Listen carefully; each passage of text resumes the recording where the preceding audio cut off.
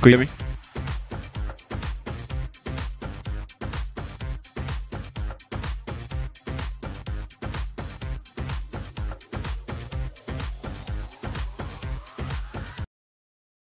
Round of matches in the regular season, as it were, for this Cricket West Indies Rising Stars under 19 men. Today, Jamaica in 4th place are playing the Leeward Islands in 7th place, and we're now ready to have the toss, witnessed by Mr. LaShawn Dixon, the match commissioner, the match referee.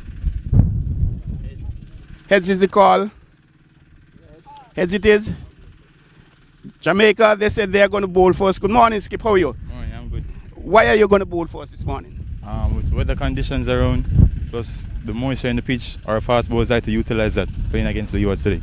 Any changes from your last match? Yes, skipper is out, but Morgan comes in. That's the only change. And you're the skipper today? Yeah. Good luck, sir. Thanks. Good morning, Skip. How are you, sir? I'm doing fine. How are you? I'm blessed, highly favored, giving thanks. Were you to win the toss this morning, what would you have done? I've done the same thing. Would have a bowl first as well. Okay, that's wonderful. Any particular reason? You would have bowled. Well, I mean, it has a bit of overcast conditions and the pitch looks to having a bit of moisture, so we'd just like to utilize that early in the morning. Any changes from your last match? Yes, one change. Pluck is out and Henry's in. Okay, good luck, Skip. Best wishes. Thank you. There you have it, ladies and gentlemen. The toss. Jamaica, they've won the toss and they're going to bat first. See you at the start of play. Thank you.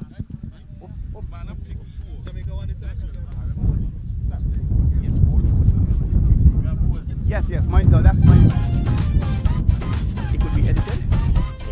Jamaica won the toss and they will bowl first. You did say bowling. Yeah, but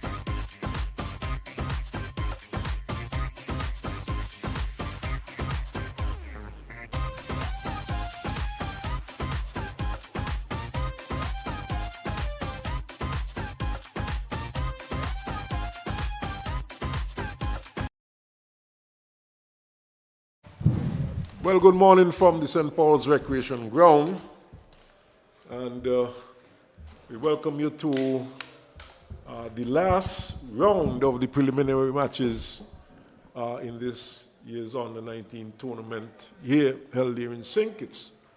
Of course, this is a very important round for all teams. It would be determine exactly the position they'll be playing for on Thursday when we have finals playoff. We would have a third place playoff, etc., down to a seventh place playoff. Now, the board standing is that the United States of America, they remain undefeated, and they are top of the table, followed by the Barbados Under-19 team, and they are second with the Windward Islands in third position, and the United States 30.6 points, 26.6 to Barbados, 24.6 to the Windwards. Jamaica, who comes up against Leeward, it's here today. They are 20.6 and they are in fourth position with Guyana, fifth position, 14 points. Trinidad and Tobago, sixth position, 14 points. Leewards, seventh with 9.2 points. And the United States of America, 2 with 6.4 points. We are about to start here. The situation is that we have a delayed start, and more on that a little later. But Jamaica won the toss and they inserted the Leeward Islands. But interesting table, Troy, and a lot to play for all of these teams, especially the teams at the top. And I say good morning to you once more. Good morning, all. Good morning to viewers, listeners. The final round, still a lot to play for.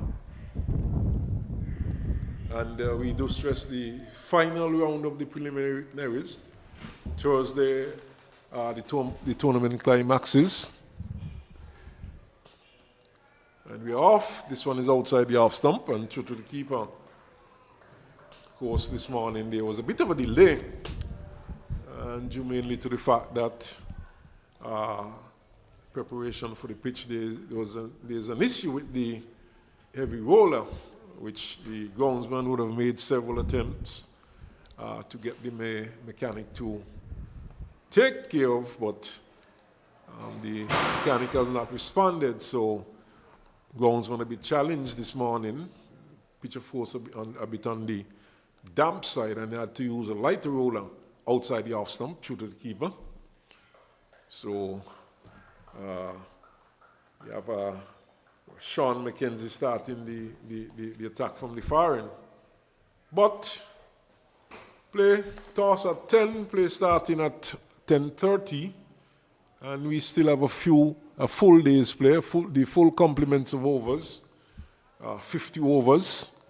Jamaica winning the toss and opting to bat there without their regular captain Barnes today. Team captain by Virgo. Driven into the cover region, and the batsmen are off the mark. And 2 runs into the offside. And so Leewards gets off the mark. Opening batsman, of course, for the Leewards is Richards and Tilokani. Tilokani, the batsman, to get off the mark. He's on 2, so Leeward start their count.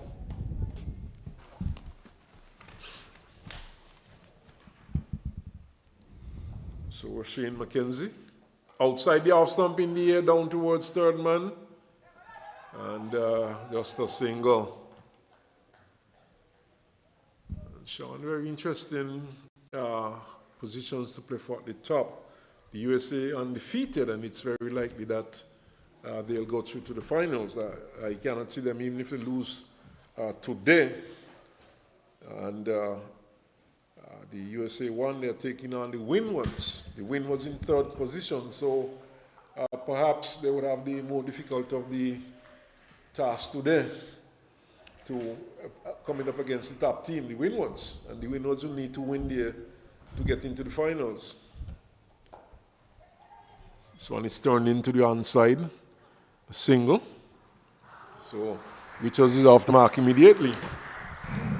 So yes, Troy, interesting positions there for the teams. Definitely, especially the Windward Islands. They had their destiny in their own hands in the penultimate round when they played Barbados. And I thought they were initially gifted the match, but having Barbados bowled out for 142, I think it was. Yes, and they were off to a horrible start, 30 for 6 at one point. He's looking to flick this one into the onside. Must have taken him on the pad. It goes behind him for the keeper to pick up. Keeper, of course, for Jamaica, Nelson, Padre Nelson. But at the end of the first over, and it's 4 for no loss, the Leeward side. So yes, John, you were saying, in terms of the USA 1, in a very good position. And the Windwards, like I said, they have a tough task ahead of them. The USA 1, they have been batting good, they have been bowling good, they're undefeated. So Windwards really got a tough assignment here today. They're up against it. The USA 1, they do have their destiny in their own hands. Win this match, they continue, they're undefeated, they're at the top of the table. Barbados in second, they also have their destiny in their own hands. Well, they're playing the bottom team, the bottom place team at the moment, USA 2, Barbados. So you would expect that assignment would not be as tough, but you cannot take these teams for granted because the USA 1 started out by playing good cricket. Although they would have lost matches, it's not a team that you would want to take your eye off. Exactly, and once Barbados win their matches, they'll go through losing just one round, so they'll be in second still. This one is gently pushed into the onside by Richards for a single. Virgo, the captain today for the Jamaican team. He is opening the bowling. Right arm medium. He bowls off a shortened run. So Tilakani is back on strike. The Windward Islands, they'll have to defeat the USA 1. This is a nice shot. Punch down to point for 4, just slightly back out of point. That's a lovely shot by Tilakani. Indeed, getting up on his toes and driving square, lovely shot. Yes, I'm playing it from the top of the bounce and into the boundary, just slightly backward of square on the offside, backward of point. Ball whizzed away to the boundary. So for the Windward Islands to get into the playoff for 1 and 2, they'll have to win their match and hope that USA 2 defeats Barbados. Yes. Or perhaps a rain-out. A rain-out might assist them there, but really a difficult task for the Windwards, who at one point, not just 1 point, for some time they were leading. They were very much to the top. But this one is turned into the onside for a single. But as you rightly said, they had faith in their own hands when they played here. And they really gave it away. Indeed, but who knows? All kind of things could happen today. It's not over, far from over. Nice single there, just pushed into the onside. Good running. Good understanding between these two. Not Good trust as well. Yes, certainly. It was well played, and what these two have been doing well so far in their short stay at the wicket is that they have been rotating the strike, they have been picking up singles. West Indies going down in the first one day. T20, pardon me. Last night's meeting after a flying start. Yes, but then they lost some 7 wickets also for about 36, 37 runs. And at one point they seemed well on course for 200, 220 plus. And they just capitulated. At one point, I think it was one bowler, in fact, at one point and a hat-trick. I think it was the debutant. Yes. For Australia, who not only picked up wickets, but they also went on to score half century. This one is defended by Richards. Goes into the offside, no run. And coming down to the wire, Joel Andrews, he put down a catch which would have made it 8 wickets down with a handful of runs still, but that might have been the difference between the victory and the loss. Well, handful of runs you said, but certainly at that point, I think it was all over for the West Indies. Mackenzie, and he's driving up towards long on. Dragged it across into the onside, and it goes pretty close to the boundary. And Iwet Richards is able to pick up 2. Aggressive batsman by nature. Iwet Richards knows this pitch well. Of course, he's from St. Paul's. Plays a lot of his cricket here. And at one point, Troy, I know you would not have been in the ground as yet, but I would have slept here. and at one point, just a little sprinkle, nothing to speak about. The pitch was covered, so and the little sprinkle didn't last for any time. Outside the off stump, through to the keeper, Nelson. But weather looks fine now. One of the good things throughout the morning so far is that we have had a nice breeze blowing. You could say, should I say from right to left or left to right? It's coming from the Caribbean Sea, actually, and blowing across the ground. So, he's playing this one in the air. Someone is getting under it. Drops it. My word. Richard's heart must have been in his mouth. Not a very good shot there by Richards. It was short. It got a bit big on him. He was attempting to pull it into the onside. It skied towards mid-on. The fielder there, he was, well, going in a semicircle and then turned, slightly. That's Vittel laws.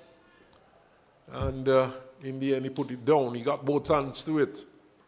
Oh, this one is taking the shoulder of the bat and going down into the gully region. Some lift there from Mackenzie. But Richard certainly almost gave it away. Indeed, he did. And really no need for that to take risk. A bad ball is a bad ball. Maybe a little short. He thought he could have gotten it onto the, well, I think it was undone by the bounce try. It was not as short as he would have anticipated, and he should have been looking to drop that into the onside. Flashes that one outside the off stump, but he has shown aggressive intent so far in his short stay. But it's a 50-over match still. Lots of time in which to bat. But who knows, he might have been sent to open to do a job. Instructions get going from the word go. They got 2 from the drop catch. The fielder did everything right except holding on to it. He took it about shoulder height. But he had buttery hands on that occasion. Yes, of course, the fielder there, of course, was Laws, one of the bowlers for Jamaica. So when he's turned into the onside misunderstanding, he's out. My word! It was played into the onside. The fielder was quickly in from short mid-wicket, picked up, and Tilokani was stranded just when we were saying the running was good. And he never even bothered to try and ground his bat because he realized that direct hit. And it would have been caught in swim. And very good work there by the fielder. Looks like the Marcus Scott. And did a very good job there from his position at short mid-wicket try. There was a bit of hesitation at the start and then in the middle. Perhaps it wasn't that. If they had go from the wood goal, they may have gotten there. But it's an excellent throw. We can't take that from the fielder. Certainly not. And direct hit is always very likely to get the wicket. The over comes to an end. But excellent work there by that fielder. And it was a ball that both batsmen could have seen. Just about a shortish mid-wicket. So look like Scott to me, 66. They would have been able to see the ball and determine yes, early, no early. Oh, yeah. But 10, yeah. So it wouldn't be both batsmen started, stopped, started again, stopped again, and then they ran through. Defended there. And I said DeMarco Scott, that seemed to have been Redwood who did that wonderful bit of fielding, Troy. It was indeed a wonderful bit of fielding on any day.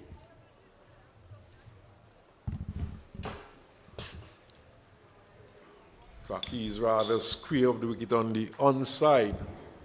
And he was quickly onto it. And the return, that's a good shot into the straightish mid-wicket position and picks up 4. So he's not going to muck around, Richards. He moves to 13 with that shot. No, he's not. And well in control of the shot, picked his spot, and he went a very good looking 4 runs for him. Much better choice of shot that time by Richards. We saw him earlier being given a life, looking to pull, but delivery which was not short enough and not really in position to pull. But this time he really was on top of the bounce and pulled it well. This one is in the air but safe. It goes down to third man. And in fact, no ball is signaled by umpire Passad. So free it comes up. So even if that had gone to hand, Richards would have been safe. Umpires in this match, of course, Javed Passad of Ghana. He's officiating. There's also Dave Thompson from Barbados at square leg. The standby umpire Afron Bayam from St. Vincent and the Grenadines. Virgo. He's lifting this one in the air. It goes out to cover. The catch is taken and the single is taken also. Free hit. No glory for the bowler. And not really in control of the shot as much as the 4 that he struck previously. And normally when there's a free hit, batsmen tend to go for the glory, as you say, Smith, the big hit, the 6. Makes a lot of sense, but we must give the bowler credit for good delivery though. Short, nipped back into Richards, and in the end he took the right hand away from the bat and dropped it in front of him. But kept it down well also. I understand, Smith, that Thompson, he's making his debut at this level. And Peter Nero, the umpiring coach for the West Indies, is here doing some assessment. So one stayed down to third man for a single. So we saw Peter Nero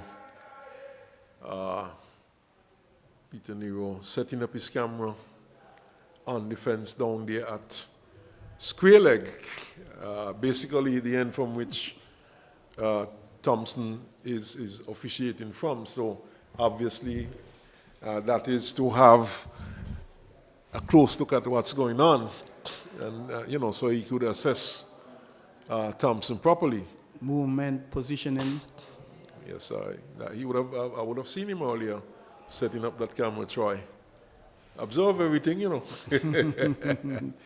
As commentators, we should, because we have to make sure the listeners and the viewers, they are here at the grounds.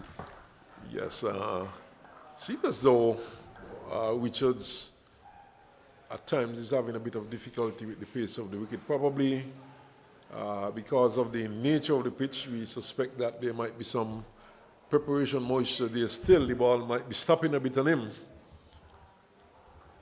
But so far, so good. He has been given a life. He has managed to keep these deliveries out. He has managed to keep them down.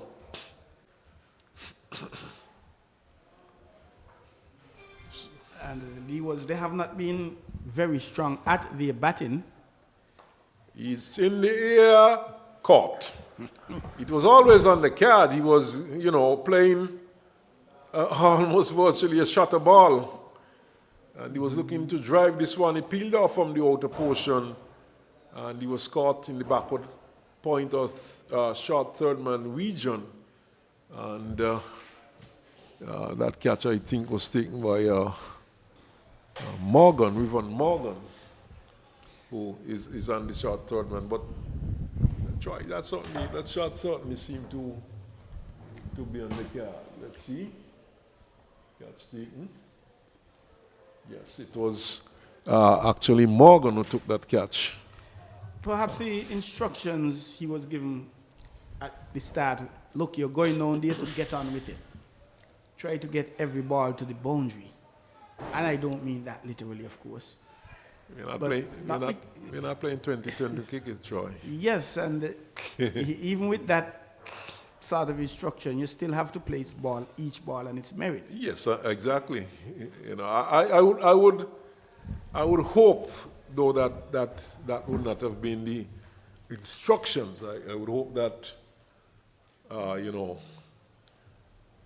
they would have instructed him to go out there and try to build an innings, get a good start, get a good knock. 50 overs are a lot of overs. A lot of overs. And Leewards, one of the things they have not been doing is to batting out their 50. Is to bat out their 50 overs. And when one considers that the Leeward Islands are batting first, they're not chasing a huge total where they have to go out there and from the word go try to play shots. Pace themselves. An opportunity for them. What is the game plan batting first? Exactly. And, try and get something on the board. You want to end the power play by whatever, 60, 70, I don't know. Well, they have lost 2 wickets. They're in over number 5. They're just 23 runs on the board. Sean McKenzie has picked up his first wicket. The other wicket went to an excellent bit of work, a run out by Tamari Redwood. From his position at short mid-wicket, a pick up and throw on the run, my word, and he struck those stumps down. Excellent cricket indeed by the youngster. It's now DeAndre Judy, vice captain, batting at 4. And he's defending, and it goes into the offside. So the Leewards, they have lost both openers. Tilokani by the run-out route, and Richards caught at short third man, or backward point if you prefer it that way. So Jamaica, having won the toss and inserting the Leewards, they would be happy with their position. Very happy indeed. Edged and dropped to the right of Scott, who is at first slip, and It would be nice to have a look at that again, but one felt that, I'm not too sure if it carried straight to hand, but that looked like a chance going a big in there. Yes, it appears as if it carried from our vantage point. So Rashawn McKenzie inducing an edge there from the vice captain of the Leeward Islands team, DeAndre Joe. And that catch reminded me of Gudakesh Murthy last night. Outside the off stump. And Henry is picking up the line, so Henry sees out that last delivery. They've had 5 overs, 24 for 2. The ball was struck back by the batter facing, and it went back onto the stumps. So the third umpire actually tried to use Hawkseye to find out if there was a fingernail touch by Morty, because the non-striker was off his crease. But it appeared that he didn't touch it, so the non-striker was saved. And the same commentator course walked last night again. I think it was with Owen. Was batting well, commentator speaking about him, and the next ball he was out caught. This one goes into the onside. Redwood quickly in. Seems to be very much of a live wire in that position, just forward of square. Guyana starting well against Trinidad and Tobago. 56 for no loss from 10.1 overs. It's played into the offside. 2 is the call, and 2 it will be. Windwards 60-for-1 from 11 overs against the USA 1. And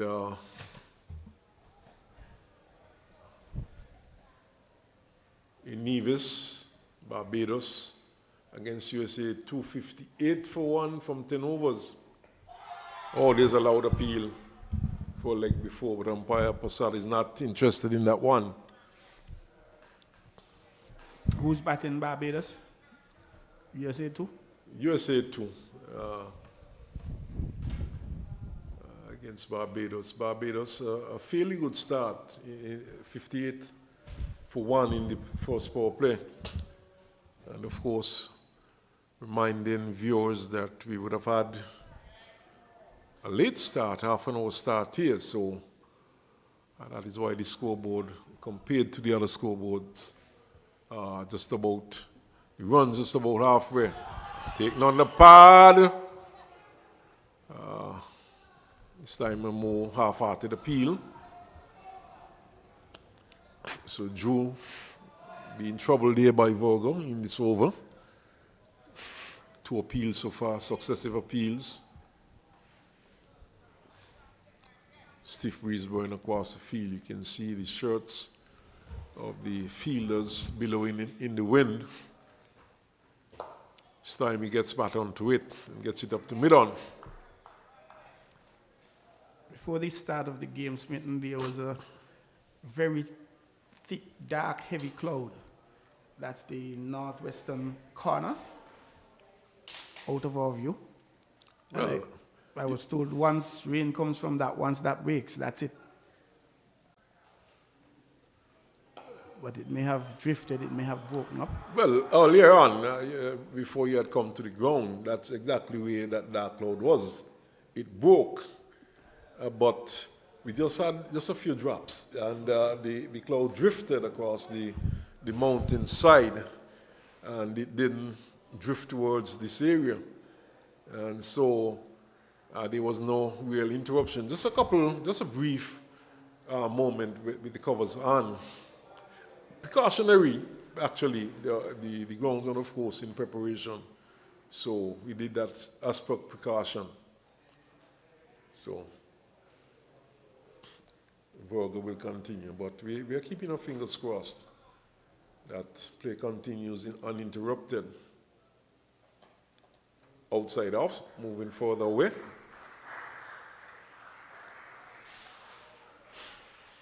Henry. The action in Nevis Smitten getting much more festive now as we're heading towards the cultural season and the Emancipation weekend. Oh, yes, yes. Big time over there. Long holiday weekend. Will you be going up for the Juve Jam yourself, Smitten? No, I haven't been there for years. This one is into the offside. He's looking for another existent run. I've not been there for years, Troy. You know. Well, no. Well, not for Juve Jam anyhow. And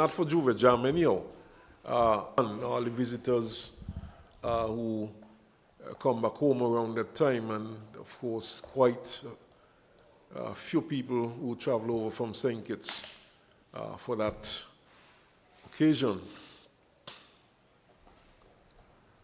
This one is edged down to third man for single. That, of course, is my favorite pastime in terms of Culturama and going over to Nevis. Of course, we know August is not a very memorable time for some of us. August 1st, 1970. August 1st, Saturday, August 1st. The worst sea disasters in Caribbean history. Short-lifting. Joe is defending well. It's not an occasion that I look back with fond memories either. I would have lost not only my mother, but quite a few, well, some of my school teachers, friends, other relatives on that boat. Might have been on that boat myself. But for chance, outside the half stump, say down to backward point in the run. In fact, I was supposed to be on that boat this Saturday, but I came the day before instead. Oh, Troy. so you got away by a day, so to speak. By a day. My mother came back down this Saturday. August weekend, very significant. Emancipation time, cultural activities, of course. There was the Calypso semi-finals last night. Tribes, but can't beat the field and just to sing. No, in fact, no run. Reigning monarch King Astro, the first Calypsonian from Nevis to win the National Carnival Calypso show, and he won it back-to-back. He won last year. He said he had retired the year before, but his fans were telling him, sing one more song, one more time, and he did last year, and he won, but he won't be defending this year. I'm glad you corrected yourself with this one more song, because he can't just go in there and sing one song and expect to win. But that was his big hit last year, one song, he has to sing two more songs. So no doubt King This and That might very well be the favorite. He's easily the most crowned of the finalists. For go, that's one brushing something, perhaps. Oh my goodness.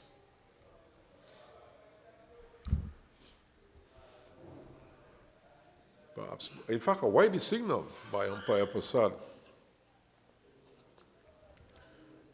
Appeal by the players, no doubt, to throw off the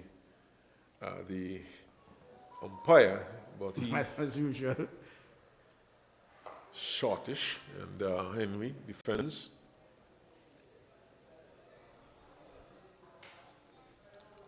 I'll actually be going up next week, Monday, God Spear.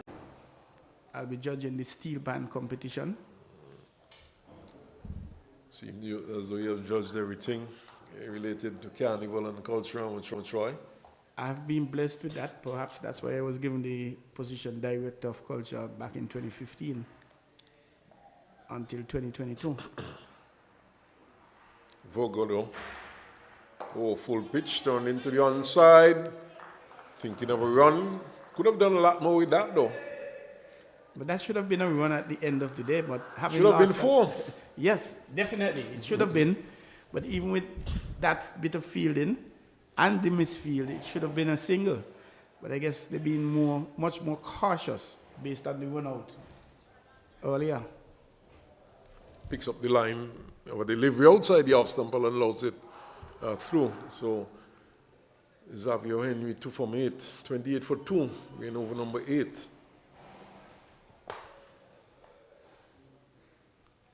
Going back to that T20 last night, Smitten, Andre Russell announcing his retirement after these 2 games in Jamaica. Didn't have the best of matches. Turned off the pads down to long leg. We are getting runs here, should get at least 2. As the left-handed return goes to the keeper's end. In fact, goes over the keeper's head. And 2 more to Henry. So he goes to 4, 30 for 2. Yes, not the best of games, and a lot would have come out to see him. So he would be hoping to put on a good performance in the second match. Slip, third man back on the boundary. Backward point, cover, extra cover, mid-off, mid-on, square leg, and the fine leg back on the boundary. Defended.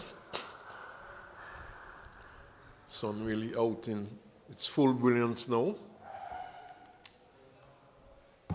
And the over comes to an end. 30 for 2. Lovely sunshine. The few clouds we had above, most have disappeared. And being asked to bat the Leeward Islands 30 for 2 at 8 overs. This is a 50 over encounter. The final round in the preliminary round, or the round robin as it were. Number 1 will play number 2, number 3 play number 4, etc.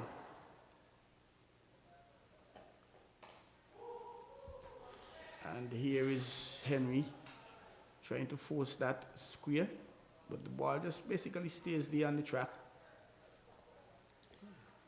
And I'm getting the impression maybe there may have been a question, a wonder. Tap it to me, please. But Drew being extremely cautious, as we've seen players getting out, hit the ball to a good faith. But who determines good faith at the end of the day?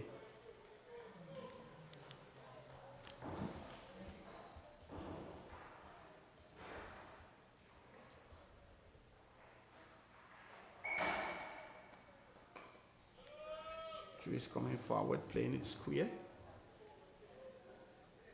This is 4th delivery, Drew. Not that well. It's 14th delivery, and he's on 3. He has been rather pedestrian, but he's there still. Xavier Henry, he is 4 from 11. Without at this point, the Jamaicans thinking, well, yes, we made a good decision. Winning the toss, asking Leewards to bat. Well, you would have said that both captains would have inserted, and having picked up 2 wickets inside the power play and only conceding 30 runs, Jamaica would take that any day. With just 1.3 overs left, 9 balls left in the power play.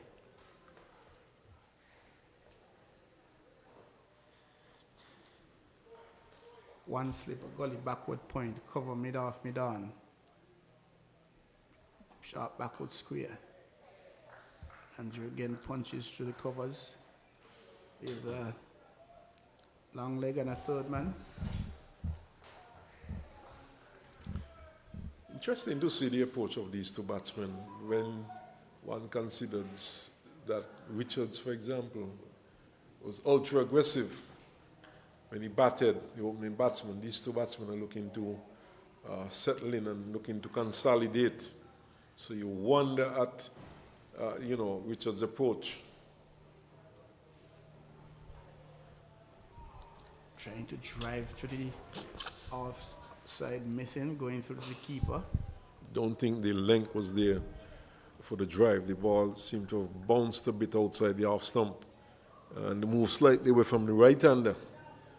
And the most he could have done there is to edge it for a slip or between the slips. Lucky not to have gotten an edge. And some slight oohs and ahs between the keeper and the first slip. In fact, can we call him down immediately and had some words with him? Take it easy, VC, vice cap. We still have a long way to go. We still have a lot of work to do. It's a very similar delivery. Probably a bit closer to him this time, and he left it outside off. Picking it up, allowing it to go through. And that brings up the end of the 9th over. 30 for 2. The Leeward Islands after being asked to bat. So these two opening bowlers, they have been doing a very good job. The captain for today, Virgo, and Sean McKenzie, they have been doing a very good job. McKenzie is the one who has picked up a wicket for Jamaica. And so far he has bowled 5 overs. And Virgo will complete 5. Seems to be the script for some of these opening bowlers, unless they're being struck about. Splitting their 10 overs perhaps in 2 blocks of 5s. Henry pushing that one on the offside, no harm done. He's 4 from 11, Virgo. The much more expensive of the two, he has had 4 overs, giving away 20 runs. And how about the leg stump drifting down? But clipped off the pads is Henry into the mid wicket.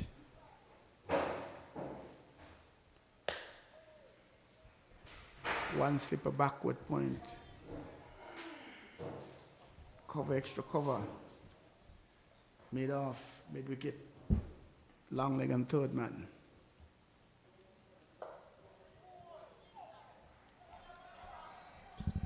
Played into the onside.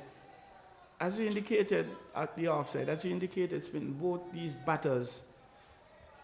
We are not seeing that such an aggressive approach as we would have seen with Richards. But it doesn't necessarily mean they should go into a shell. They still need to turn it over the strike, turn it over, pick up the singles.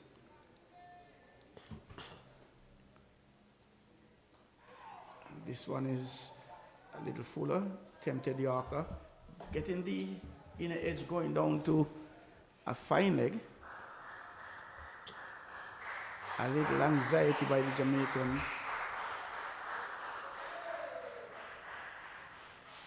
Tempted Yorker there, and in the end, the bottom edge going down to fine leg, lucky not to have dragged it onto his stumps.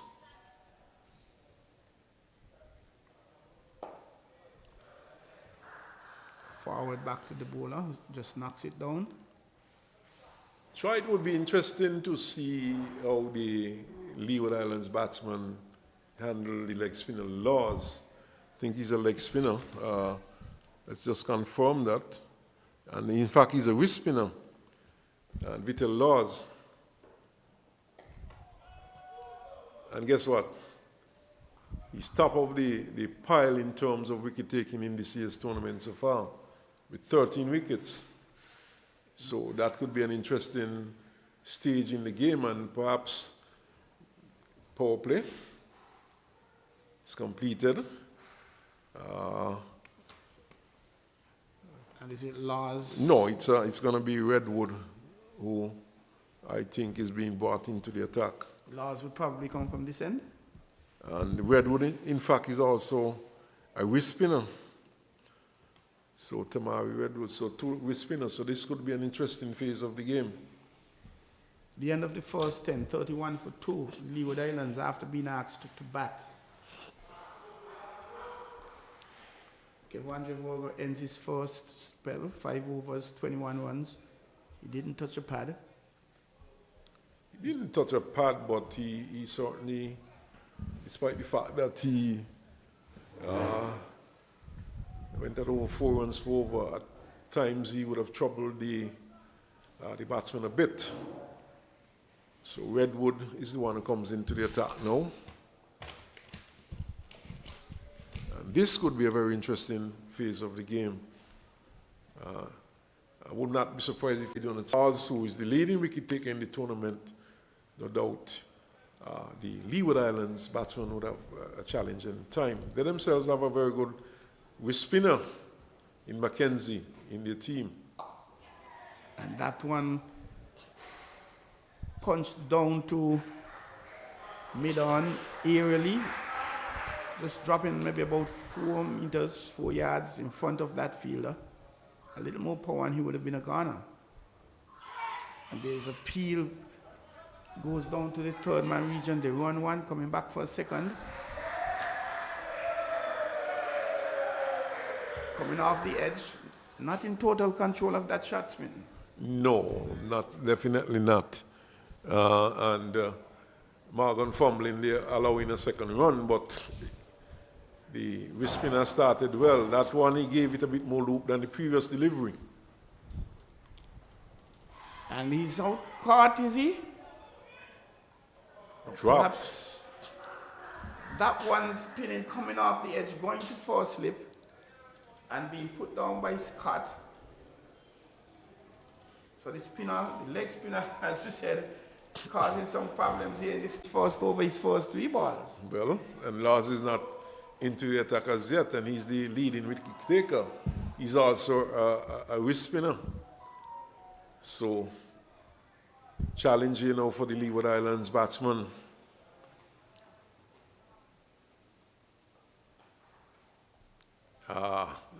Looking rather ungainly that time, Troy. Definitely. And the West Indies, a deliberate attempt to develop wrist spinners in the West Indies. Thus, they are given bonus points, amongst other things. Driving outside the off stump, catching the edge, going down to a short third man. And so far, Henry not really convincing against the wrist spinner. No, I think Leewards have their work cut out for them at this point of the game. And here is he, banging his way out through the mid-wicket, and he picks up a 4. Not really the best looking shots. Effective, he picks up a boundary at the end of the over.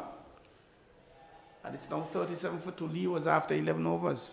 Yes, it was an ugly looking shot, but a good one still, because why I would say a good shot, he adjusted well. The ball seemed to have kept lower than he anticipated.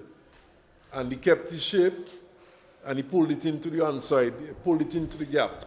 And at the end of the day, the result is what would have mattered. He got 4. So I would say it was a pretty good shot. He kept it away from any of the fields when he timed it well. He was always in control of the shot. So, as you say, not the best looking shot, but most effective, very effective shot, I would say, and well played in the end by the young man. But Redwood definitely causing problems in his first over. He has 9 more left. So the Leewards. Interestingly, though, they're bringing in Rivan Morgan, and I guess this is keeping in line with the script. I would have thrown Lars at them immediately. Indeed. It's Morgan from the media center end, pulling vice captain Joe forward. And that's the thing about it, Spin. You leave the pavilion with the script, but I didn't get the impression too many teams, if any at all, adjusted that script from what was happening on the field at that time. A little Fuller played down to the third man to get 1, thinking about 2. Of course, the Leeward Islands batsmen, they're not going to mind this. They seem to be, although they're not scoring quickly, they seem to be a lot more comfortable against the fast bowling. You saw that first over from the wrist spinner. Although he went for 4 in the end, the batsmen were very tentative. And if, for one reason, I would have brought on my top wicket it would be because of that. They had trouble with the wrist spinner. Let's try with spinner from both ends for at least 2-3 overs, see how it goes.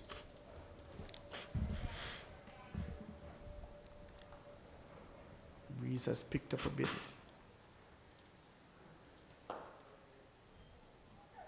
Playing back down the track is Henry.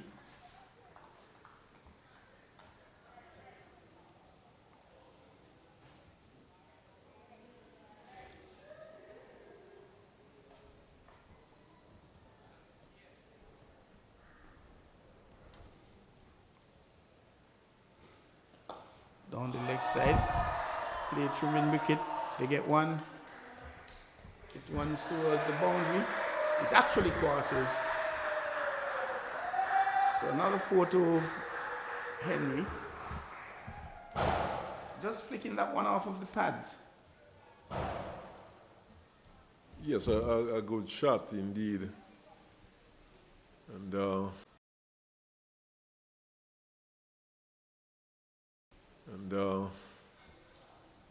picking up a good 4, well-timed shot. The ball really whizzed away to the boundary, to the square leg boundary, and we know that side of the field is the sluggish part, but the fact that the ball continued to gain momentum suggested it was well-timed. There's an appeal and the finger goes up from umpire Prasad. Henry not looking like the happiest of persons, but he has to go. As the Leewards, they now lose their 3rd wicket. Henry going like before. And that's a good change. You bring on a bowler, he picks up a wicket, you can't ask for nothing better than that, Smith. I think that was a good decision by the umpire, though. Let's look at it again. Oh, well, not necessarily a good one. That might have been missing leg. I take that one back, Troy. Let's look at it again.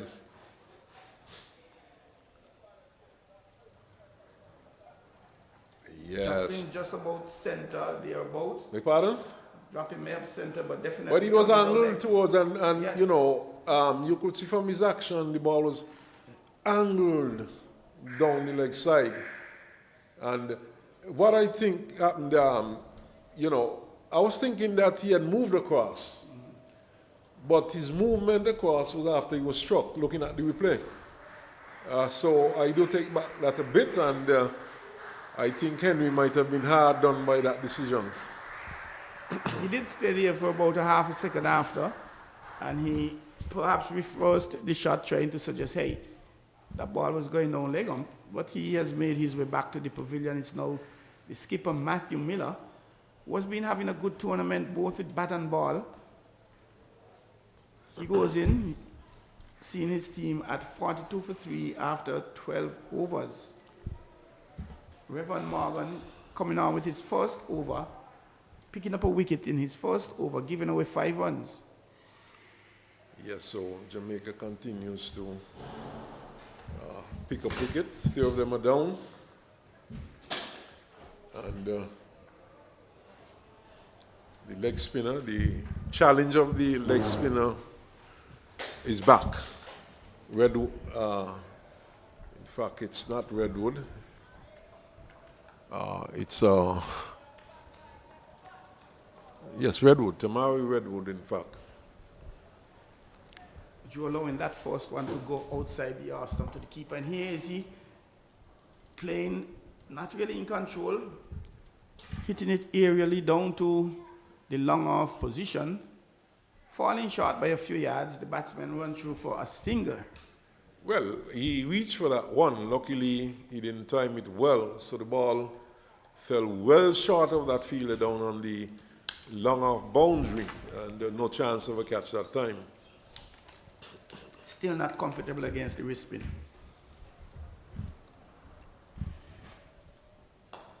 And here's Miller hitting that one into the boundary over the head of the mid-on fielder, facing the first ball, and a very good shot there. Yes, a very good shot indeed, and some way to get off the mark. His first delivery was pitched up to him, and he played it over mid-on. Mid-on is inside the 30-yard circle, and he timed it well and picked up a 4.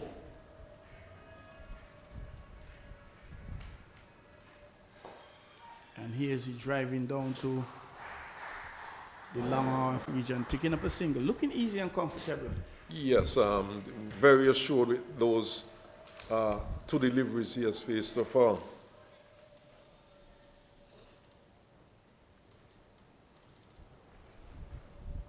Tossing up that one, and Drew goes through. Perhaps not playing enough football in his youth days. That one beating him, going into the boundary for another 4.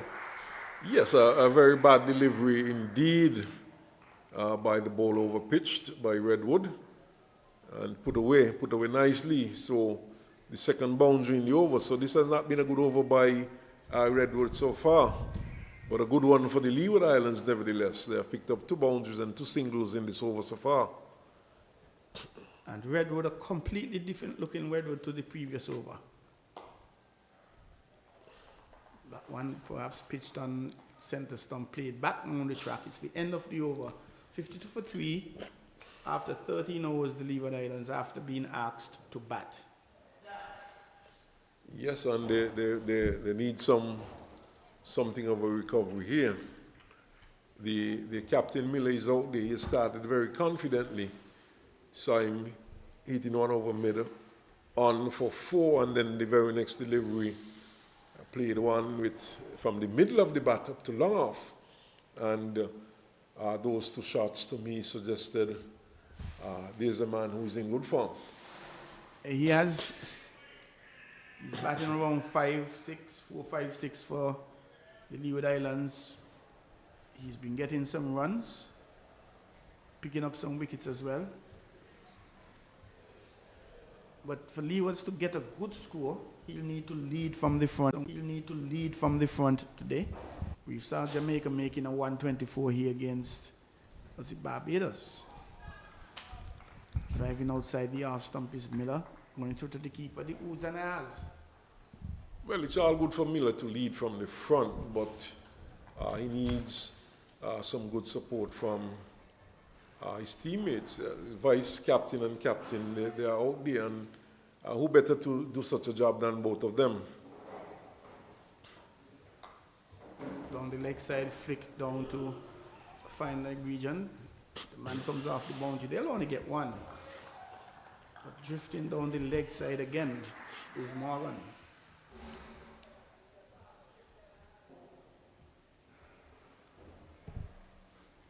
Just some quick updates. Windward Islands against the USA 1. They are now 86 for 3 from 20 overs. That match, of course, is at Connery. Joe pushing that one into the offside. Not getting a run. Ghana 78 for 2 against Trinidad and Tobago. And that match is at the El Camino Wheatlet Park there in Charlestown, Nevis. And here's Drew driving more to a cover point. Barbados doing very well against the USA 2. They are 98 for 1. And this is from 18 overs. Again, turning that one down to the long leg region is Drew. Morgan seems to have the tendency of getting the ball to go down the leg side. Yes, the action, and he goes fairly wide of the crease, and he has an action which, really takes the ball down the onside. It's going to be a quick signal down to the mid-off region.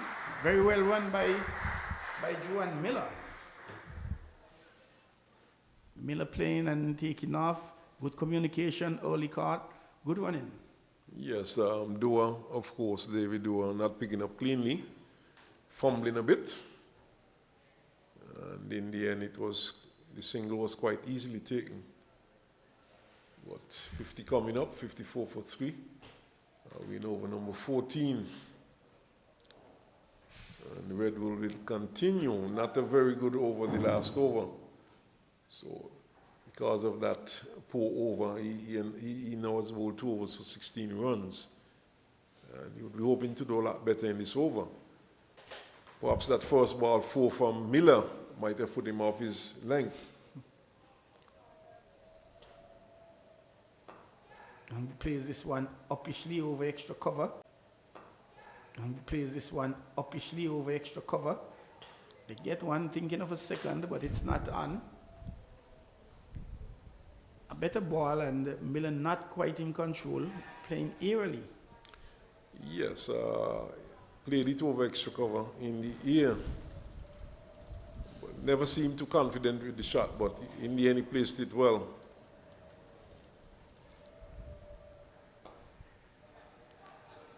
Drifting down the leg side a little fuller, and just clipped off the pads.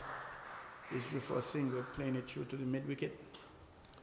Seems as though Miller's plan is not to allow Morgan to settle. This could be interesting.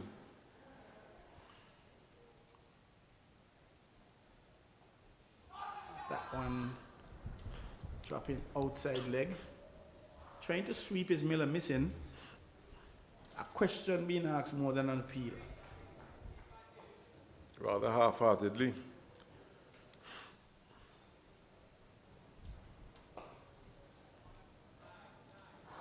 Not a good ball, played down to the long off first single. And the Redwood Smith seems not to be able to recreate that first over. No, he seems to be struggling with his control a bit. Just outside the off stump to go through by Drew.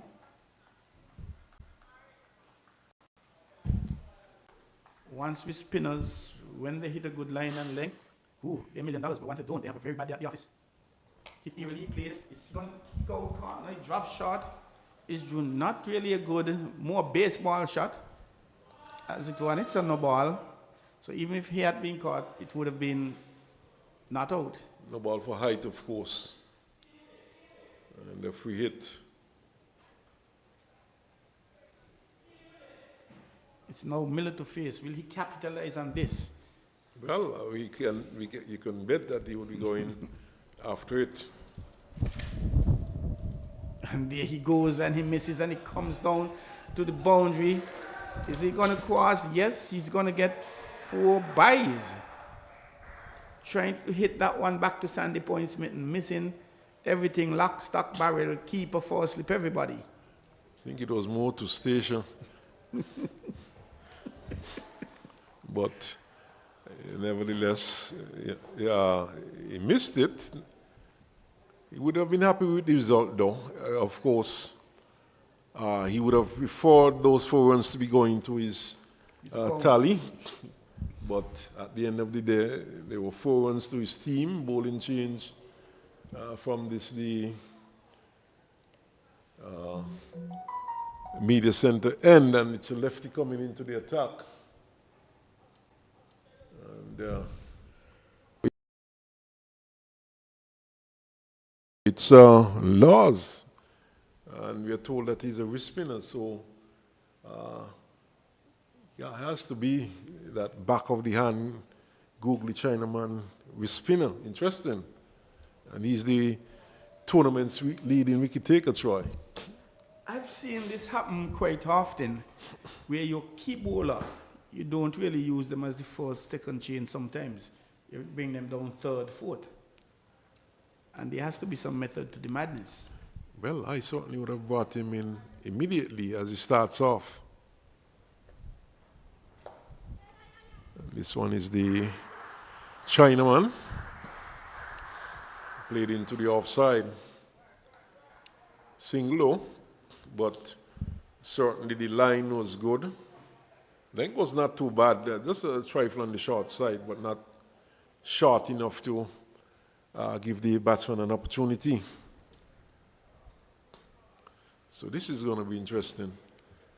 And I'm pretty certain that the Leeward Islands batsman would be looking to get on top of him as quickly as possible.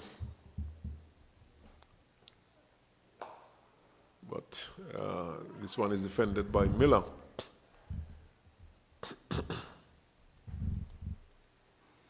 don't think we have too many of these in this tournament. In fact, this is the first time we're seeing this type of bowler. Oh, here we go. Here we go. Here we go, Troy. I said it was going to be interested with Miller and this Vital Laws, the left arm wrist spinner. And Miller is bowled down. Seem to have dragged it back on. Is that the Chinaman? Yes, it looks like it. He played a big woofing shot that probably would have ended halfway around the country were he to get hold of it, but he didn't. Skipper Miller walking back to the pavilion, 8 from 7 balls, perhaps decided to beat his way out of the spinner. Chinaman, it really spun back somewhere and hit the top of off. Very good bowling by Lars indeed, and this tells us why he's the top of the pile. Now goes on to 14 wickets coming into this match on 13 wickets. And, you know, this is why Troy, I as a captain, would go for my trump card as soon as possible. Yes, so he probably should have been brought on about 2 overs before. However, Morgan, who came on just ahead of him from this media center end, he also picked up a wicket in his first over. Not only that, but Redwood was brought into the attack before him. I certainly would have gone for him. And this is interesting. And like I said earlier on, Leeward Islands could have a challenge on hand. They do at 64 for 4 with just 15.3 overs. Singh is the batsman.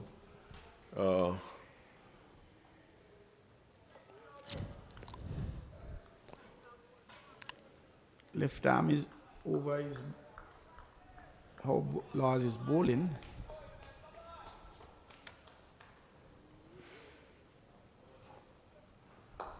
Tossed up, pushed up to extra cover and a run. Little confidence in that shot, looking good. Didn't try to overhit it. We haven't seen any left-handers so far in the Leewards team. No, we have not seen any. Swanee is looking for a run. It goes down to short backward square. And Laws is keeping it tight. We haven't seen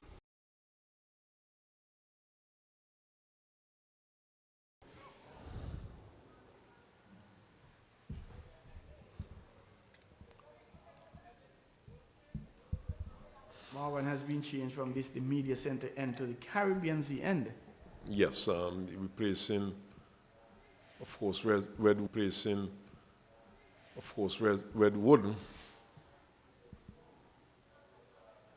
I'm thinking it would have been nice to see both leg spinners operating from both ends.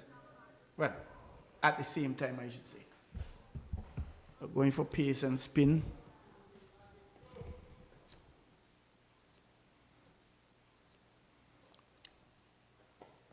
Short lifting, attempted cut shot, misses it through. Cut shot, misses it through. Goes to the keeper. A loosener. And quite often we've seen looseners being perhaps the worst ball of the spell. And on the other hand, we've seen looseners bowling down batters, picking them up LBW.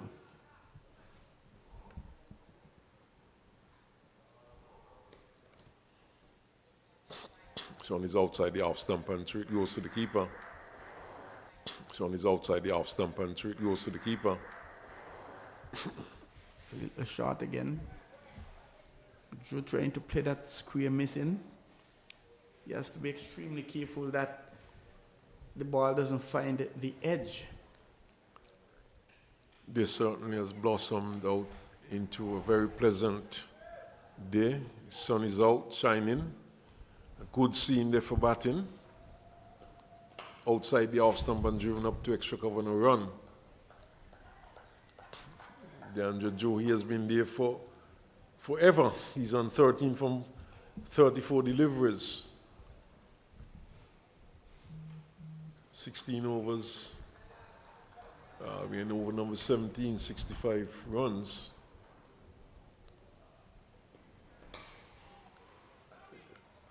Who's defending. He's the vice captain of this team, Drew. And the responsibility lies squarely on his shoulder to not only hold this innings together, having lost 4 wickets, but also to get some runs on the scoreboard. Yes, Leeward's looking to post the total. The last match edged, and it's going down towards the final leg. The third man boundary and 4 runs. So 4 welcome runs there for the Leeward Islands. And that 4 would take them on to 69.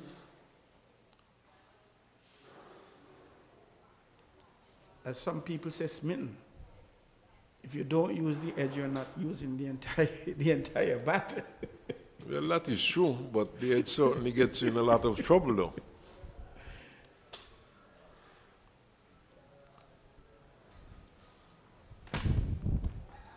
Down the onside, and the widest signal. How is that? It was a shout. Perhaps the strategy to distract the umpire, not signaling wide. Emergency fieldsman, the third umpire on the boundary edge. Water break, no dog coming up. So when it's played in the onside, as the over comes to an end, at the end of which it's 69 for 4 are the Leeward Islands. It's time for a water break, and we're going to take a water break also.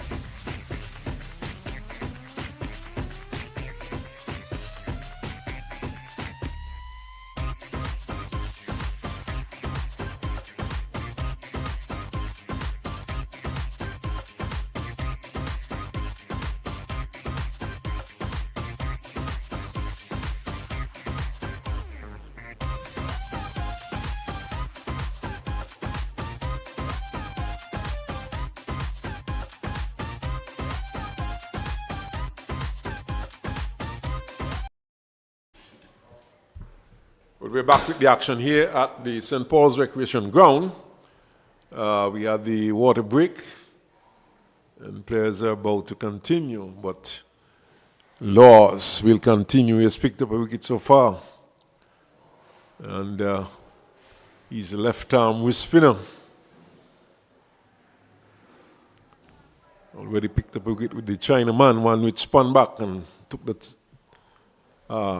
top of Miller's off stump, and Miller was bowled. Oh, this one is beating the batsman, beating the keeper. Just a one run. I suspect a bye will be signaled with an umpire. In fact, he signals a wide, so that's 2 runs. That one going down the onside.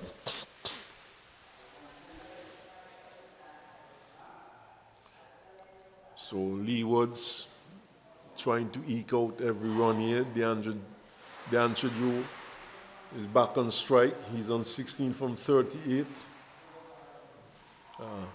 Devina Nansing is yet to score.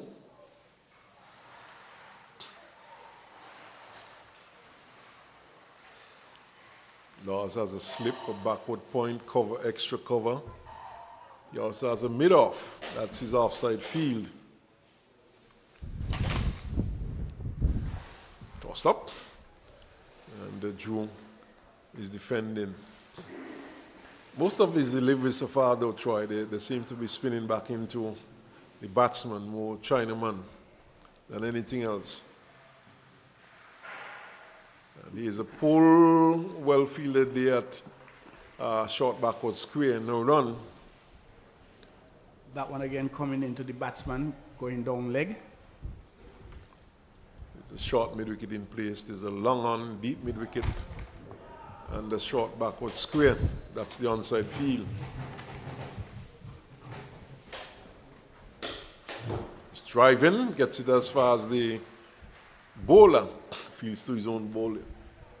Does not time it well at all.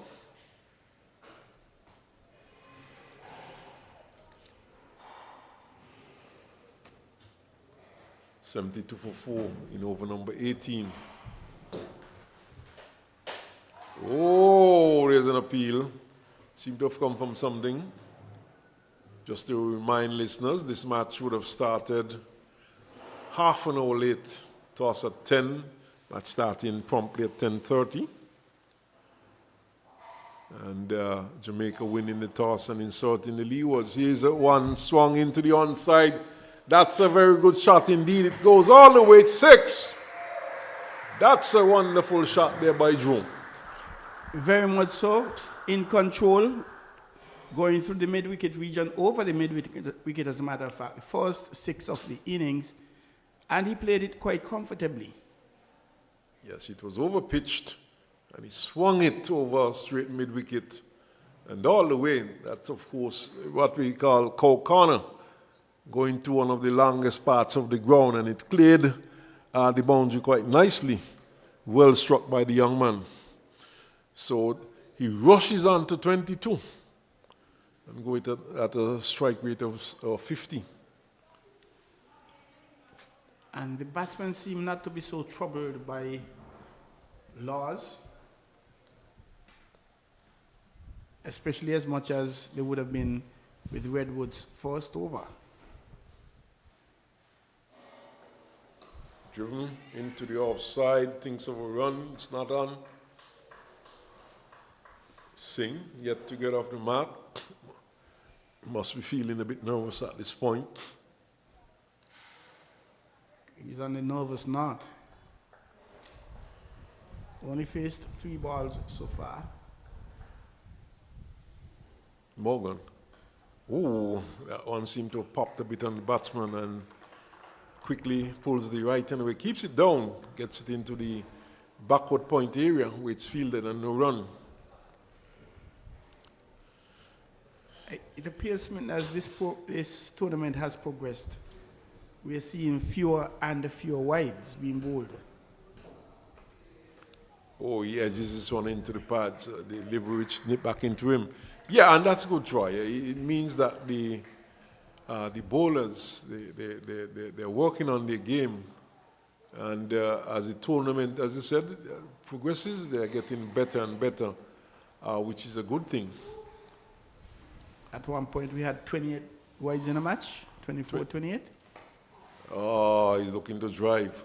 I think the first match Leeward in a score of some 124 runs against the Windward Islands. They had some 21 wides. Windwards, though, even from the first match, although they have batted well, they've shown that propensity to make the scores, and we saw it working against them. Oh, this is a good delivery. No ball, though. Signal. Nipped back at the batsman. He kept it out. And umpire signals no ball. So this, of course, would be a free hit. Singh anxious to get off his duck. As an opportunity now, we cannot get out with this delivery. So he can swing for the hills. In this case, swing for the sea. That is, cannot get out caught. There are a few other options, including one out. And he gets his first run. He was really trying to go for the sea, according to you, but not in control of that one at all. And it could be disheartening for the batting team to just get a single from a free hit. Yeah, but sometimes you have to give the bowler credit. The bowler some credit. The bowler credit. The bowler some credit too. Indeed. Which was in the slot, just short of a good length. Ah, this one is short of everything. Short and extremely wide. Yeah, extremely wide. Going down to about what's meant the second slip? Second slip. Really short of everything. Short of the stumps. Short of the batsman. Who's already short. Who's already short. Short of a good length. This one is better. And played into the backward point region. The over comes to an end, and at the end of which, 81 for 4. Xavier Henry 15 from 25. Edward Richards 13 from 16. The top two scores along with Drew, who's 22 from 45. 81 for 4. The Leewards being asked to bat by Jamaica. Leewards in 4th.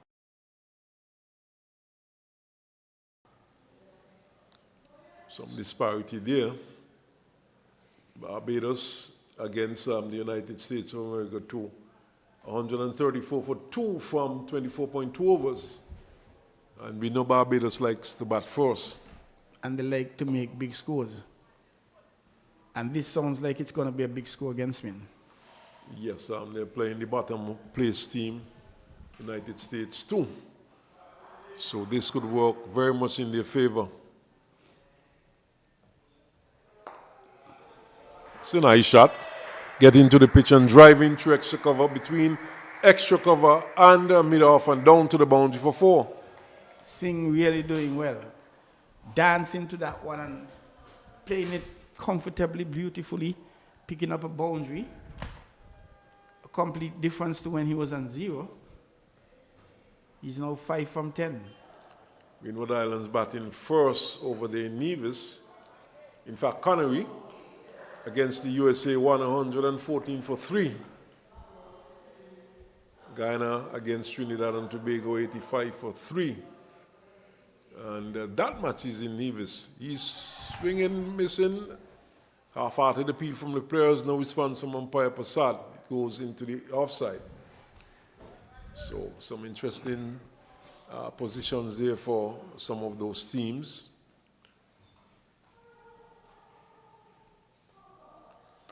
Swinging this one down to backward of square. Just a single this time, but not putting enough pressure on the fielder who had to move a bit to his right. I'm not suggesting that they could have gotten 2, but the earlier clock settled for just the 1 run. Yes, run the first one hard. Caused the fielder to fumble. getting this one down to long on. A bit of a height. When they ran this first one harder. Yes, and they are young, energetic young men, and the idea is to put pressure on the fieldsman and look for any opportunity for a second run. Oh, this is a bad delivery and put away. It was badly lined, swept down towards a long leg, and here we see in fact, it goes across the boundary now for 4. So good shot by Singh, and Singh blossoming now. Bad ball, good shot. Second 4 we've seen from Singh, who's looking like he's ready to open up. Leeward's a foul cry from a comfortable score. Yeah, well, and what is happening now for the Leewards is that they seem to be quite comfortable against the leading wicket taker, who in his first over picked up the wicket of the captain Miller. But these two appear to be quite comfortable against Laws. They have settled in quite nicely indeed.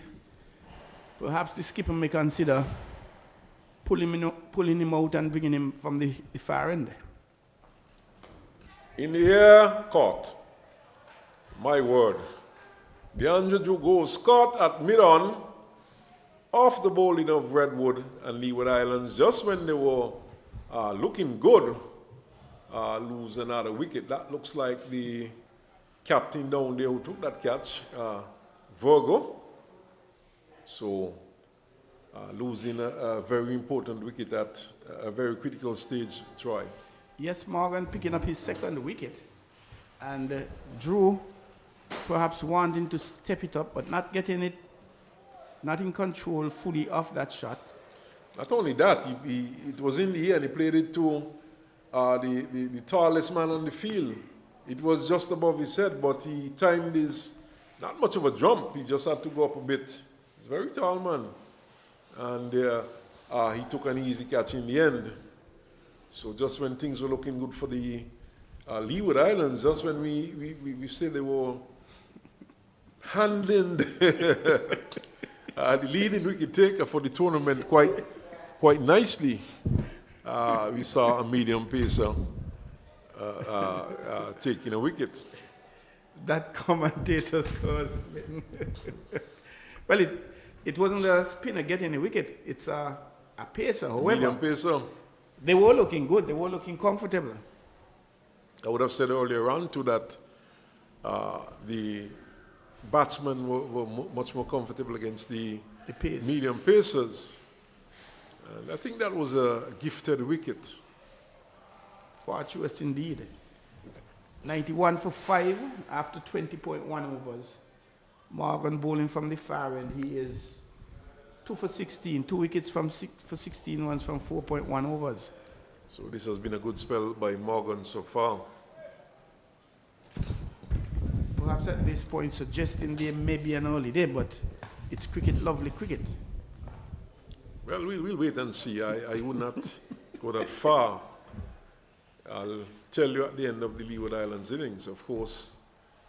Every now and then we see a few dark clouds gathering, and it always remind me of that calypso. I see dark clouds gathering. I think it was Rashad who sang that song. Rashad out of Trinidad and Tobago, the man who they say invented soca. Yes, so lyrics from one of his popular songs. A few weeks ago you were quoting gospel. Oh, I think he got home. I believe so. Umpire Passad thinks so also. If it was a much better throw on top of the stumps, perhaps, maybe. Yes, it was a rather delayed throw. But try, I'm into music, and it doesn't matter the genre of music. Is it too high? A good throw, and you would have had him out, and you were correct. I'm into music, Troy. So Vibes Cartel and all those guys. Nah, I said music, Troy. I said music. But I mean, Vibes Cartel, it is said, got 4 million, and that was the biggest night of the music festival, which was held in June. I'm not getting into that one, Troy. He drives that.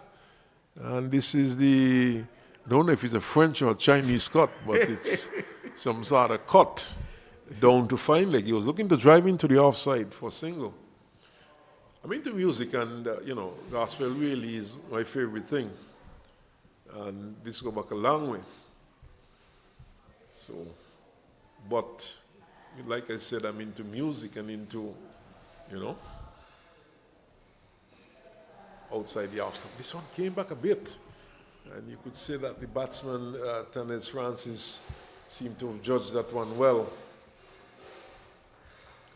Too many times we've seen batsmen leaving alone and ball coming back from well outside the off stump and clipping the wicket.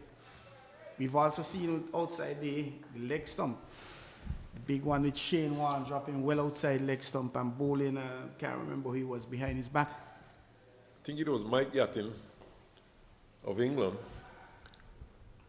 and that happened in England. I don't quite remember which ground, but it came back a long way. Big time. And they would tell you that Shane Warne could spin it on a glass top. It was that good. Yeah, he was. And all the spin bowlers coming up wanted to be a Shane Warne. Well, Nathan Lyon, on the contrary, an off spinner for Australia. For some time, Australia was searching for that Shane Warne replacement, but instead of getting a leggy, they got an offie. Was gone well over 500 test wickets. The other day for the first time in years by Australia in Jamaica. Drop for a paceman. And the West Indies drop a paceman for a spinner. For a spinner. Swept that. Might have pitched outside leg. Taking the swing on the pad. So he is kept on 11 from 16, 1 from 4 for Francis.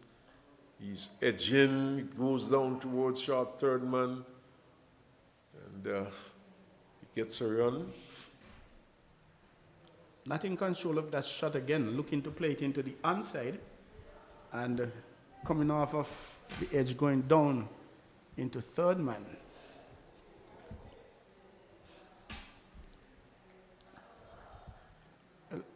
As a calypso judge in training, they encourage you to listen to all types of music, even though the songs you don't like. Oh, this one spun back a long way. But in the end, the batsman played it well. He was able to keep it down and get a single from that. Troy, sometimes I wonder if some of the judges, calypso judges, do listen to all types of music, because it's rather bewildering, some of the decisions. You'll always hear the same chant, the moniker, the cheat, the judges cheat. I haven't been around too many calypso shows where the crowd felt, okay, the judges did a good job.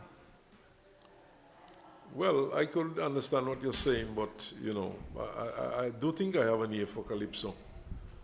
And being around, listening for years, that means, I know there are times when judges, they would have done some very good job, and I do not question it, even though the crown might not have gone to someone I'm not supporting. But you know good calypso when you hear it, and you know good lyrics when you hear it, right? But trust me, there are times when you are totally bewildered as to why this decision was made. Sometimes one gets the impression that instructions were passed as to who should win this particular crown. Persons feel so smitten, but I cannot see that happening. Well, I don't think you judge every show. No, I don't. Okay, so. But the integrity of the judges, I cannot see that happen. You might be surprised, but that's another topic, You might be surprised. I've judged shows where I've really wondered if I was seeing correctly and I was seeing things correctly. No, you have it. No, No, you I have didn't it. say the other judges. I said So I had to have gotten it wrong. No, you have it. No, you know where I'm coming from. No, it's a real thing. I've seen that. No, you know where I'm coming from. I focus on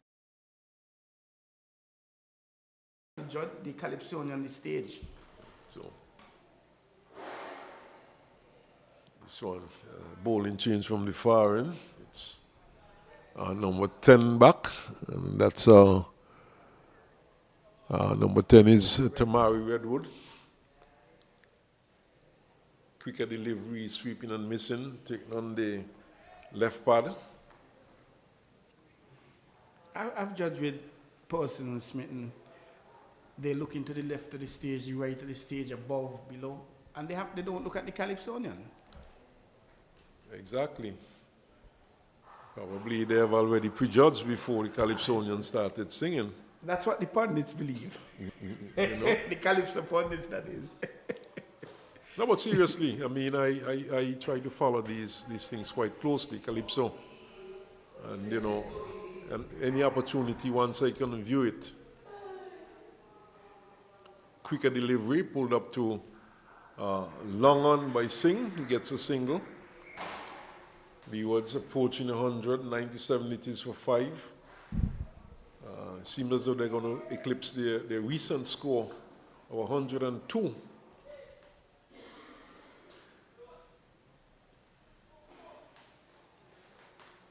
It is looking, Smitten, like the Leewards may very well be playing for the 7th place position, perhaps against the USA 2. Stevie plays it back to the bowler. What I like, though, about the Leeward Islands batting today, though, Nicoli, McKenzie, and Francis goes for 3. Very good catch indeed. That ball came off pretty quick. It was to his left. A little distance away, he was able to stretch, pluck that one out of the air. And the Lee was there now 97 for 6 after 22.5 overs. You know, a lot of trouble here. Lots of trouble, and they need somewhat of a regard action. And if that doesn't materialize, unless the weather intervenes, Troy, we might be in for another early day today, as Jones, who came not out in the last game he played, goes to the crease. And we haven't really seen bowlers, you could say the bowler got that wicket per se, ball, Smitten. That might be so. That delivery wasn't too bad a delivery, though, but with some tight defense, he could have kept it out. Indeed. One got the impression he was looking to drive at a delivery which was not there for the driving. Delivery which might have bounced a bit more than he anticipated. And it peeled off the outer portion of the bat and went through to the left of the man at slip, who took a good diving catch. And that's Mackenzie, Nicole Mackenzie. Good work there by Mackenzie at first slip. So Jamaica not doing too badly in the field in terms of their catches. Tossed up, driven down to long on. And it comes down to David Dewar.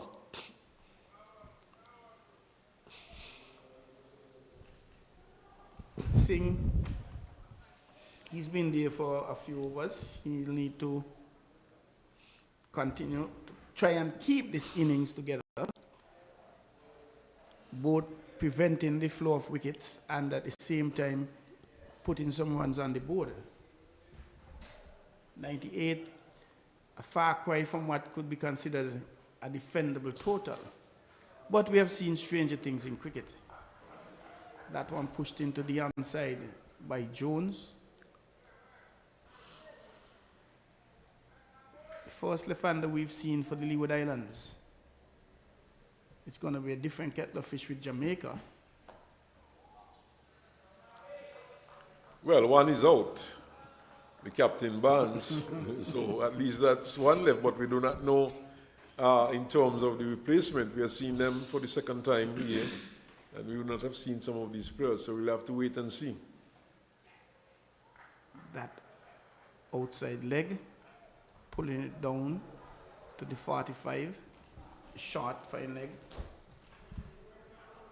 And the breeze picking up somewhat, Smitten. Yes, we've had a strong breeze today. And this has helped the weather conditions here at St. Paul's. Coming forward, beaten outside the off stump.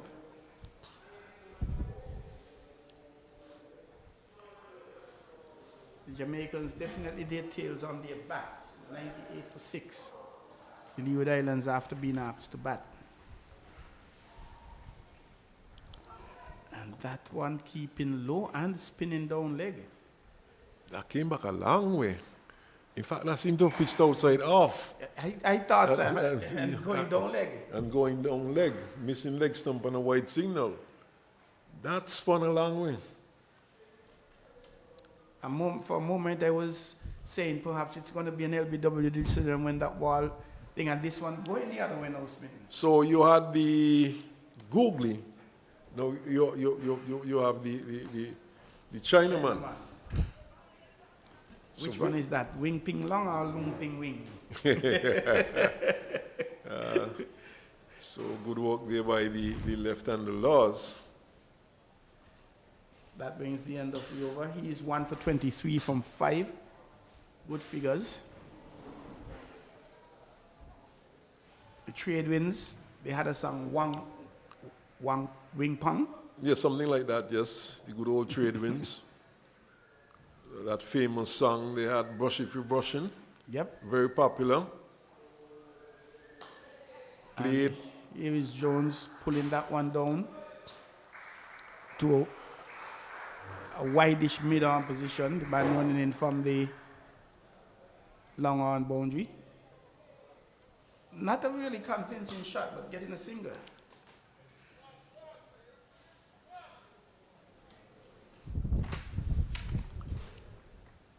Trade winds always at the second anthem, I think they call it Not a Blade of Grass.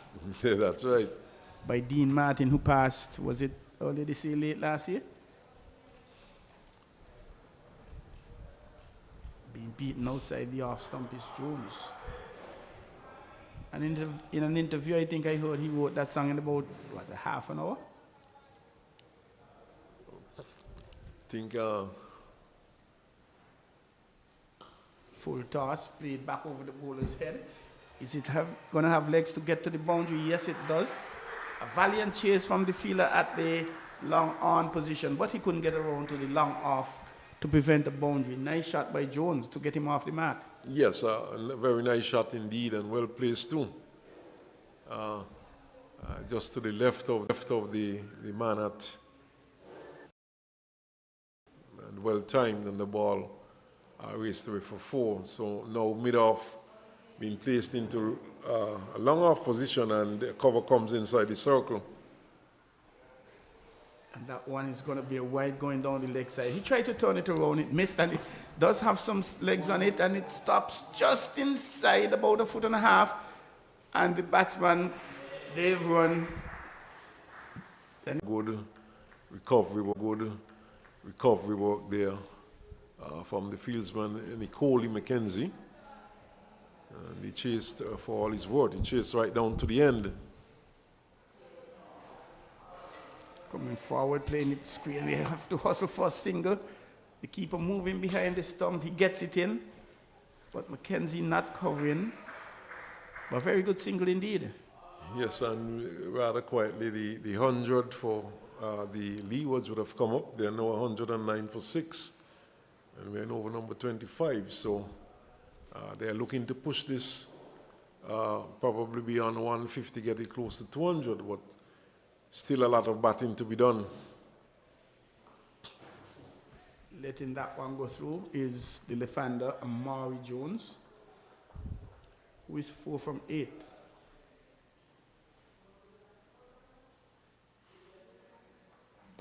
That one shot, he gets back, plays it uppishly, but to the right of the bowler, who thought he might have had a chance. That would have been a wasted thought. That was not only to his right, but a good distance away from him. And absolutely no chance of roping in a catch. But Leewards 110 for 6. Projected score 220. Nicola McKenzie comes into the attack. And he comes in from the pavilion end. Looks like he's going to be bowling some right arm off spinners, and with the left-handed Jones there, somewhat of a matchup at this point. Don't know how much you believe in matchups, Troy. That's actually the order of the day. The bowling is more determined by the type of batter, left-hander, right-hander you have at the crease. That one is going to be a wide, nice take by the keeper down the leg side. It's the order of the day, but I do not think it's always right. I think if you're a bowler and you're good enough to get out a right-hander, you should be good enough to get out a left-hander. If you're good enough, that is. Outside the leg stump and trying to sweep that one perhaps backward. Taking it on the body. I think this matchup has become very popular due to the advent of T20 cricket.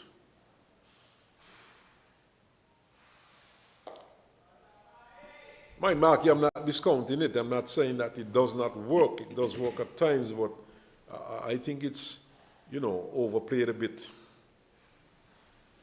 And even the batting team sometimes, they change up the batting order. Oh.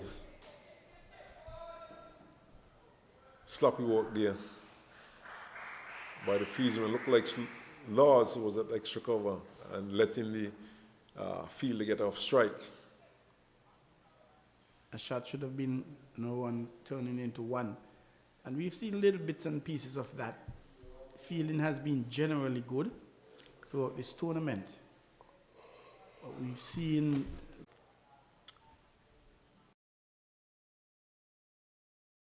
McKenzie playing defensively is Singh, who is on 16 from 25.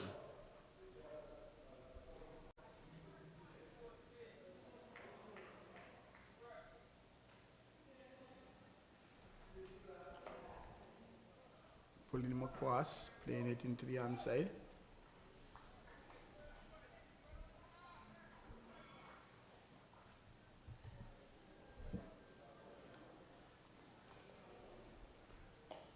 A little faster, shorter, getting it back, playing it down to the backward square. Man runs off the boundary, picks up a single. It's the end of the over, 113 for 6 after 26 overs, Leeward Islands. Yes, and Windward Islands not doing as well as they would have liked. They are now 146 for 5 against the USA 1. And we have had some 34 overs completed. Trinidad and Tobago, they're playing Guyana over there in Nevis at the El Camino Willett Park. They're 122 for 4 from some 29.3 overs. And I'll get back to the other match after this delivery.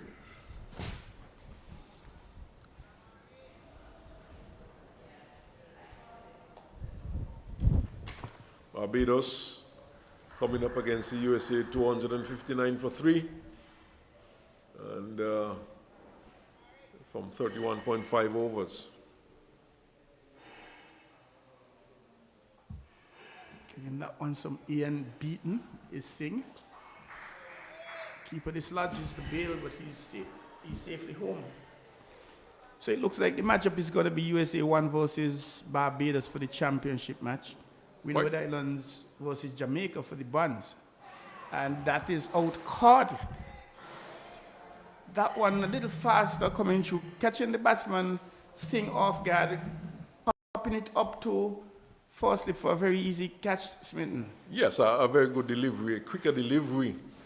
And the batsman pushing forward, the ball peeling from the outer portion of the bat, and Singh, who would have gotten a start, goes for 17. And Troy, a number of these Leeward Islands batsmen, they would have gotten starts.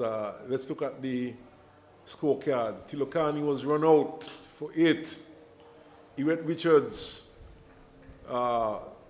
he didn't promise longevity out there in the middle. He was caught. Morgan bowled Mackenzie for 13. That's the start. Xavier Henry was leg before to Morgan for 15. I think he got a bit of a radial there. DeAndre Drew, he was caught. The war bowl Morgan for 24. That's another good start again by the vice captain. Matthew Miller was bowled last for 9. And now we had Singh had another good start. He has just been dismissed for 17. Caught there at slip of the bowling of Redwood for 17. Tanis Francis, he was caught. Mackenzie bowled Redwood for 3. Amory Jones is there still. He's not out on 6. So we've had a few starts, but none of the batsmen being able to. In fact, just one batsman getting into the 20s, and none really going on.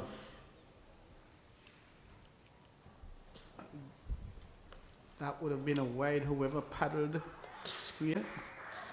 Getting one and missed by the fielder running off the boundary, the mid-wicket boundary. Yes, good running there, and Leewards, they need to pick up every run. And this is what we were speaking about earlier on, running the first one quickly and putting pressure on the fielder. And perhaps forcing the fielder into some sort of error. This is Israel Morton playing it out to the cover easily, getting a single. Virat Kohli is a master of that, Smitten. He always runs the first one hard as if he's running 2 or 3. And even if it's nothing at the end of them, okay, fine, I'm cool. Yeah, I'll get back to that in a while. One of the things they would have said that Virat Kohli would have done for the Indian team is to, up the level of fitness in the Indian team. He, as captain, he stressed on the level of fitness, and to use your favorite word, many of the pundits felt that this could have been one of the reasons why the Indian team has done so well over the years, and they certainly would have gotten a lot better under Virat Kohli because fitness was tantamount in the setup for the Indian team, and much emphasized by Kohli. Fit. Yes, fitter than perhaps a few of the younger players as well. And we've been told that a healthy body brings a healthy mind. And here is Israel going eerily over the covers, making it look very easy, picking up a boundary. Yes, that's a very healthy shot to over the extra cover boundary. Timed nicely and picking up 4. Never bothered to move. He knew from the moment it left the bat it was going to run away for 4. So good shot there. And the Leewards, they've gone into the 120s, 120 for 7. Israel looks like he's going to be a no-nonsense man. He's going to get on with it. And here you see picking up a single. He's running fast, looking for a second. They're going to get it to against Smitten. Beautiful piece of running. Oh yes, 2 runs were always at the card. The fielder had to move some distance to his left to retrieve. He's at cover, sweeping on the boundary, and he had to cover quite a few meters, maybe about 20 meters or so. Reaching for that one is Morton being beaten. Keeper collects calmly. Morton, the captain of the St. Martin team, on the 19 team. And here is his sweeping. Cannot beat the man at backward square. Looks a good player though. Looks a good batsman. He has played a couple. As my.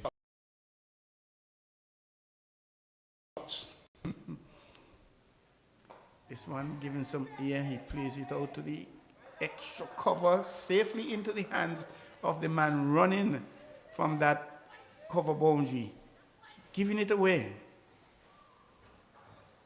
You say giving it away, but that's a magnificent catch, moving to his was. right. In terms of the shot, That indeed was a terrific catch. that was a delicious catch. Certainly. And just as we were saying, Morton was looking good. Let's see if we could pick up the fielder there. He had to move quite some distance to his right. The ball was dying on him. 2 hands too. But he got both hands to it and took a very good catch. He was there sinking further in the mire, 122 for 8 from 27.5 overs. We're just a little over halfway in their innings. It's very unlikely they're going to bat out the full overs, which is something that you made reference of. Even if you're get bowled out after 49.5 overs, 49.1 or whatever. So, trying to pick up that fielder who took that catch might have been Brian. I'm not too certain, but I get some confirmation on that, Tyreek Brian. But that was very good catching indeed. Number 40. Call that name for the morning. But he was very much into action just now, taking an excellent catch. So well done by Binns. Excellent it was indeed.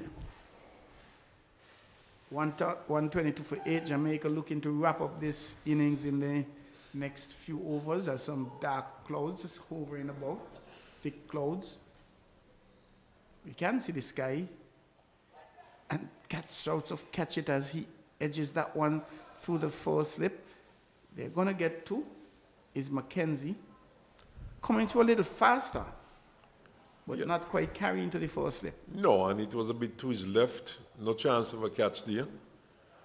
Fielders, of course, shouting catch it, but certainly no chance of a catch to the field at first slip. So Jamaica continues to plunder wickets here at the St. Paul's Recreation Ground.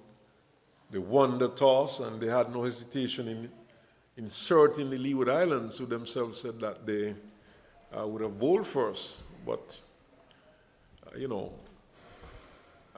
along with some, I would say, good feeling from Jamaica, some good catching and some poor batting, at times from the Leeward Islands, a paltry score at the moment, 124 for 8.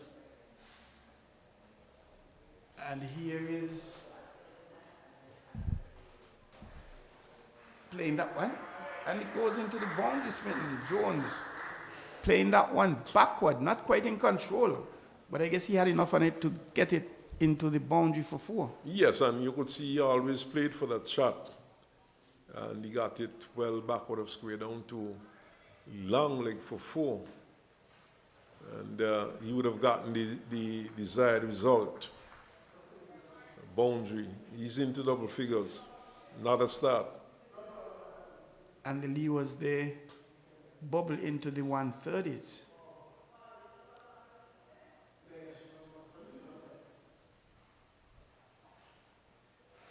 Outside the off stump, and he's beaten by Redwood. And the Jamaicans no doubt thinking they'd like to wrap up this match in the next 2 or 3 overs. Well, have to pick up another 2 wickets. Soft, how is that question being asked?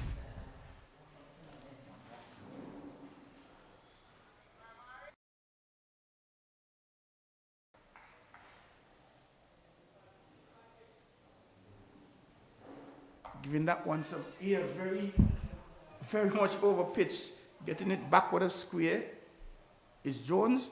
Perhaps it should have been over the boundary easily, and it is a no ball for height. It's interesting call here for height. but not doing good work with that shot, Jones. Be nice to have had a look at that again. Free hit being signaled.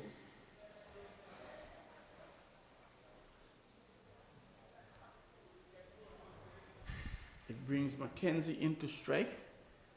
Was at 2 runs from one ball. Chipping down, going aerially. One bounce to the man on the long on boundary, who gets it in only a single. Smith, we've realized throughout all levels of cricket, some batters use a long sleeve, some use short sleeve. What do you think is the major determinant for that? It's a good question. Some of it could be due to comfort level. You know, I don't know. It probably is in most cases preference. Interestingly, outside the off stump coming in, Jones taking off, but being sent back by McKenzie, rightfully so. Interestingly, though, you find a lot of fielders, they wear short sleeves, but yet if you look at that fielder coming in towards us now, he has on short sleeve, but he has these Sleeves on the sleeves on to protect his hand, right? But yet his preference is a short sleeve shirt. So it's interesting. I guess it's a matter of comfort, what you feel good in. Some people prefer long sleeve shirts as to short sleeve shirt, right? So I don't know if there's any specific reason. And center stump going down leg, being pulled down to the long leg boundary, they'll get too comfortably. These are valuable runs here for the Leeward Islands.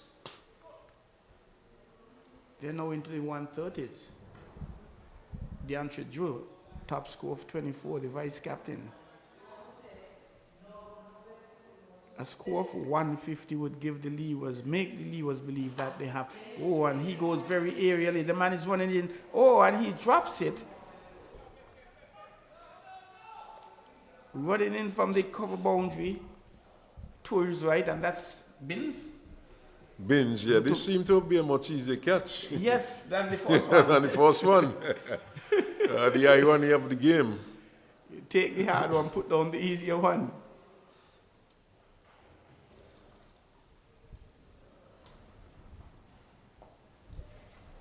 Playing it into the onside is Jones, getting just a single.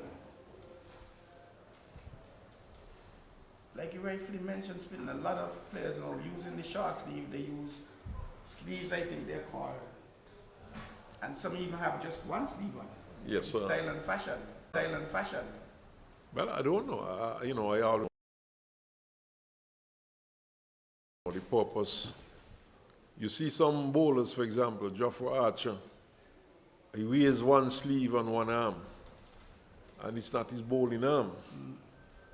So you wonder, the reason, whether it's to protect his left arm while fielding, or if there's some other reason for doing so. And, they do have these matching sleeves, these colorful sleeves that are matching the uniform. You see all sorts of innovation in today's cricket. McKenzie drifting down the leg side for that ball. He's trying again.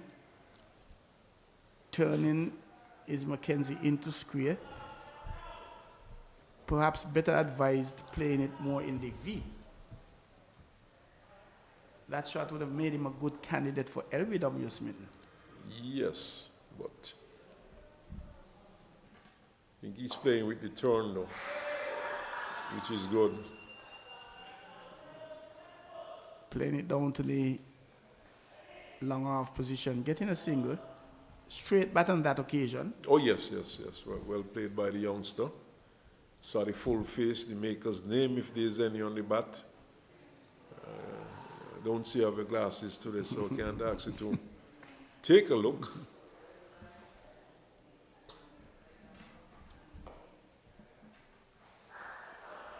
And they find the Jones playing it down to long on for a single. Speaking of makers' names, Swinton, we've seen over the years batsmen taking off all tags or whatever off the bat, so you're just seeing blades. Yeah, of course. And sometimes too, batsmen, they do go to a bat maker and they get their bats custom made as opposed to purchasing one in a sports shop. But yes, they do take off the maker's name, and I guess it's for a number of reasons. You know, some batsmen, a lot of batsmen have sponsors. Sponsors who provide cricket gears, who provide bats. So they do have to bat with that particular bat, but Redwood from the far end though. And 136 for 8 it is. Duncan Fernley, that's a brand that I don't know when last I've seen somebody using a Duncan Fernley bat or glove. Oh, well, I don't know if they still exist. It's not a bat that I ever liked either. Somehow it wasn't my preference either. I could imagine, that's why you mentioned it.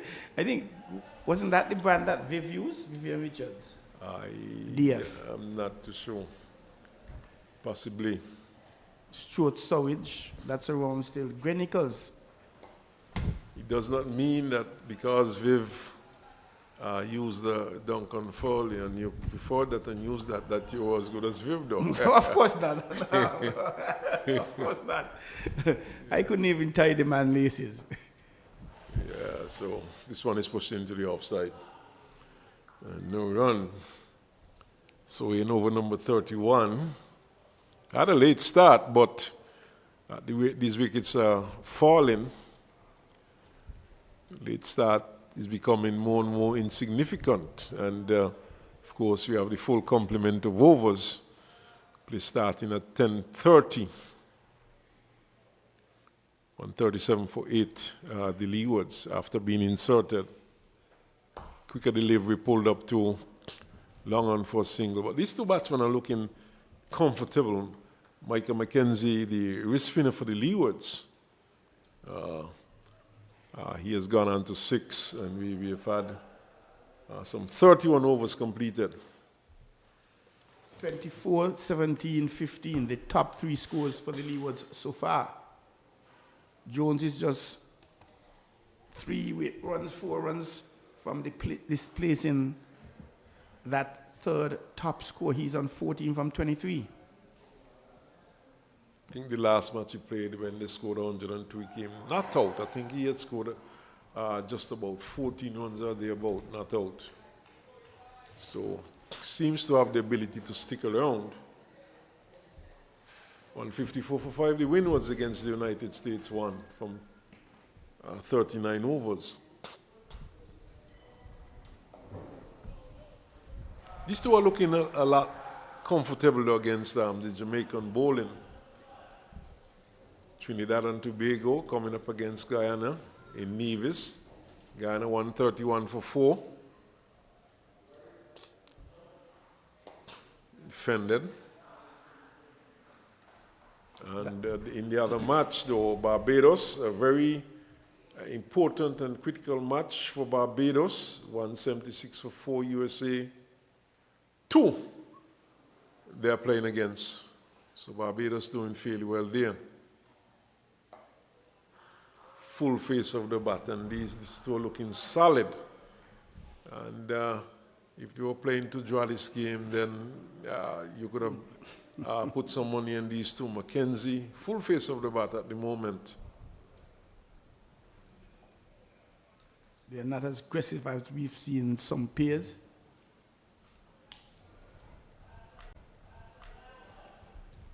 The Trinidad at the moment be the 5th and 6th place match. It seems as though we're heading for maiden over in this over. 5 deliveries gone. Redwood has picked up 1 for 16 so far. He's in his 4th over. But Mackenzie decides it's not going to happen. He drives it down to long and picks up a single. The over comes to an end. Mackenzie, he has moved on to 7. And it's 139 for 8.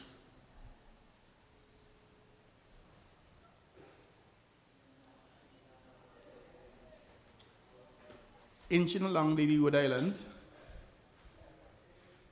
they still have a full 18 overs to go. That's a lot of overs.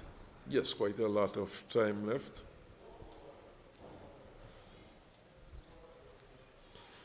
Two runs and over easily could carry them into the 170s.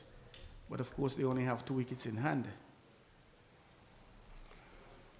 I was looking at the overs bowled by the various teams. And in this match, Jamaica would have done well. I know they would have used quite a few spin bowlers. When you look at the Windward Islands match, they're in over number 40. And difference of 8 overs. This one started half an hour late. 32 overs in the match in Nevis. Yes.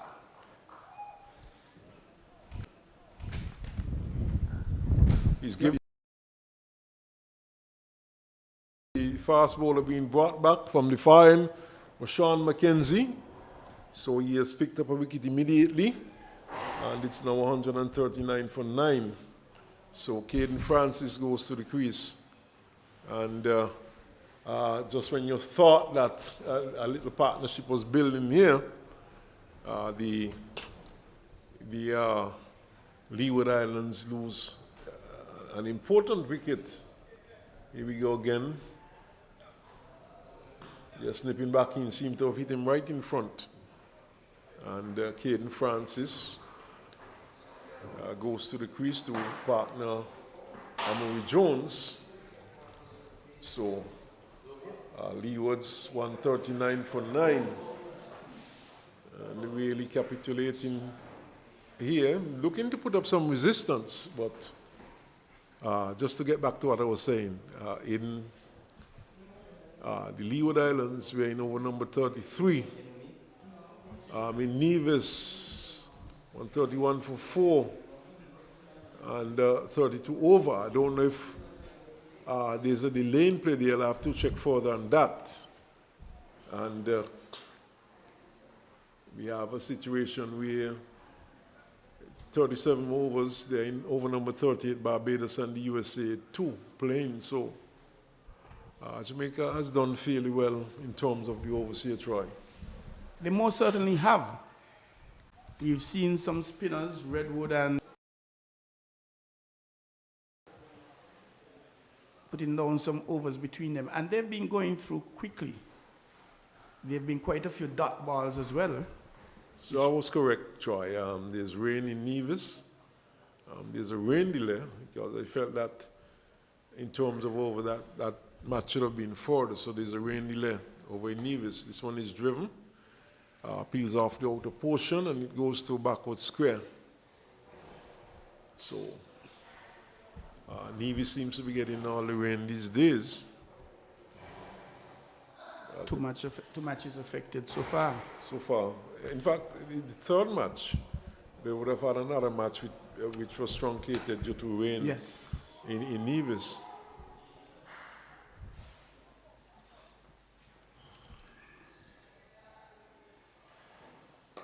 Driving, but gets it as far as wideish mid-off or somewhat of an extra cover position, no run. Caden Francis is looking aggressive. He's playing a couple drives. Indeed, we've seen a field change, an exchange between the extra cover and the 1 wicket to go. It's Mackenzie and one is defended by Caden Francis. All of the batsmen for the Leeward Islands, they have shaped well, but they have not shown any permanence, and perhaps the concentration level of these youngsters are not up to par at the moment. But if you look at number 11, Caden Francis, he's playing with a straight bat. And he looks like someone who can do a bit of batting. He most certainly looks so smitten. A left-hander, the second left-hander in the Leewards team. It's actually a left-handed pair out there. Yes, with Jones. This one, he plays it well, keeps it down, and gets it into the offside. And this is what I'm speaking about. He made the adjustment well just now to keep it out. He looks like a higher order bat. Oh yes, he certainly looks good. And like I said, generally these young players, they've shaped well.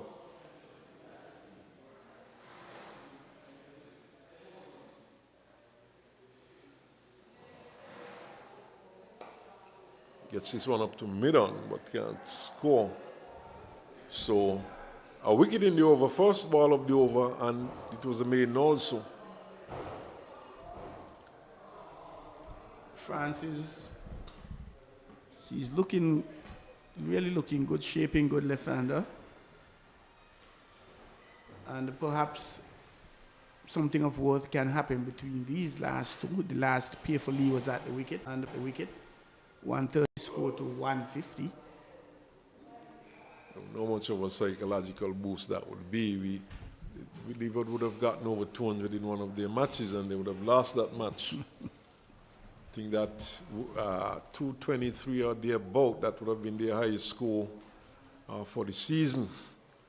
A match they would have lost also.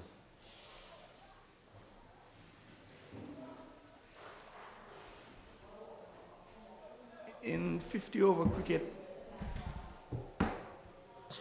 though we've seen it happen here and there, teams making score of 250 and defending it, but that should basically be an easy game for the opponent. That one peeling off the outer portion of the bat and dropping just in front of first slip, shadowed by the keeper, but it was to his left. And first slip tidying up. Bowling change, of course, from this end. The captain has come back. Kevandre Virgo, the captain for today's match. Barnes not playing. It's not there though. But the idea is looking for a single, which is a good thing. Jamaica looking to finish this off. 139 for 9 the score. We're in over number 34.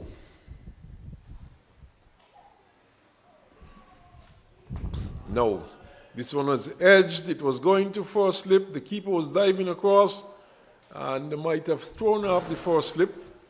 And it seemed to have gotten to his hands and spilled in the end. But I think the keeper guilty of diving across in front of the first slip and throwing him off. And the innings could have been over. This time it's kept all along the ground.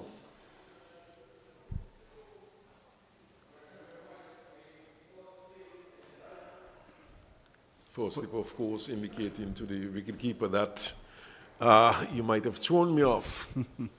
See the third umpire and the emergency fieldsman on the boundary edge. This time it's played nicely out towards cover, square cover there back for the second run. And they get it quite easily in the end. The fielder put on the pressure, fumbling a bit. And the second run easily taken in the end. A very good shot by Jones. Looking like a number 4 bat. Timing it well, placing it well. Projected score is 209. A very far cry off from the 141, 9. This time it goes square of the wicket on the offside. And the over comes to an end. Umpires, emergency fieldsmen are going out for an Towie water break. Who knows? The final wicket might go as soon as the water break ends, but we'll take a break also.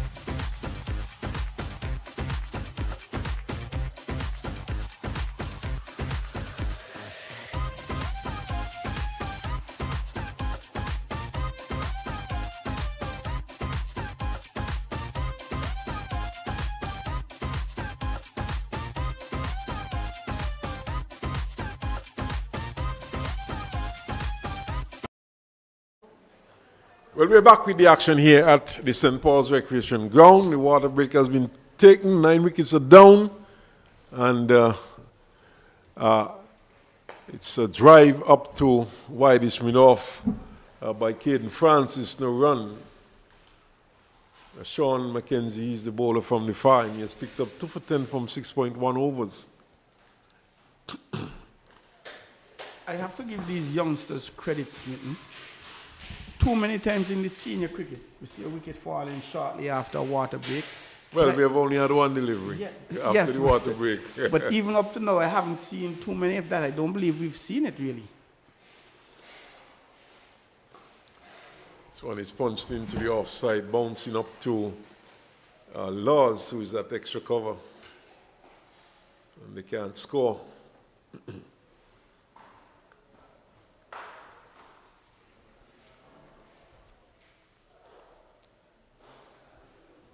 Over number 35, can the Leewards take it down to over number 50? Long way off, just 1 wicket to go. And Francis is looking good, defending well, gets it into the offside. I think though what his team needs at this point is some runs on the board. these youngsters vying for a spot in the West Indies under 19 setup to participate in the West Indies under 19, the ICC's under 19 World Cup next year. Looking at the Leeward Islands team, have you seen anyone who might get themselves into that squad as yet? It's a drive, but it goes to extra cover. Laws is in the winner run. Perhaps the captain, Matthew Miller. He has stopped as he was the leading wicket taker for the Leewards. And he has been up there in terms of runs as well. Yes, he is on the leaderboard for runs. And he's on the leaderboard for wickets too. So some consideration might be given to him. If he'll make the final cut, I'm not too certain. Because we've had few persons taking wickets from all the clubs, all the various teams. Here is a thought or a single by the batsman Francis as he played it to short mid-wicket. The bowler, Sean Mackenzie, has switched to over the wicket for the left-handed batsman. We've seen quite a 4 or 5 centuries, quite a few half centuries, a few fifers. 3 of those 5 centuries, though, coming from USA 1 batsman.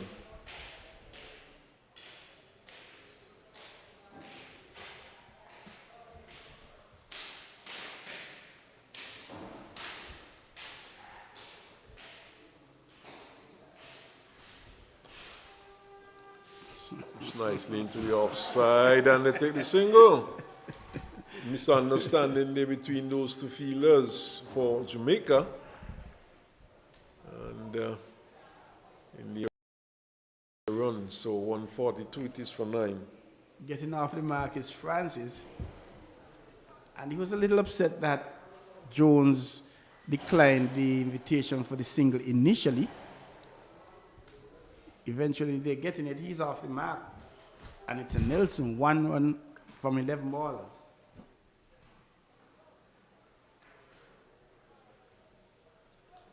The last pair for Leewards at the wicket. And Caden Francis, he has shown some aggressive intentions. He doesn't seem to be a man who's going to steady, pat it down. Looks like he wants to get on to it. Get on with it. Vogo. This one is tugged into the onside. He's getting runs here. He could get 4, does so. Cow corner. And 4 runs to Francis. 146 it is now. Going eerily, that one was slow, short. And Francis played it well, getting it over the top.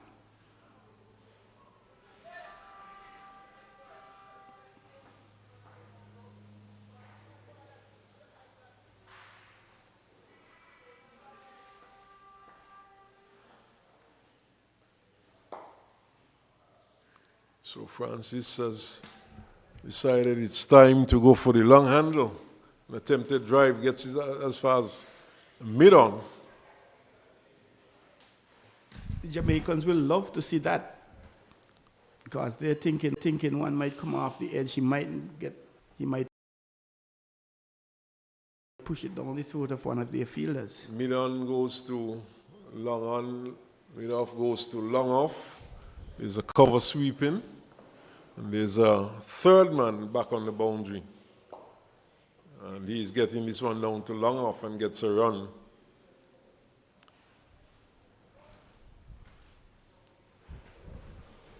Interesting to see the approach of Francis, the last man out.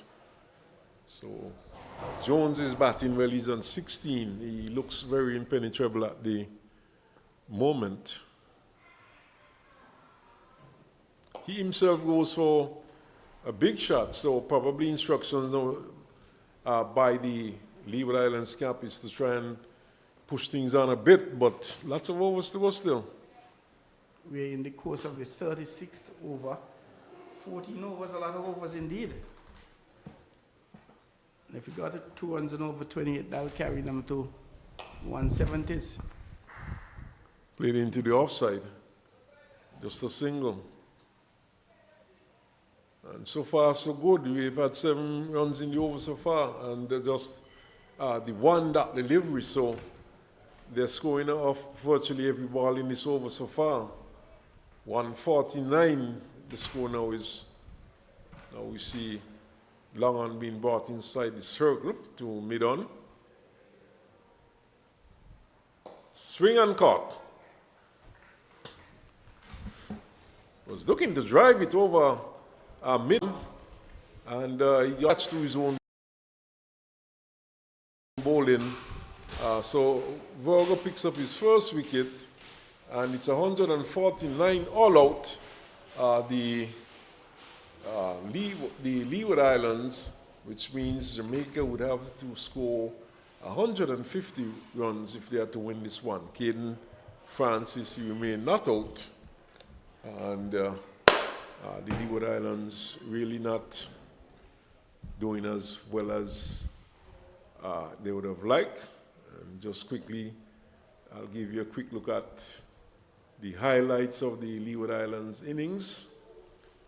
We had a top score of some 24 runs from the vice captain, DeAndre Jung. There were 20 extras, 12 of which were wides. And then batsmen to get into double figures, which was 13, and Xavier Henry 15, Devinand Singh 17, and Amory Jones, he was the last man to go for 17. And for Jamaica, the wickets were shared. Sean McKenzie 2 for 11 from 7.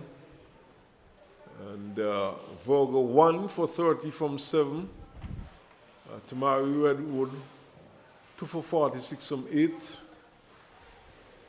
Von Morgan, he had 2 for 18 from 5. And Laws, Vital Laws, he had 1 for 23 from 5.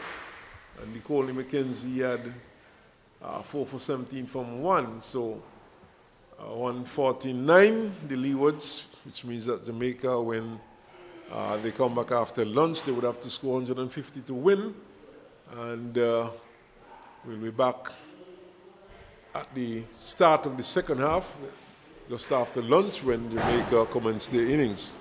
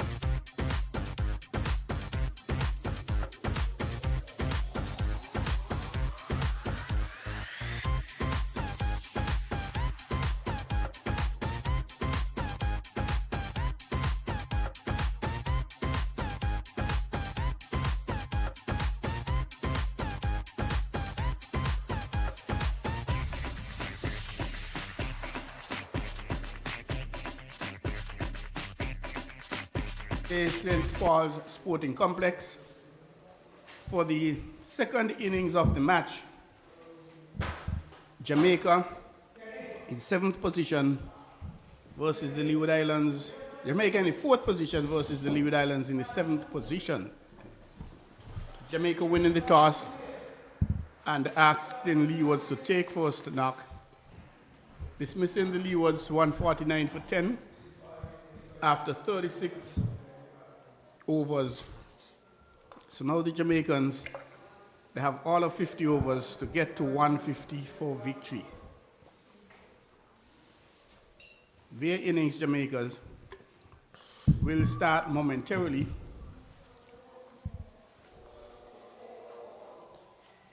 And unlike previous matches, the first over will be coming from the media center end.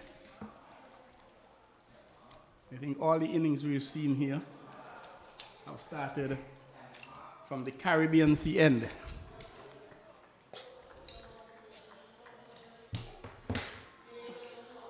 And it's going to be the skipper Matthew Miller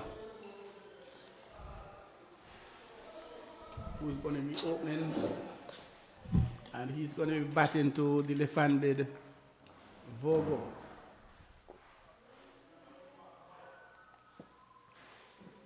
We're expecting most of this Jamaican team to be left-handers.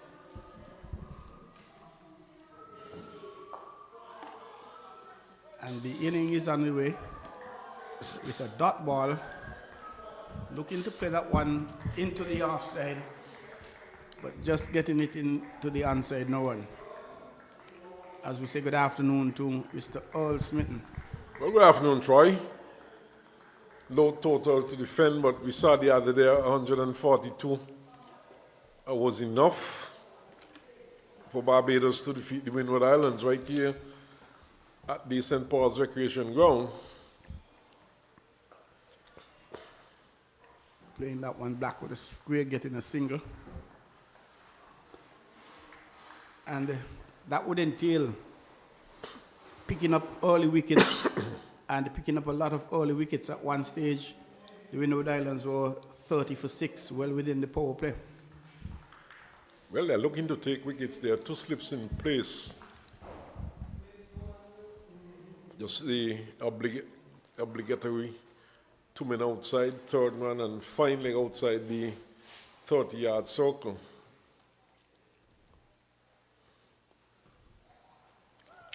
Right-handed Miller, right arm round, outside the off stump. Kenzie could be an important factor in this chase. Kenzie, the leg spinner, already had a 5-4 in this year's tournament against the Windward Islands, that is. The form that he showed in the Cricket West Indies' breakout league, a lot of persons expected him to bring it into this tournament. Outside the awesome, driving is Tariq Bryan, but not connecting, going through to the keeper. Disciplined over so far by Miller. 2 slips in place. He has just 3 men on the onside, and he has been keeping it just on about just outside the off stump, so he's bowling into his field.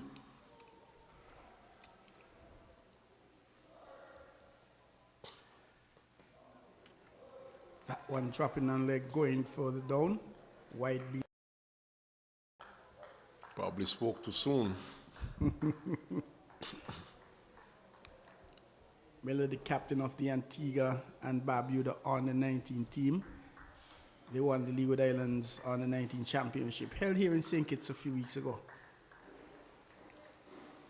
Windward's 200 for 8 against the USA 1.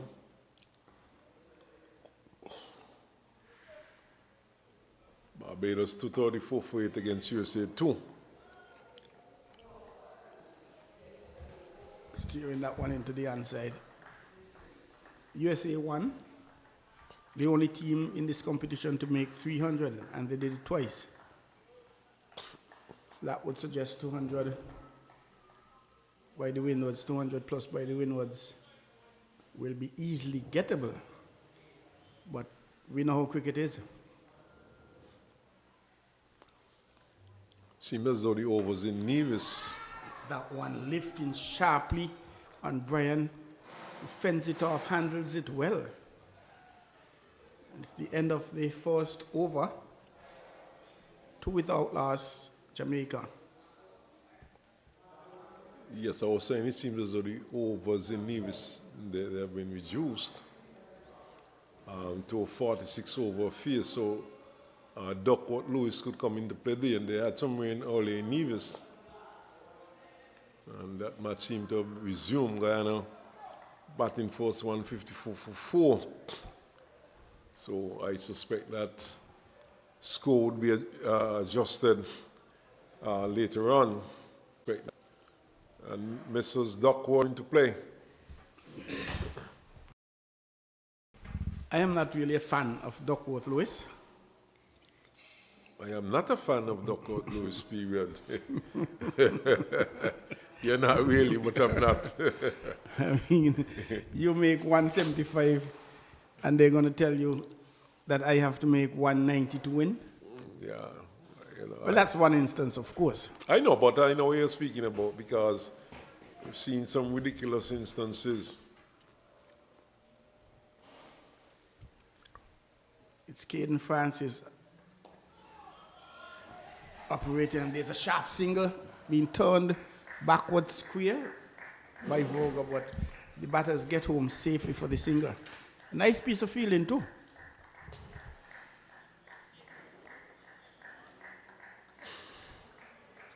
One of the things that is considered is the fact the team batting first, they don't have a target to aim at. Whereas the team back in second, they have a target. They could pace themselves 5 or 6 runs and over, whatever. Yes, and thus, when there's rain about, teams winning the toss opting to field first to take advantage of the Duckworth Lewis. If there's a rain interruption. Wide outside the off stump, wide being signaled. And the darker clouds have drifted above us. We've lost the sunshine, lost the sky.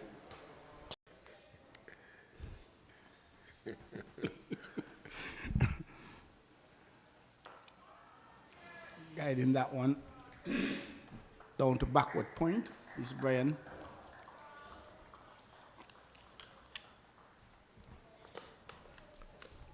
Jamaica, they don't have to take any chances. This should be an easily gettable score.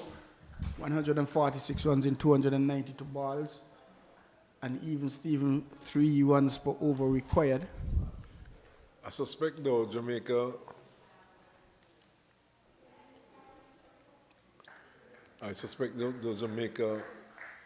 would want to put the pressure back on the Leeward Islands. I don't think they want to take too much time in making these runs. And they do not want to allow themselves to become bogged down and find themselves in a situation where they're not moving forward and the Leewards picking up wickets. So I suspect they would want to put the pressure back onto the Leeward Islands. Which would be good thinking by them. Flicking that one round, perhaps coming off the pad, it goes over the boundary. Actually, he got bat onto it. So it's 4 runs for Bryant, who gets off the mark. Spearing chase around for Tilokani on the fine leg boundary.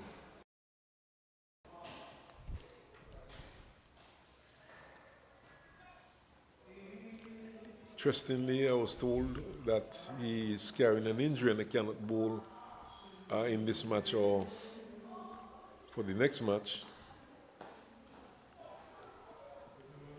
But, if he cannot bowl, I suspect I understand he might be somewhere around the hip region or somewhere thereabout. So why is he feeling on the fine leg boundary? Why is he playing? Is the question. Well, I guess he's fit enough to play but not bowl. You have had instances, Ben Stokes, for example, he played test matches but was unable to bowl for England for a period. Wide So- again outside. The batters go through for a single.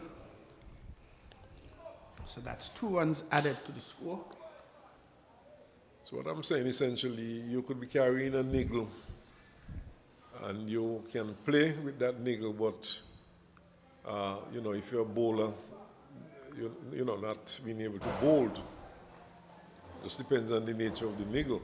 Well, what I'm thinking, if you can't bowl, why should you be back on the boundary where you have to swivel a lot, you have to throw the ball, and body movements, very essential in throwing back the ball. That one goes to the batsman, goes to the keeper as well.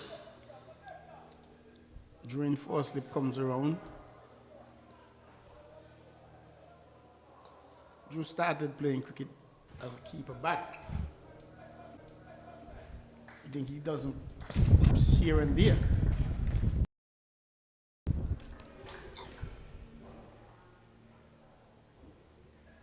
He was the captain of the St. Kitts team in the Leeward Islands on the 19 championship. They came second. Pushing forward is Vorgo running through for the single as the ball passes to the bowler. Not so happy the bowler, as he expected his mid-off or mid-on to cut it off. It's the end of the over. 11 without loss. Jamaica looking for 150 for victory. Yes, a fairly sedate start. Well, in a sense, they're going at 5.5 runs for over. The required rate is 2.90 at the moment, but early days yet. Just 2 overs completed. So just a small sample size. But what we do know is that the required run rate is pretty small. I was reading something, Spinton, in the England versus India test match, as Miller continues, full, and there's an appeal for caught behind. Umpire Rampersad not interested. Keeper didn't show too much confidence to that appeal. Basically, the slips going up. So England's argument is they were, but part of the penalty, and that's Miller full driven out to the covers. Perhaps lucky that he wasn't picking that up from the boundaries.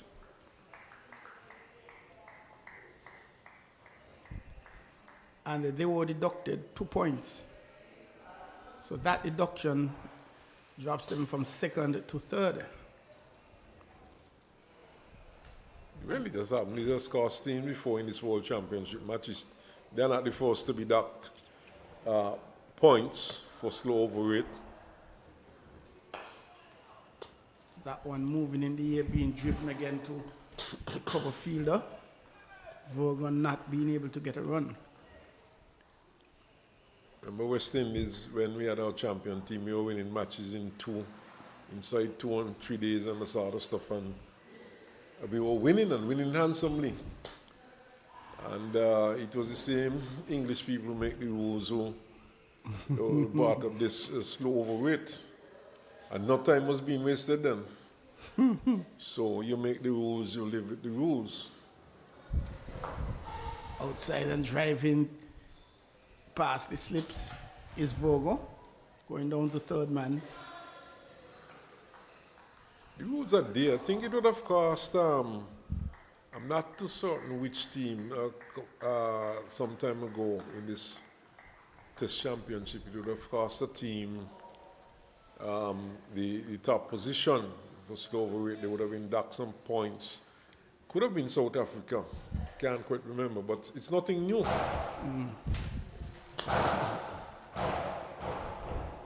Digging in that one, he plays it well. Picks up the ball, passes it back to Miller. The rules are for everyone. For everyone, and like they can't be for you and not like for me. I said,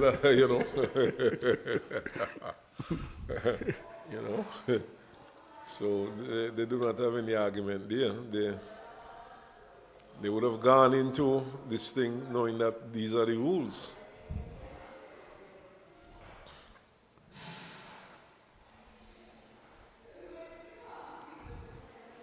At one point, water breaks were not included in calculating the minimum overs. Driving square looking good is Brian. He'll only get one.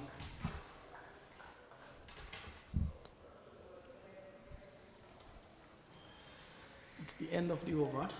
3 overs bowled, 13 without loss. Jamaica needing to get to 150 for victory. Yes, Jamaica seems to be taking their time, looking to settle in, looking to build an innings, probably looking to get a good start, and not wanting to lose early wickets or too many early wickets, as we saw. It was the win was against Barbados here the other day when Barbados scored 142. So they are not taking too many chances at the moment. No need to take chances either. And looking to get a good start.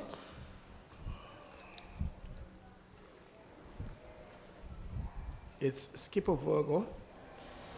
He's the captain for this match, as the captain Barnes is out. So that he was unavailable for this match.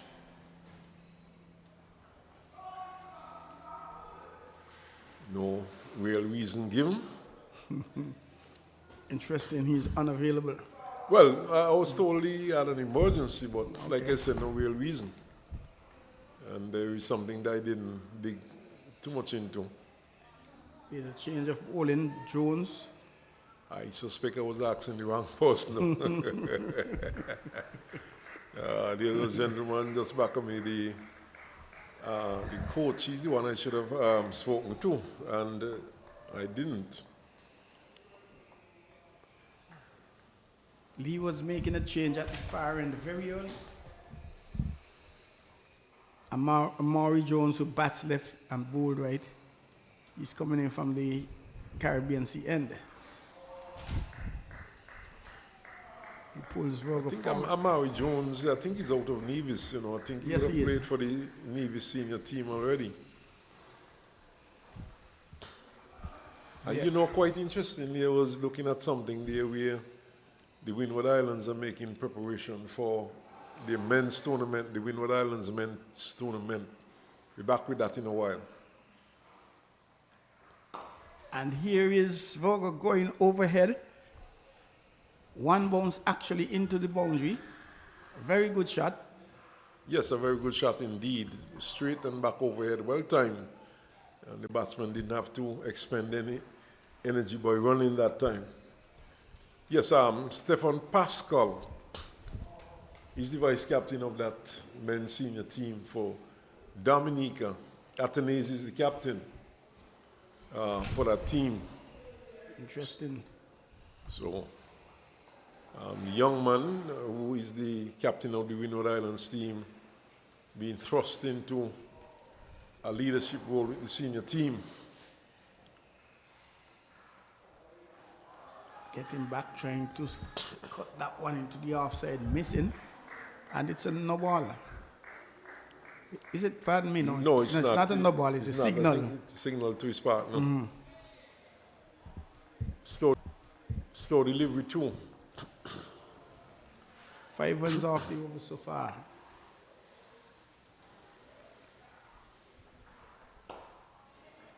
That'll be 6 as a single is taken, going down to a wideish mid-off. I think Jamaica, once they've settled in, I don't think they're going to muck around.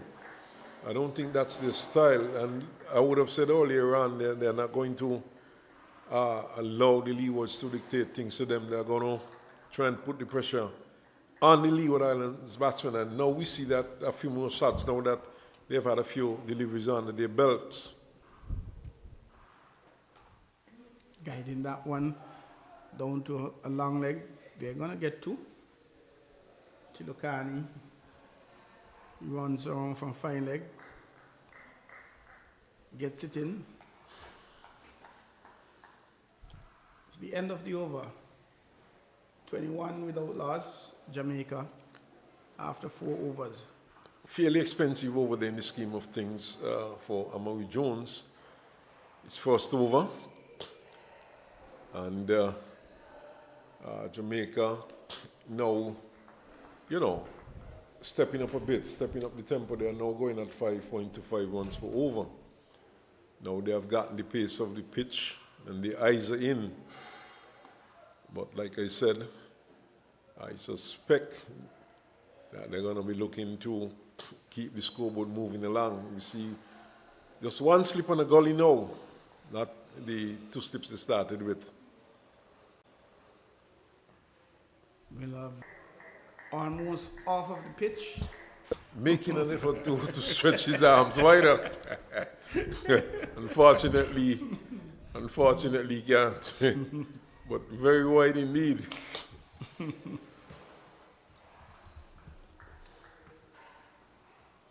Nice afternoon, though, Troy. Yes. The stick close have cleared. Another wide, is it going to be? Yes. Obviously, his plans are evident. He's looking to bowl that one just outside the off stump and ask the batsman to go after it. So far, he has splayed it a bit too wide. There is an umpire from Anguilla, Calvin Hughes. He lost one of his arms in a vehicle accident. And when he signaled wise, he actually flaps the wrist like he's flying.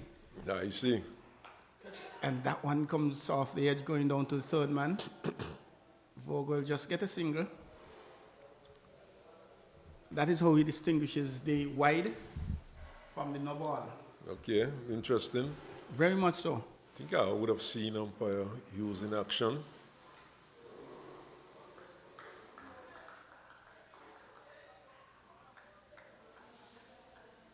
The Jamaicans going ahead easy as she goes. No need for them to take chances. They're already operating at a 5.76 run rate. And that one is driven through extra cover. It'll get to the boundary with it. Yes, it does. 4 lovely runs by Brian. Yes, as my good friend would say, that's a delicious extra cover drive. It's really raced away to the boundary for 4. And it seems as though the opening batsman for Jamaica the pitch now, so they're beginning to play a few more shots. Leewards would like to get rid of one of these as quickly as possible if they're going to give themselves a chance. And it's Captain Miller, right arm over, who's trying, and going again is Brian, missing, going through the keeper. Who's and hows? Well, the plan has been evident, just keeping it just outside the off stump, looking to tempt the batsman into error, and he almost succeeded there. Previously, 2 balls in the over, they've been really wide, bringing them a little closer.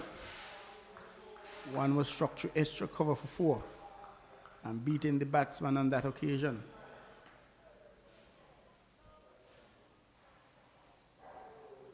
.122 runs needed. The gully has been taken out and put into. That's interesting. He has just 1 slip and he's going wide of the off stump. A short cover. Well, he's a bit closer to the off stump now, so moving that gully into a short extra cover position, going closer to the stumps this time. Probably looking for a catch there, maybe a mistimed drive through extra cover. And mistimed drive, airborne that is. Get there, it goes to the boundary, 4 runs. Well, it was well struck by Brian. And the fielder had to decide whether or not he was going to save a boundary or attempt to take the catch. I suspect that with his team's position, he's thinking that they don't need wickets, so he was going to make an attempt to take the catch. But in the end, he neither got caught nor did he save any runs. And fielders do get caught in that decision quite often. Do I try to get a catch or do I save the boundary? I think Mackenzie is going to be important here for the Leeward Islands. How well he pitches or how well he bowls could be critical for the Leeward Islands. And I'm not too sure if, well, we probably just might see him within the power play, but we'll just have to wait and see. Because the Leewards, they don't need wickets and need them quickly if they are going to give them 32 without loss, and that's a pretty good start by Jamaica. Definitely. See Bergen going on the field. Someone would have left. Jamaicans, they've already covered 20% of the score.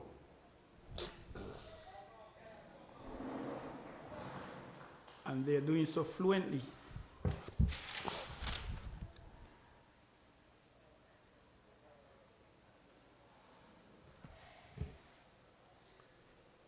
It's Jones to continue from the far end, right arm. No harm done. Interesting to see Ewart Richards keeping wicket in this match. And previously, duties were done by Mishan Francis, earlier clock. Driving through the offside. Picking up a single going through the extra cover region. Brian is now a runner ball 16. 117 to get from 268 balls. Not a challenge at all in this world. Application is necessary. Shot selection is, of course. And speaking of shot selection, that one wide outside the off stump, and there was Brian still following it. And if you look closely, you'll have seen his partner at the far end, stretching out his arms as if to say, why did you follow that? That's a wide delivery, that's already wide. You know, no need to go after that one. Started wide and it went even further wide from the left-handed Brian. That one again wide. Very similar. You might want to think coming right and round the wicket to the left-hander. And that is something bowlers don't seem to try too often. They're having challenges. Maybe they like bowling there, they're told that.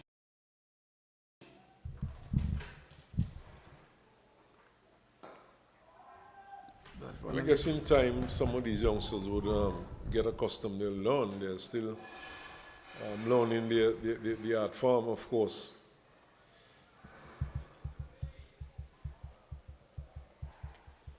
It's a good thing to let cricketers work out things on their own, but sometimes they need a little prodding, a little pushing, a little help.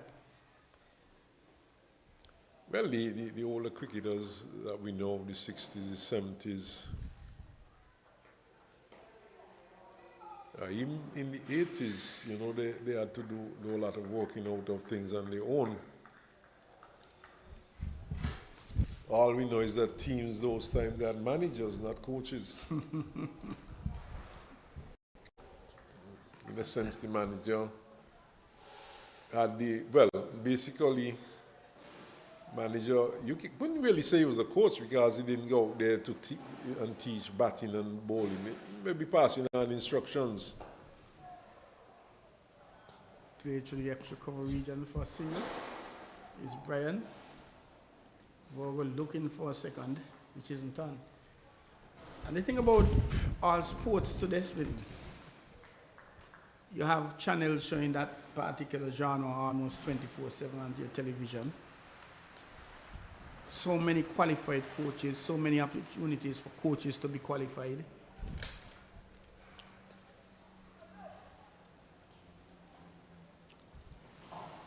And that's when he's been there's an appeal for caught behind and the finger goes up. But he has to be on his way. That one being brought a little closer after having some whites, Minnie. Oh yes, very good delivery by Amari Jones and leaving the bat and according to the umpire at the far end, taking the edge.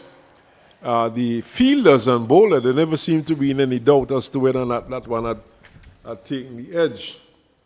I don't know if Virgo was if he was just disappointed or he felt that he hadn't touched it. It certainly was some movement away from the bat. After passing the bat, I thought it would have played. Well, I'm not too certain of that because so often we have seen movement away. And in the end, that is why I love this review system. I am a big fan of it as well. Jamaica, they've lost their first wicket after 36. The captain Virgo back in the pavilion. 36 for 1 after 6 overs. 114 runs to get. Current run rate of 6.0. Required run rate of 2.59. And the Leewards will believe that they are on their way. Yes, me was getting the breakthrough that they were so much looking for. And Binns is in.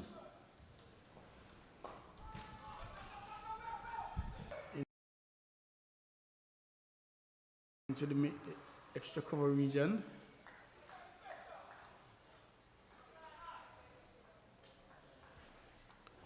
But we're definitely in for another holiday today, Troy. One way or the other. One more. And it's probably going to be a little earlier, one way or the other, because the Jamaicans, they've picked up their scoring now. Wide. He's signaled by umpire Prasad. He looks back at the umpire, but that was wide. That definitely was a wide. And you don't want these youngsters questioning umpire's decision at this early age because they're only going to get worse when they get into the senior ranks. Well, he has been bowling it wide of the off stump, so he should not be too surprised at these calls. A little closer. Brian comes forward, plays it down to the third man region for a single. And that's another lefty we see now. This is a righty. Yes, Binns. The last time we were here, Binns did not play. So, Barnes, who I think would have come in at number 3, is not in the team today. And he's also a lefty. And really gives it a good whack. Hits it a long way. Powerfully built, a very strong lad.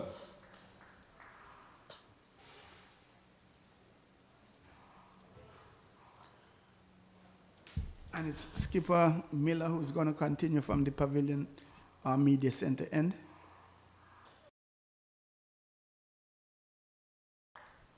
Comes forward, plays it in front of him. It is Binns, O'Dane Binns. It's really interesting when it comes to names, Smitten. Mm-hmm. First names, there are some persons who have first name as their last name, and vice versa, all kind of combinations. Some have 2 last names. Yeah, that is true. But the English names fascinate me. That one getting in. A quick single being taken. There was some excitement about a run out, but a very well taken single. Yeah, the English has some very interesting names. You will find titles like Foot, Terrence Hand, Ryan Sidebottom. No, you name it. You check. No, you're correct. Very Joe Root, for example. Mm-hmm. You know, names that you know you wouldn't associate with humans. They always fascinate me, the choice of titles. Guiding that one around the corner. There's an appeal by Miller. In the meantime, the batters go through for a single. Tucked around the corner by Brian. And there are some names that you use them in and of themselves and they sound like expletives. Names of some communities, especially in England. Mm-hmm. Yeah, very interesting. On the leg side, turned around the corner through mid wicket. It's Bins, no runs.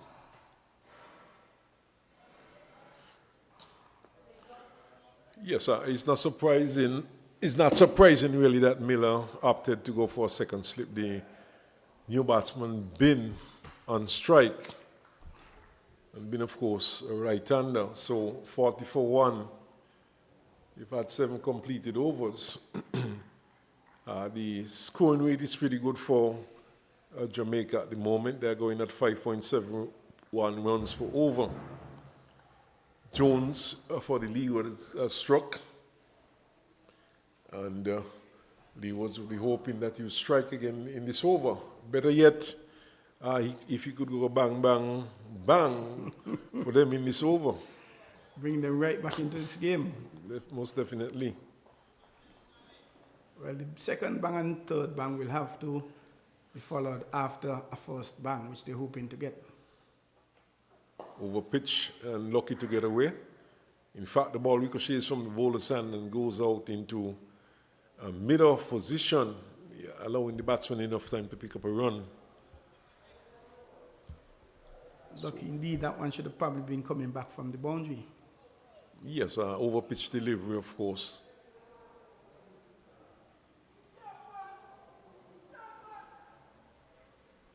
So Benz would take his first ball from.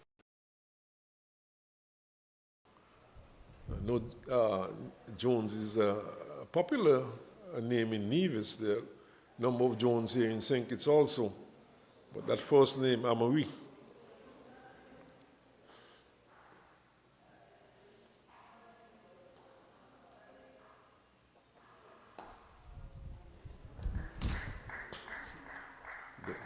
Binns playing this one back to the bowler.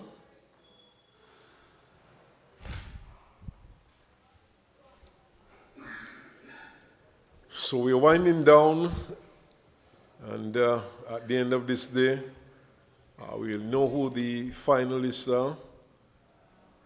Leewards perhaps will be back here on Thursday, perhaps, to play for 7th place position. Single picked up there.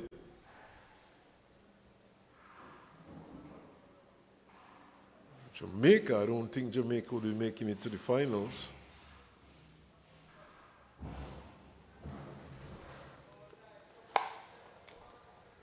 But it's good to know that, well, apart from the US, we have gone into, we went into this final round of play with both, well, the final with the final is not being decided as yet. And it shows that the tournament has been fairly competitive. It has. Some better performances were expected from.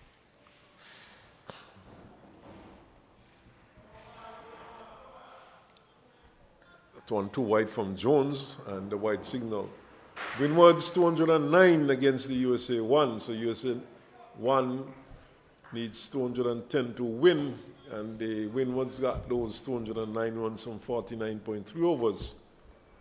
Trinidad and Tobago playing Guyana in Nevis. And they are 211 for 6 from 44.5 overs. It's a 46 over a game over there in Nevis.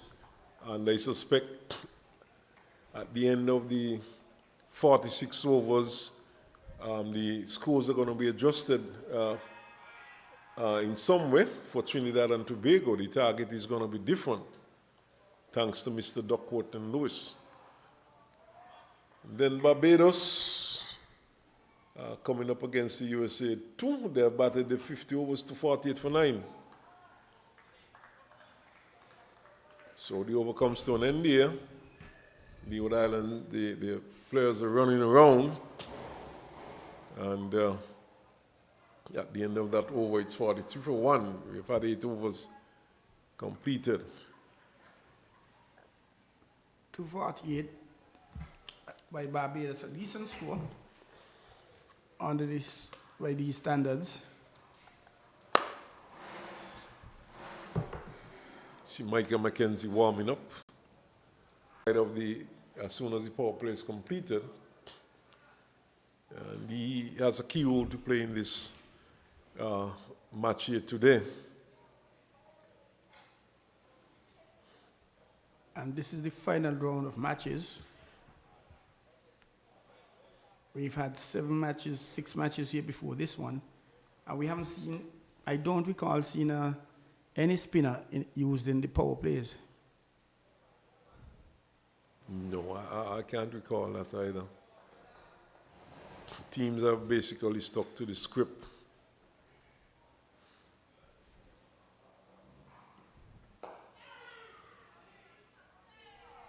Opening bowlers for most parts, apart from today, Miller, in fact, is in his 5th over.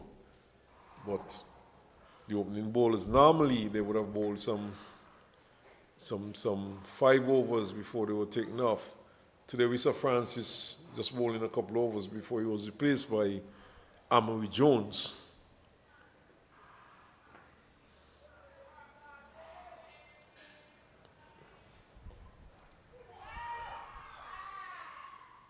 One keeping a trifle outside the off stump through to the keeper.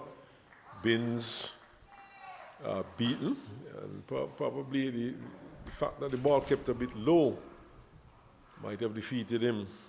But it was outside the off stump, and the safe ball going through to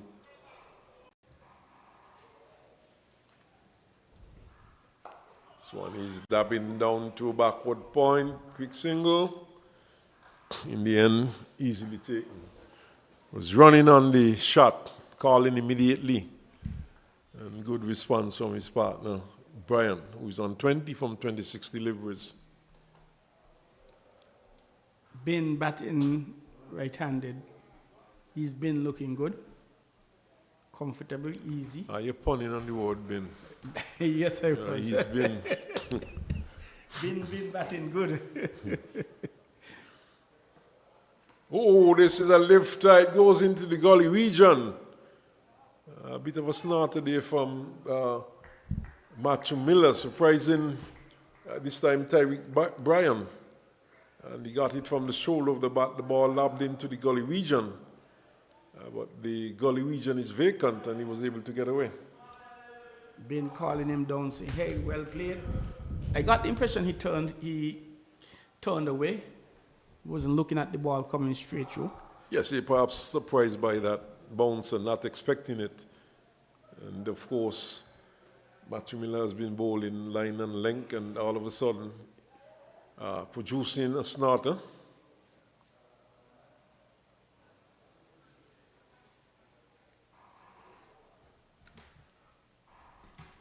Oh, that's another good one. Short lifting. This time, Brian is dropping his hands and allowing it to go by. Right across the chest, rocking back a bit. Yes, good bowling by Miller. Yes, a good one. Showing some fire. Showing a bit of hostility. Although that will encourage him to try and dig up some more pace.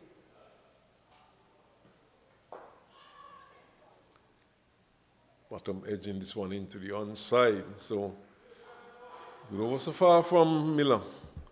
In fact, the over comes to an end. And the end of what was a pretty good over by Miller.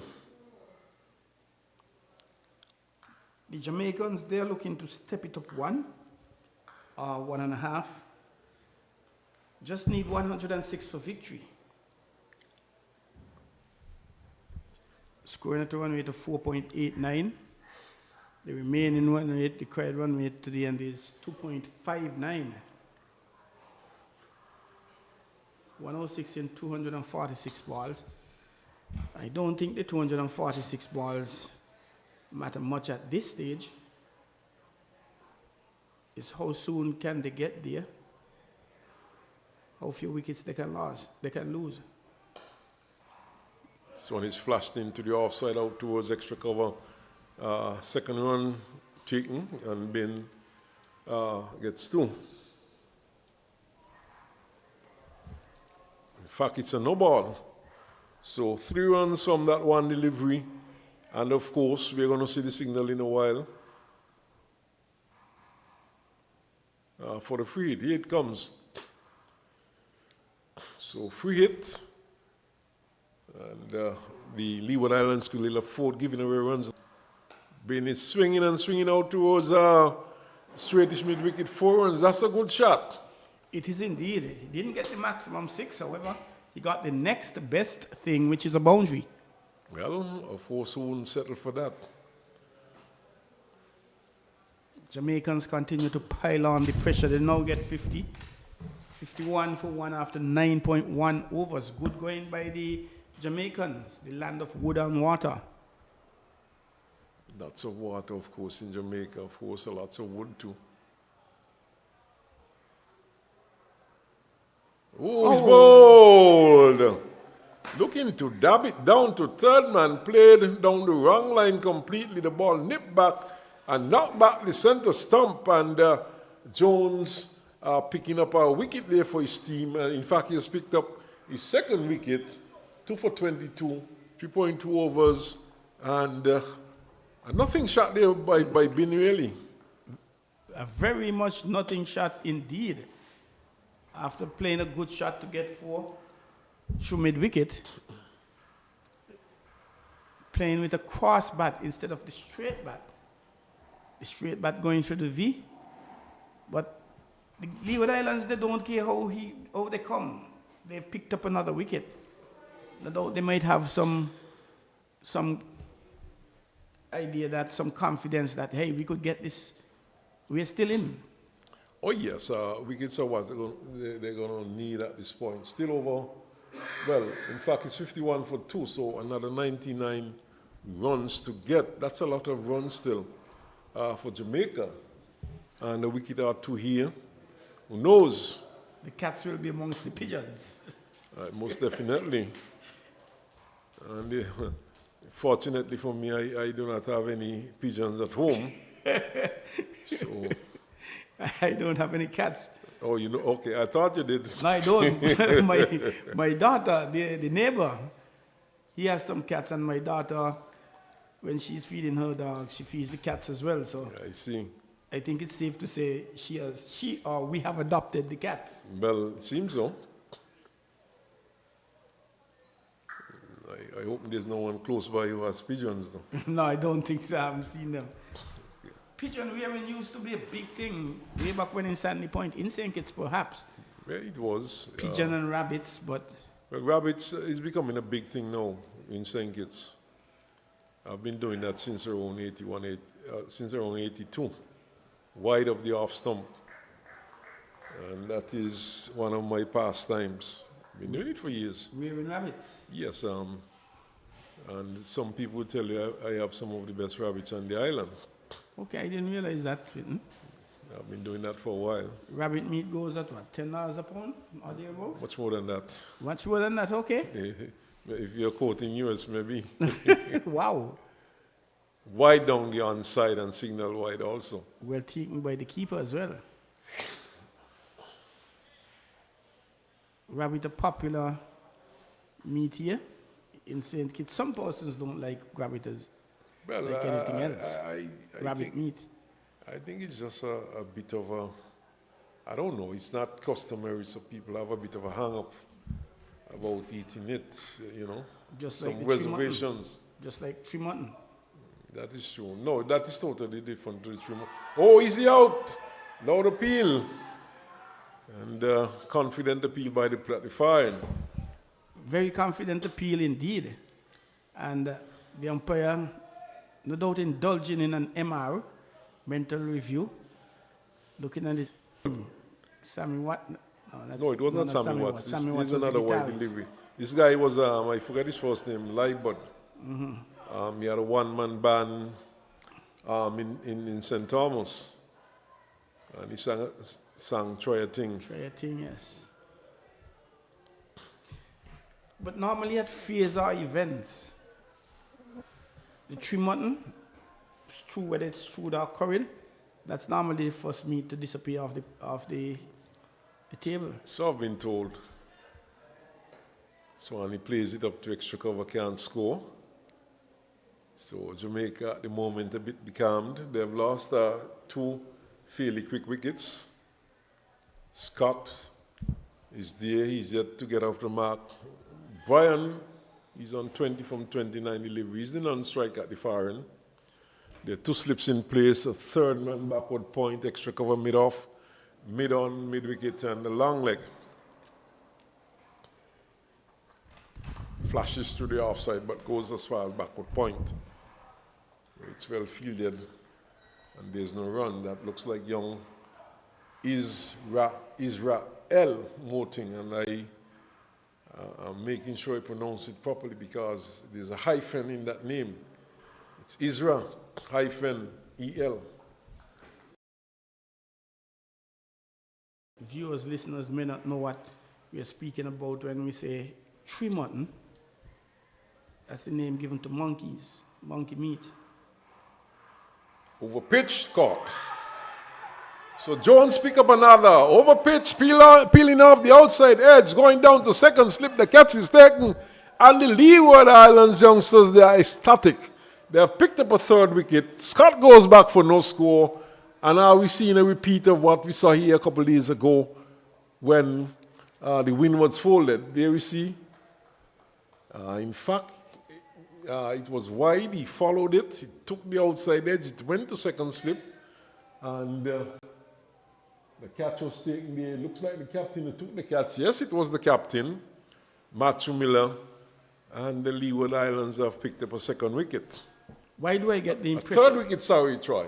Why do I get the impression that the cat is starting to lurk and look at the cage with the pigeons?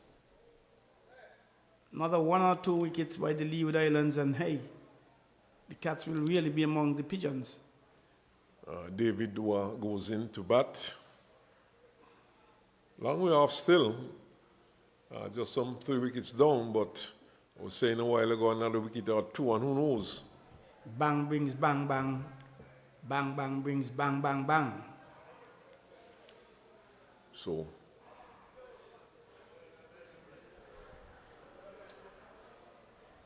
see a fielder limping off the field. That looks like Miller. No, it's not Miller. It's I think it's young Aishan Tanez Francis, who is hopping off. Miller just went back on. He was off for a moment. In fact, Miller is the one who took the catch just now, and he's very much out there. No, Francis is out there. In fact, he's going to bowl now, Tanez Francis. He's going to bowl off spin.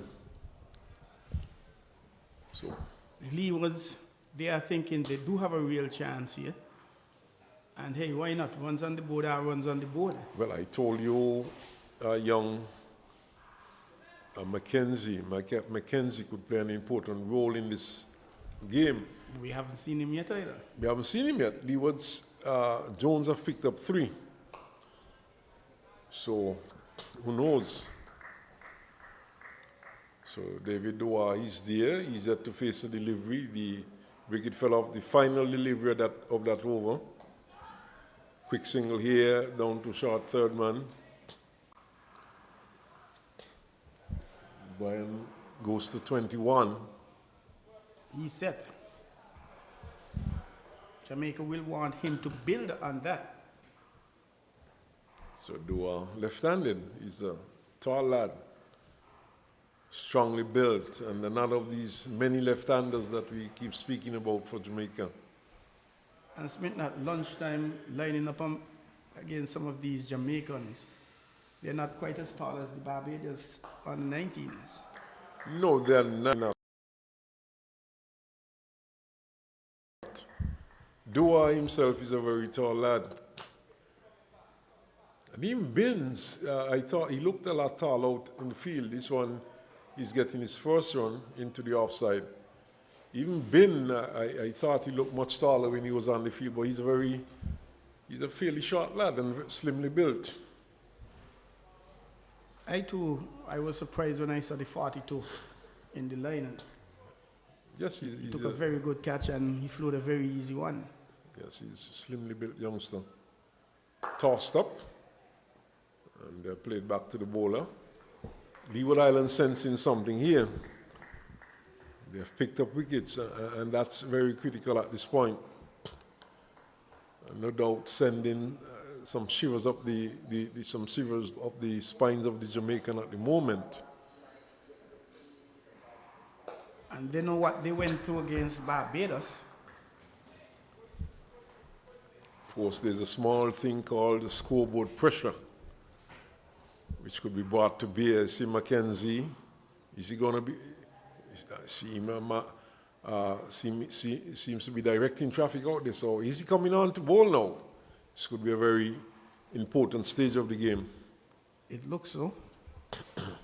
But the thinking with some teams, do you take a bowler who has picked up a wicket in his last over, do you change him?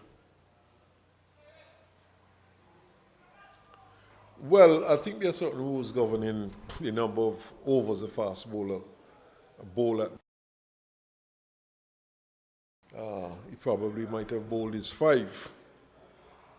And no, remember he came on after the second or third over from that. Yes, so well, we could get that confirmed in a while. The number of overs he would have probably, bowled. yeah, he probably has 5. He came on after the opening bowler from that and had at least 1 over. I'm thinking it's 1 as opposed to 2. I'm thinking it's 1 also, but Mackenzie bots. So we'll get that sorted out.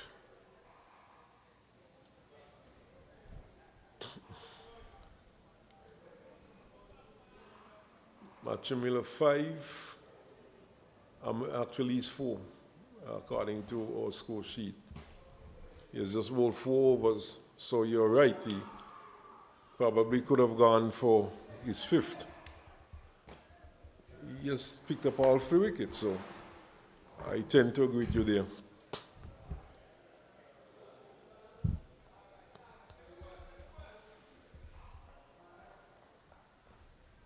Michael Mackenzie, the most outstanding bowler in Cricket West Indies' inaugural breakout league. Yeah, shortish delivery pushed into the offside for a single.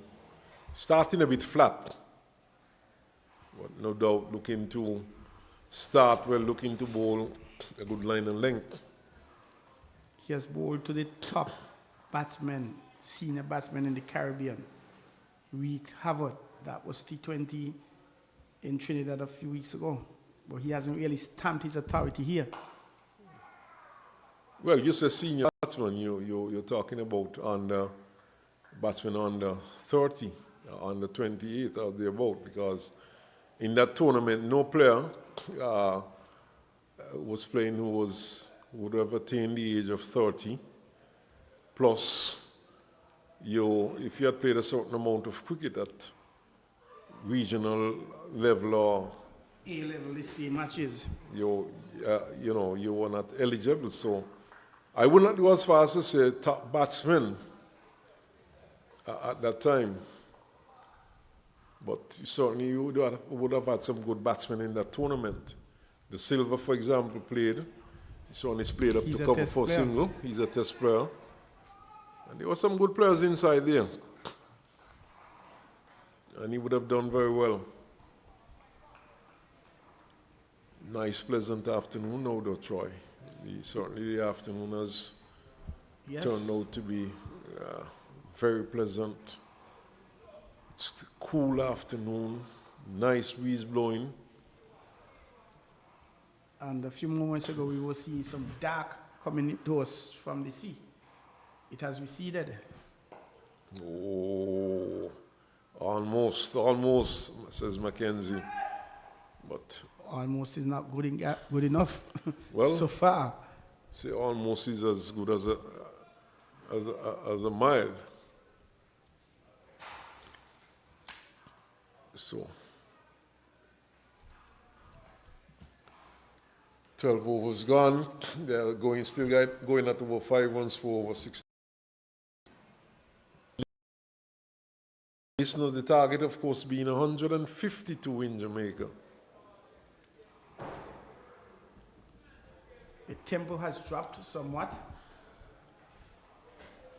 and you could understand that with the loss of 2 quick wickets.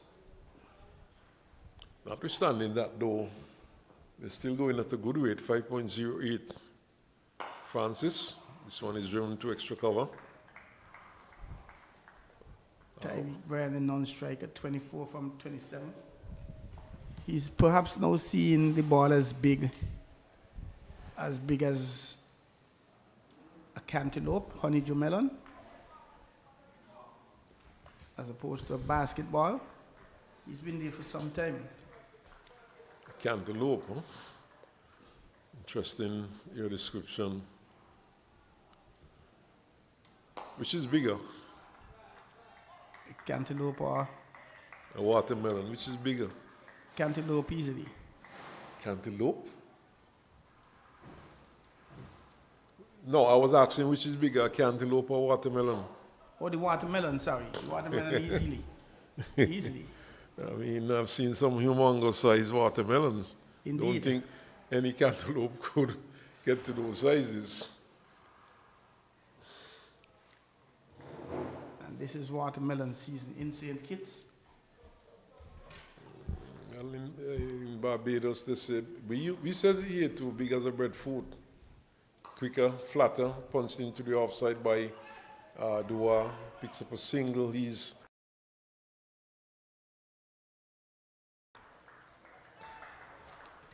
motivation continues from the Leeward Island players.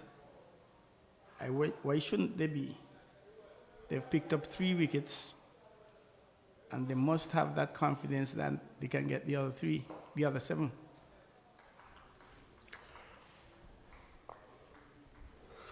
Easier said than done, of course. It is, and what they would need to do is to pick up wickets regularly here. And if they can get into the tail, then they could fancy themselves in with a good chance, especially if they can get into the tail with still quite a few runs on the board to get. And it's the end of the over, the 13th over. Just about quarter through this Jamaican innings, 62 for 3, scoring at a run rate of 4.77. And the required run rate for the remaining runs, 2.38. All they need now is 88 runs in a Nelson, 222 balls, which should be easily gettable. But runs on the board are already runs on the board, as Michael McKenzie is going to continue. From the Caribbean Sea end, left-handed Dua punches it into the mid-off region. One slip backward point. Cover, man sweeping on the cover boundary. Extra cover, man sweeping on the cover boundary. Mid-off, a man down at long on. Mid-wicket. Short fine leg.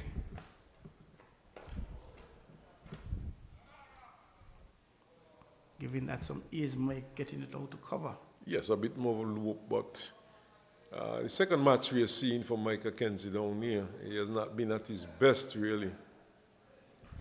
He doesn't really seem so penetrative. That one quicker, just on the leg about and turn it around is the way he is. Get a 4 runs for it.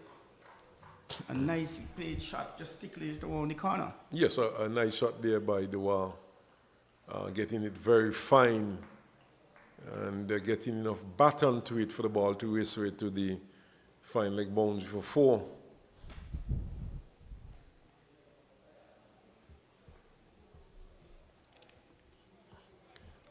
And it's good when batsmen could manipulate the ball and they could work the ball into the gaps. It doesn't have to be all shoulder into the shots. Pushes it outside the off stump. A little wide, and it's 4 lovely ones through extra cover, by the way. Yes, tossed up and driven. Nice shot.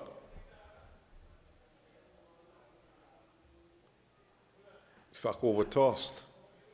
Given a lot of loop. And played nicely along the ground by Dewar for 4. Pleasant looking shot. 74-3 now, Troy, and pressure being put back onto the Leeward Islands. Dewar has moved on to 12. Approaching the halfway mark, this Jamaican team. And getting back and crack it through extra cover. There's a man sweeping on the cover boundary who gets around to his left and just limits just to 1 run.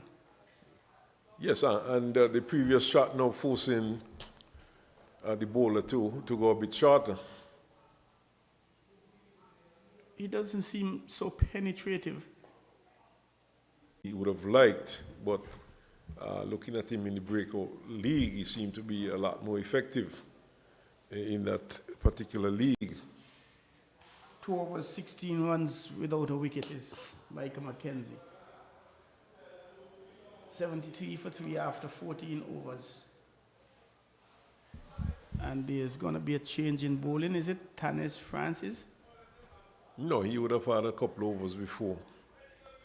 This is perhaps his 3rd over. Yes.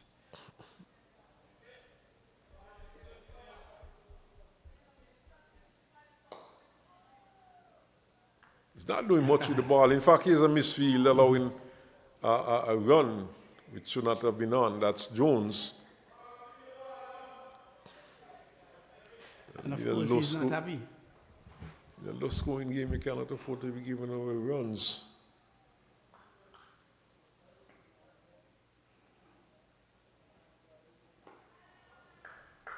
That one a little faster. Perhaps keep it a little low, surprising Brian.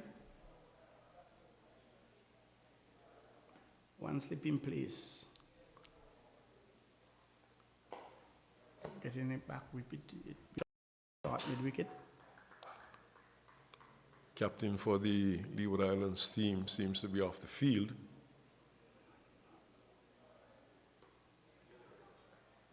Steering it down to a gully region.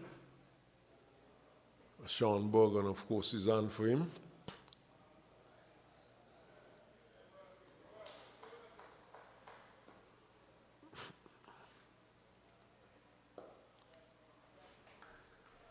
Pulling Brian Francis.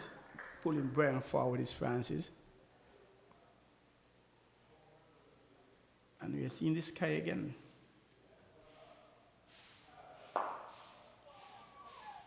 Driving down to a made-off position, picking up a single. It's the end of the over. Yes, fairly tidy over there from Francis, a bit on the flat side, not really troubling the batsman. We see Miller going back out now, and no doubt Sean Borgen would leave the field, but the captain is going back out now. Looks like a bowling change from the far end now. It appears so. Oh, that's Israel Motin.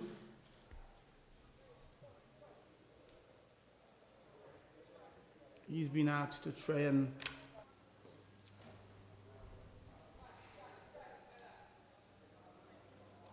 So a short spell there for Michael McKenzie. And the Leeward Islands ringing the changes, looking to pick up another wicket.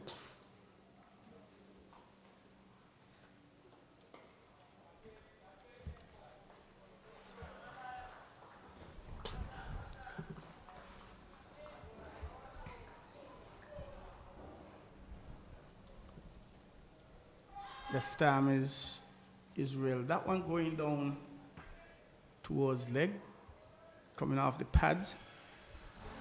A leg by is signaled.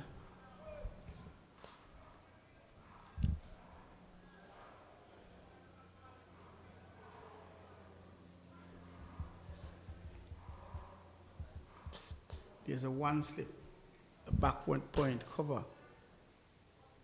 And more extra cover, fielder sweeping on the cover boundary. A long off, long on. Mid wicket, backward scrape, pushed into the extra cover region, no run.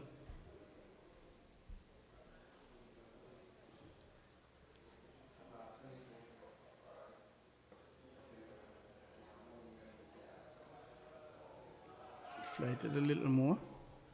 Tickling it around the corner is the way. And no run.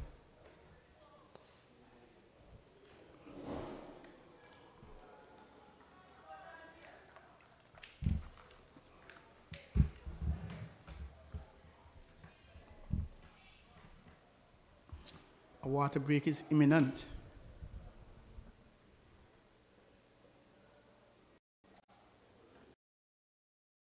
And there's the peel.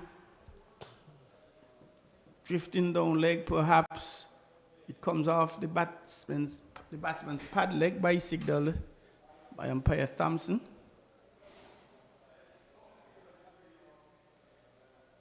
And the score inches on to 63.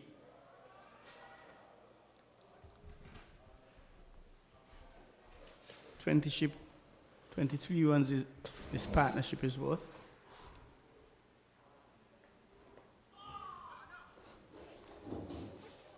Trying to guide that one down to a short third man. It's the end of the over. Water break is taken.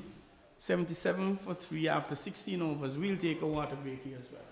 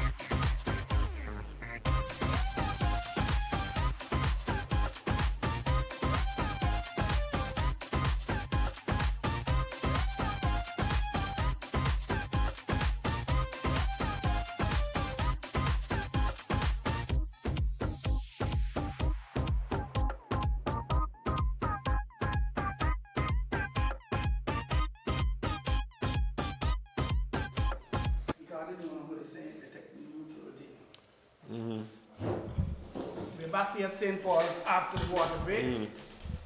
77 for 3, Jamaica winning the toss, bowling out Leewards for 149. They now need to get to 150 for victory.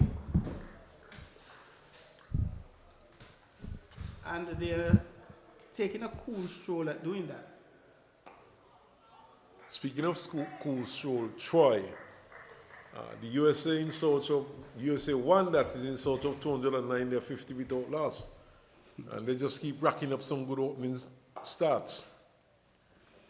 They've had a century opening start, another century in the same match for the second wicket. Seems as if they're playing very good cricket overall. Yes, certainly.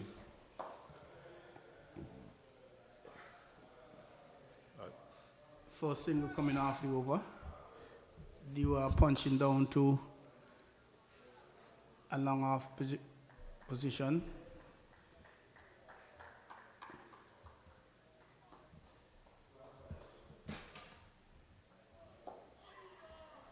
Coming forward is Brian, 27 from 48.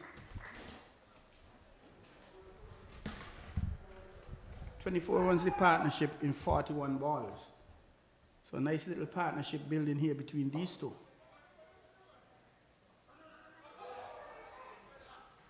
Oh, a bit of fielding there.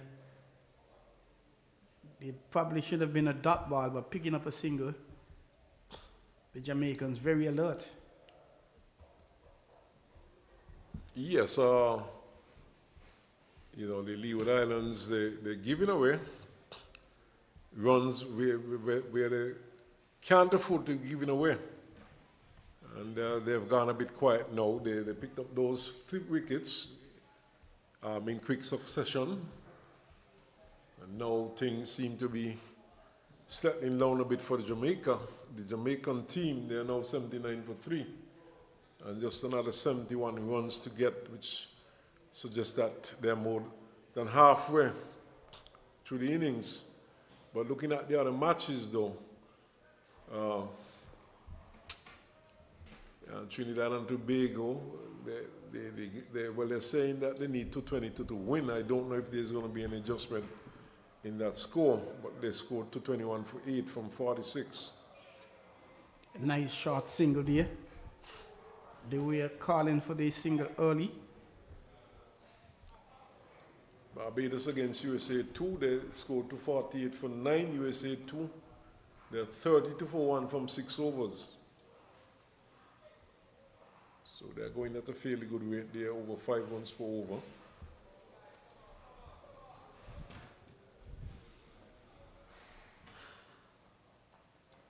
Coming through a little faster.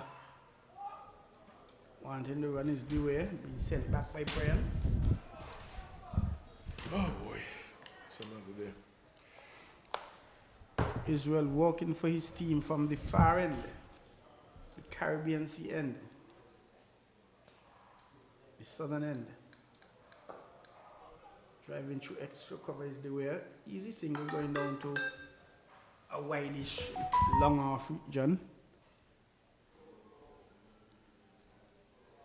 It brings the other left-hander, Tyreek Bryan. Top score for the Jamaicans so far, 29 from 51 balls.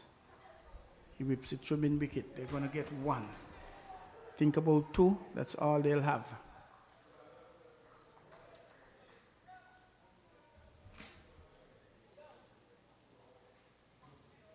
So it is looking smitten that number 1 USA 1 will play number 2 Barbados. Number 3 Windward Islands will play number 4 Jamaica. Number 5 Trinidad and Tobago will play number 6 Guyana, vice versa. Well, long way to go still. And we're so I'm not going to put my neck on the chopping block as yet. But I put it on the block especially for number 7 Leewards playing number 8 USA 1.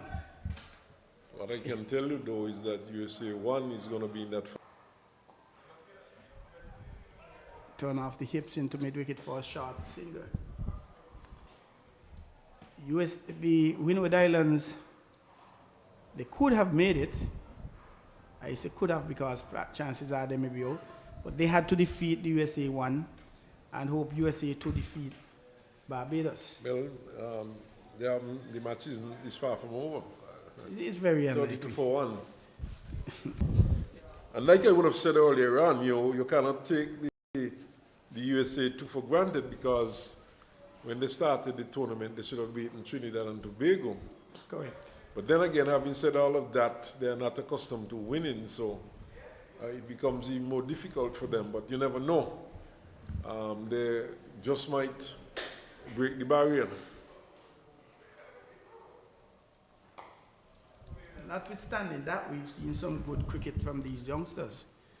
Good batting, good bowling, good fielding. And of course, we've seen some on the other side of that as well. Tossing it up and driving. They were just to the left of the diving man there at extra cover. No, Francis is supposed to be an off spinner. He's bowling around the wicket to the left hand and he's just angling the ball back into the two left-handers. I'm not seeing no attempt for you to try and beat the outside edge. There's a slip in place. And I'm trying to fathom what he's actually trying to do. He's just going wide and angling it back into the right-handers. To the left-handers. And there's a slip in place. That's a good observation indeed. You want to keep it outside the off stump. You want to be going straight a little, moving away.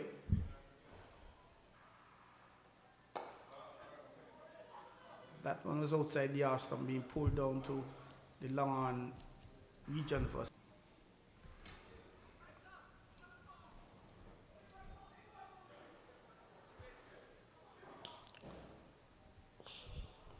The captain is just asking Micah to push back on the boundary. Ooh, and that one beating him on that occasion. Yes, that one seemed to go straight through to the keeper, not angled in, just outside the half stump. No doubt the captain will want to see a few more like that. But the thing is, what I'm trying to say, Troy, you have two left-handers, you'll be looking to take the ball away from the bat, but I'm not seeing any of that from Francis. And hence it goes back to what we said earlier. Rather than going right arm over, try right arm around the wicket for a few. Yes, Carry the ball to slips. Yeah, and the fact that he has a slip in place would suggest to me that he's looking for an edge to slip, but if he continues to bowl like that, nothing is going to go to slip. All that is happening is that the captain is there at first slip having a rest. They'll have to come up with something very quickly, Leeward Islands, because the Jamaicans, they are rolling along as easy as a Monday afternoon. 86 for 3 from 19 overs.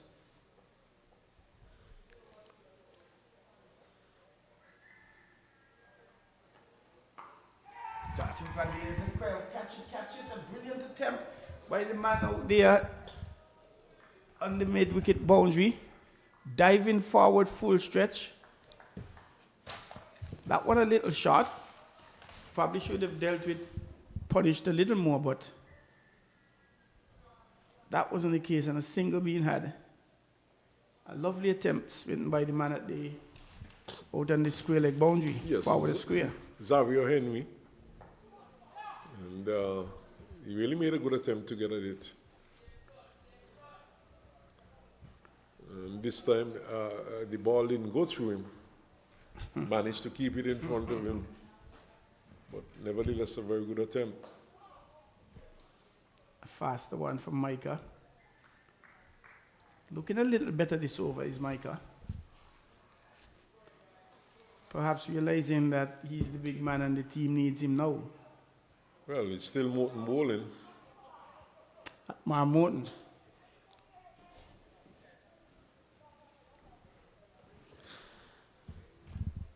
We haven't seen any bowlers bowling a little back from the popping crease, keeping the ball in the air for a little longer.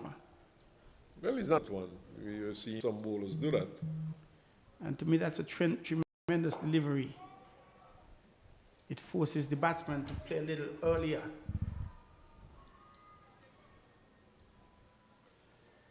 Victor Eddy was the master of that.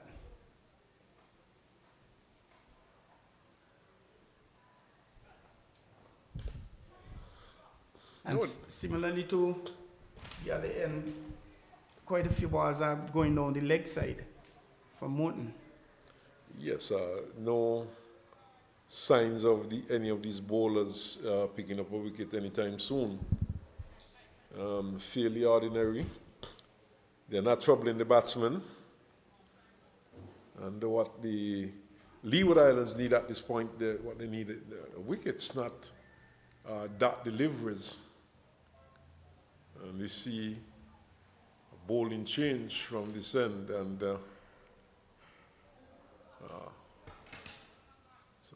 so it's Mackenzie back, but he's from the pavilion end this time. And let's see if he'll do any better. The way has advanced to 20 in the meantime. 20 from 31 balls, and Tyreek Bryan in the neighborhood of his half century. 35 from 58 balls. He has been creeping up. Just 61 runs to get in all of 180 balls. What Dua has done here, he has stopped the flow of wickets. And he's stitching together a little partnership here for his team along with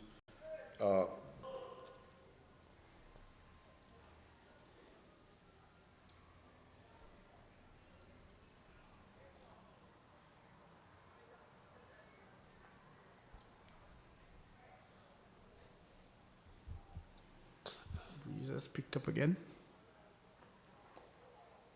Turning it around the corner is Bryan getting a single.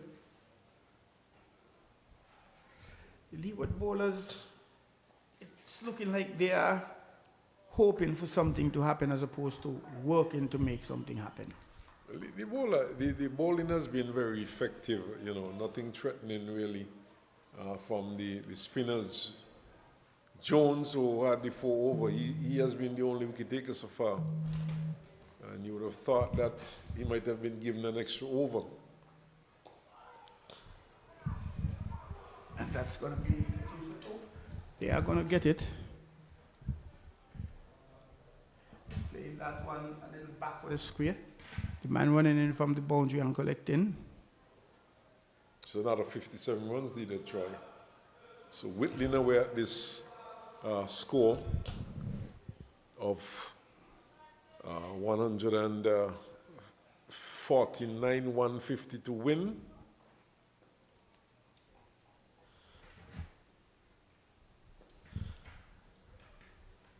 .57 runs in all of this afternoon.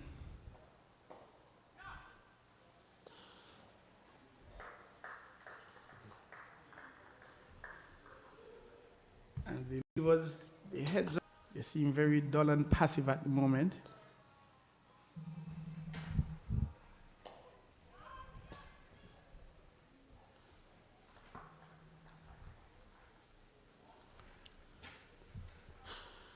Nearly 100, the Jamaicans. 39 runs from 65 balls. That's what this partnership is worth, and they are still working.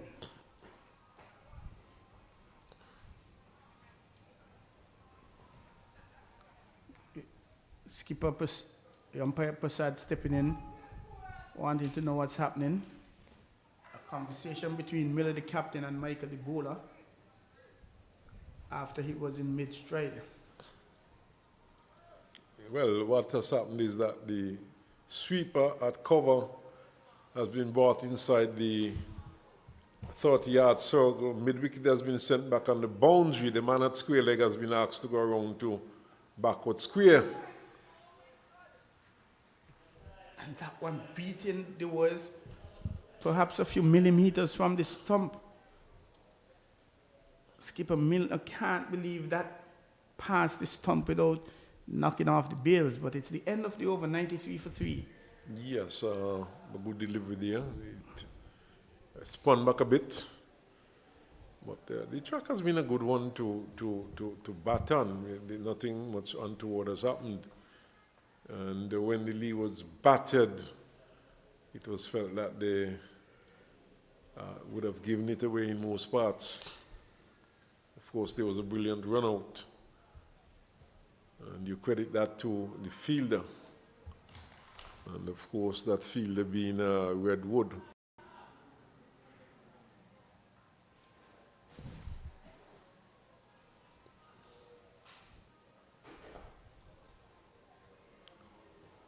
Playing that one back to the bowler. Is Israel still employing one slip? A leg slip, that is. White signal. And Skipper Miller realizes that they're bowling more down the leg side, looking for that tickle. So he's put himself in that leg slip position. These two bowlers, Morton and Francis earlier on, they're just driving it into the left-handed batsman, angling it towards the batsman. And one wonders if they're really off spinners or they're just slow bowlers.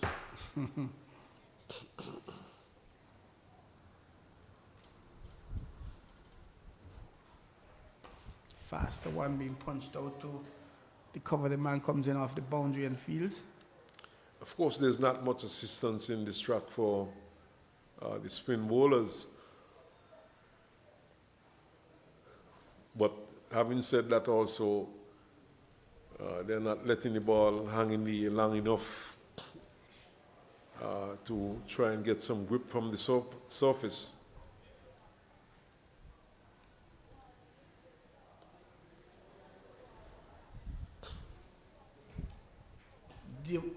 Dewey, he's now into his 20s, 23 from 36 ball. Pull forward, plays into the offside. A bit of oohs and ahs. The man from mid-wicket fields. The Leewards is really going through a motion, and this can't help them. Perhaps they have conceded defeat. And here's Dewey pulling, and he's going deep. Dropping short of Tilakani. Out on the backward square boundary.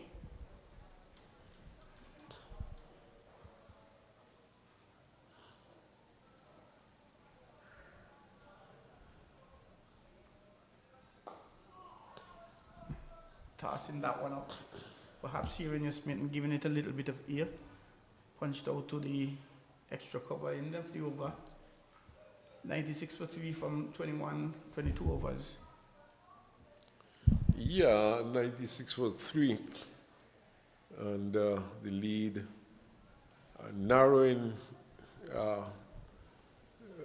with each passing over. Of course, the Leeward Islands bowling has not been very penetrative. But I must say at this point, the Jamaican batting has become a bit becalmed. But definitely Jamaica in the driving seat at 96 for 3 from 22 overs. Another 54 runs to get from another 166 deliveries. 168 deliveries, in fact, to get 54 runs. Mackenzie, though, stayed into the gully region, no run. So David Dua, he's on 24. Tyreek Bryan, he's on 35. 35 from 63 deliveries.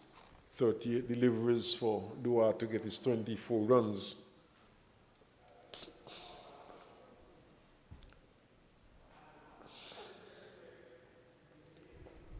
So one turned into the onside down to backward square for a single. So Mackenzie in his second spell, second over of his second spell. Started with a fairly tighter line than in his previous spell. Tighter line, better length.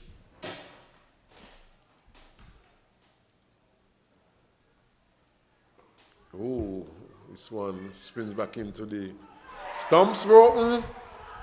Direct hit, don't strike us in, but the batsmen seem to be home. And some excitement there for the Leeward Islanders, but no glory for them though. Some persons would feel that direct hit most times the batsman would be out. Direct hit this time, and this is the small percentage that the batsman wasn't out. Well, if the batsman is in, a direct hit cannot make him out. And as I said, some people feel that any time there's a direct hit, Correct. it has to be out. But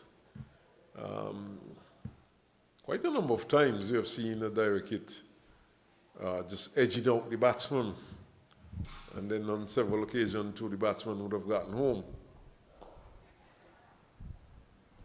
But here's a single into the onside.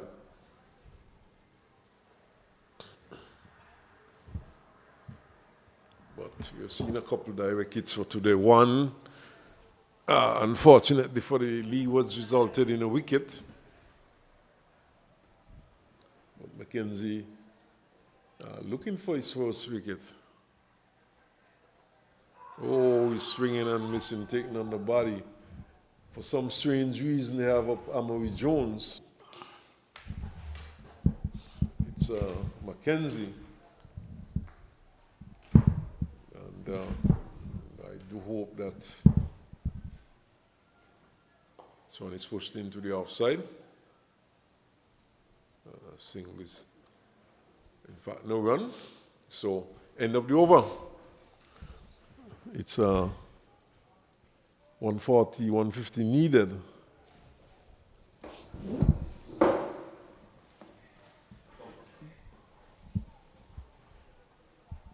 The Jamaicans inching there, they were to the 150 target. They're just 51 runs away. 99 for 3. As Israel Morton will continue from the Caribbean Sea end, the far end. He's been bowling pretty tight, 4 overs, 10 runs. He hasn't touched a pad yet, but the captain, he appreciates the tight bowling, but he wants him to take a couple wickets. Yeah, so Morton.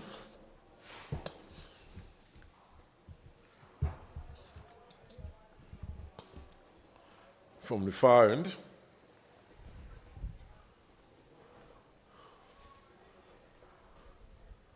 Left arm, of course.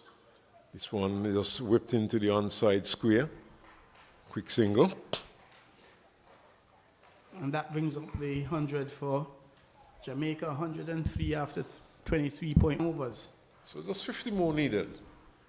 Jamaica, if they are to win this one, and going along quite nicely. And here's a big hit, and this is going to result in some runs. In fact, 4 of them for Jamaica, over the inner field and out to the extra cover boundary, and 4 runs to Brian, who moves into the 40s. And it's also the 51 partnership from 80 balls. So steady knock there for the Jamaicans. Dua joining Brian. Dua is on 27, so he scored 27 of the 51 partnership. So very good partnership building here between these two for Jamaica. And looks very much like Jamaica is well on course. Tossed up.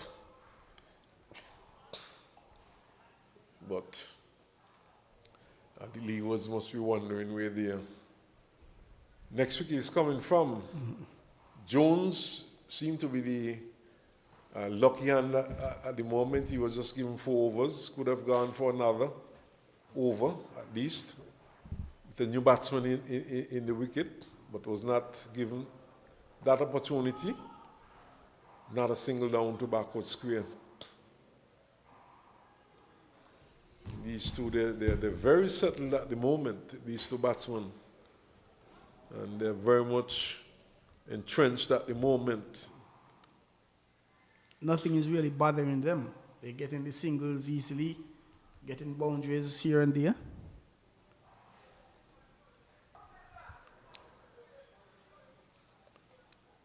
Seems as though this match will be out of here sometime in the region of 4 o'clock or just after, unless Jamaica decides to accelerate scoring.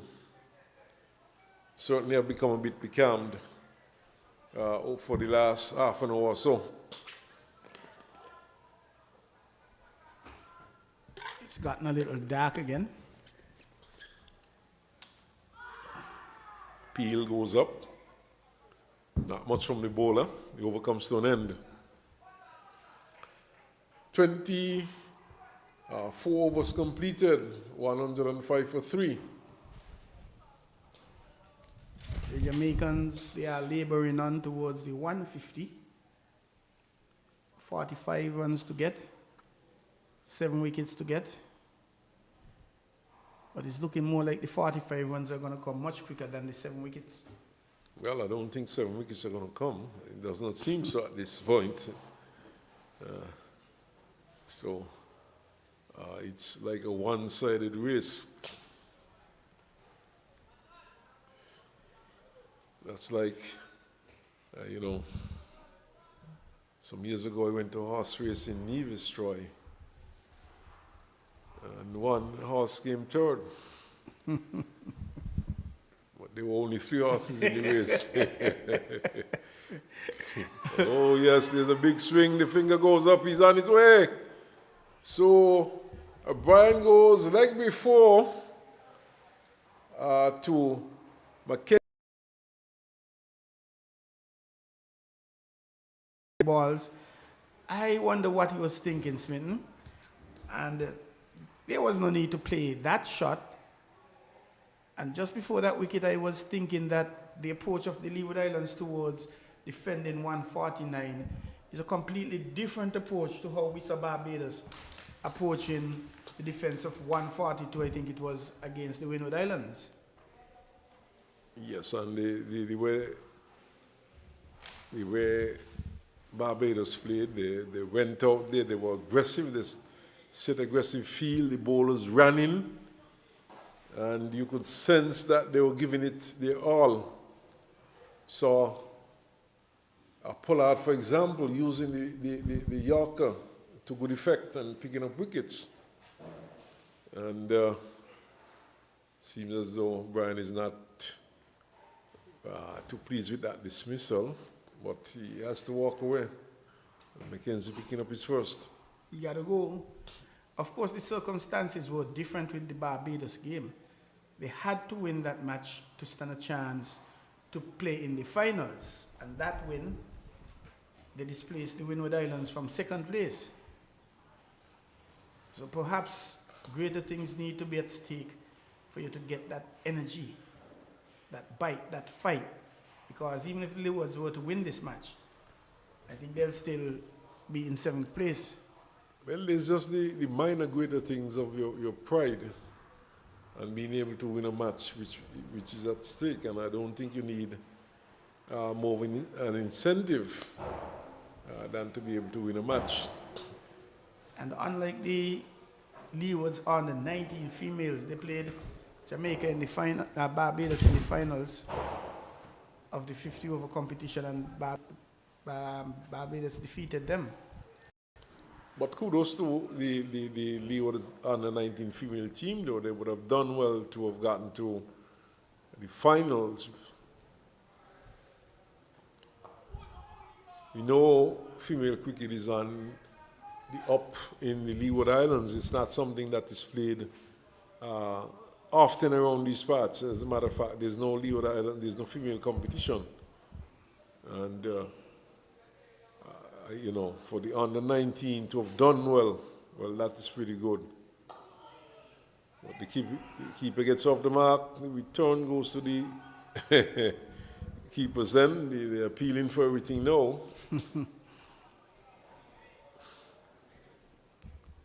So Paje Nelson is off the mark. He's on 1.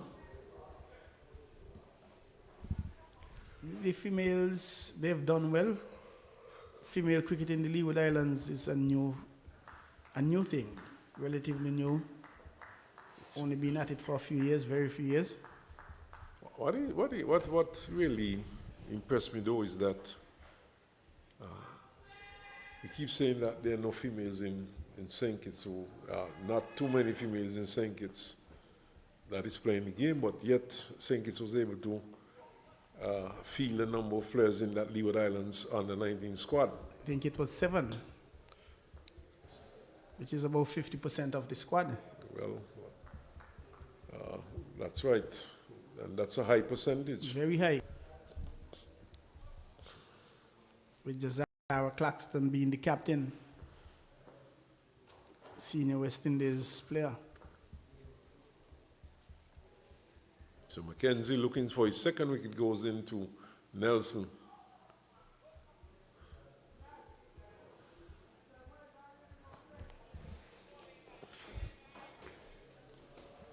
$107 for 4 at the halfway mark.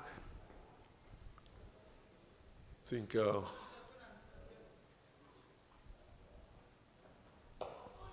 this one turns back in. This is the googly from Mackenzie. Kept out there by Nelson. The Jamaica at this stage just delaying the agony for the Leeward Islands. They're really doing it slowly.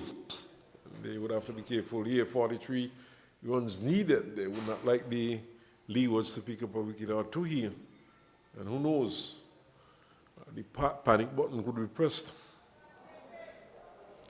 Most correct. Another two wickets will definitely throw the cats amongst the pigeons.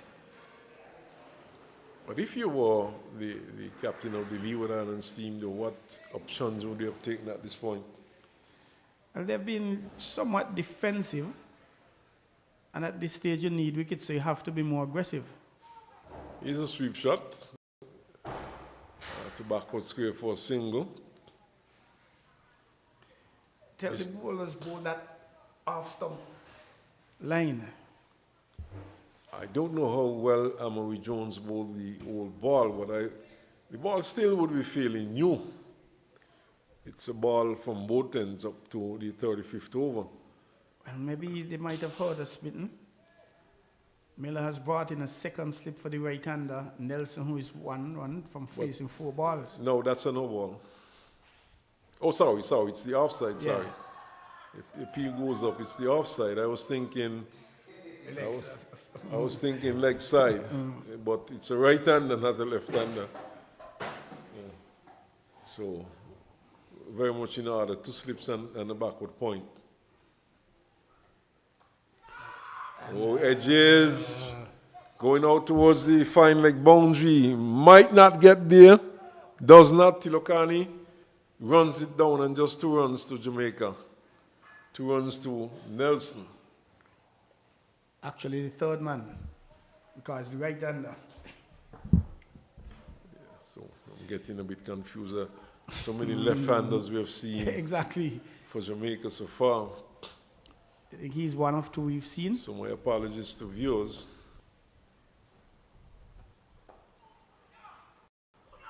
And Morton is now coming round the wicket. Morton has been fairly tight but ineffective. He's not really threatening the edge of the bat. He has been given rather generously 2 slips by his captain. This one is punched and beats the man there at cover, going close to the boundary, and just stops inside the boundary, and they're charging back for the 3rd. But he seemed to have been wrong-footed by that shot, and it beat him and went in towards the boundary, and they pick up 3. That looks like Jones out there. No, in fact, it's Henry. Vijay Henry, who was wrong-footed there by that shot. So he's sent back on the mid-wicket boundary now. And now we have a left-hander on strike and the leg slip in place And perhaps that is what might have been confusing me. The leg sweep has been employed for the left-hander by Miller. If I was Miller, I would have stayed round In the the wicket. air, fielder gets there, drops it. My word. And it seemed as though Leeward stopped running, or perhaps looking for a second run. But his partner Nelson was not interested. So there you have it. Oh, I should have taken that. Should have taken that. A lovely effort, but he should have taken it. Well, he seemed to have gotten into his hands, got both hands to it. There is the pull shot. Fielder is running in. Not out of our view at the moment. Gets the it. And I think it was the same Henry earlier.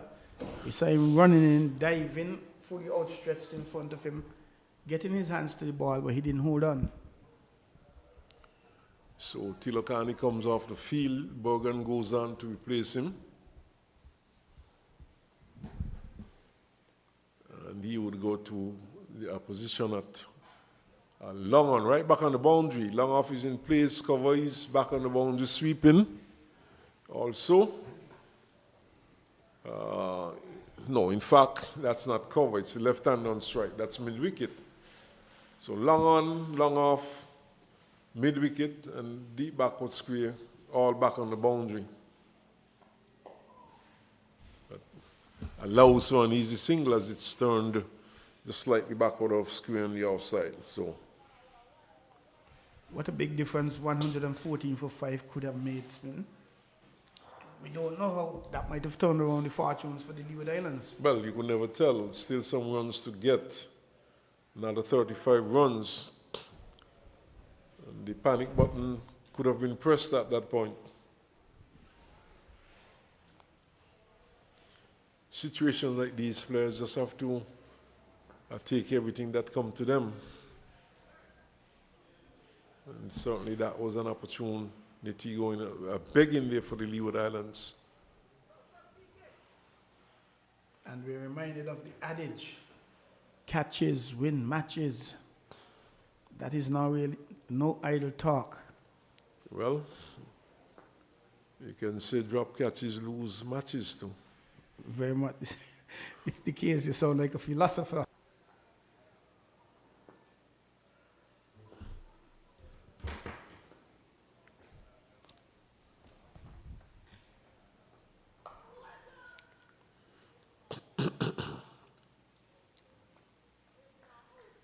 Interesting shot, moving the bottom, removing the bottom hand and playing it square. Well, in the end, he controlled it well. Mackenzie, well, I think those figures are a bit skewed and there needs to be an adjustment. They were crediting Mackenzie's figures to Amory Jones. So I think they need some adjustment.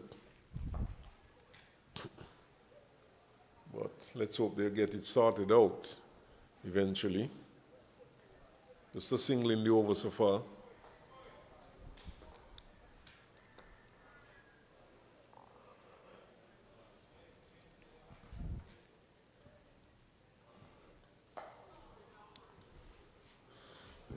Pedro Nelson, he's willing to wait. He's willing to buy this time. As the over comes to an end, he seeks some 13 deliveries. The Jamaicans laboring along. And you're correct, Troy. They're really laboring along. They have gone about their business rather slowly, especially after losing some wickets. Very pedestrian at the moment, 115 for 4, and we're over number 27. Yeah, but having said that, the asking rate is just 1.52 runs per over needed. They are going about this job laboriously, and we haven't really seen the pushing for a single here, pushing for a single day as much as we cited earlier in the game. I guess they know it's the inevitable. to them is when do we get it? Do we get it at 4 o'clock or do we get it at 4:15? Well, like I said, you cannot allow the bowlers to dictate to you too much because you might find yourselves with your backs to the wall at some stage. Just a couple of wickets, especially if the batting is going nowhere. And a couple of quick wickets could make a big difference. And you could find yourself struggling to get to those runs. So this is where I would have been saying earlier on, the Jamaican teams would be looking to put the pressure back on the Leeward Islands bowling. But if you look at young Morton, he's been allowed to bowl to the batsman. He's dictating to the batsman out there. Last night we saw the West Indies losing quite a few wickets, 6 wickets for 37 runs? Yes, as this was misfielded in the at cover, allowing the batsman to pick up.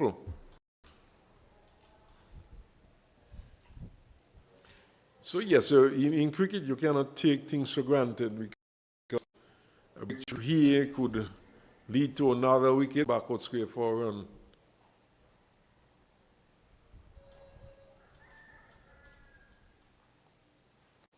So 118 it is now for 4, 36, 32 runs needed in fact.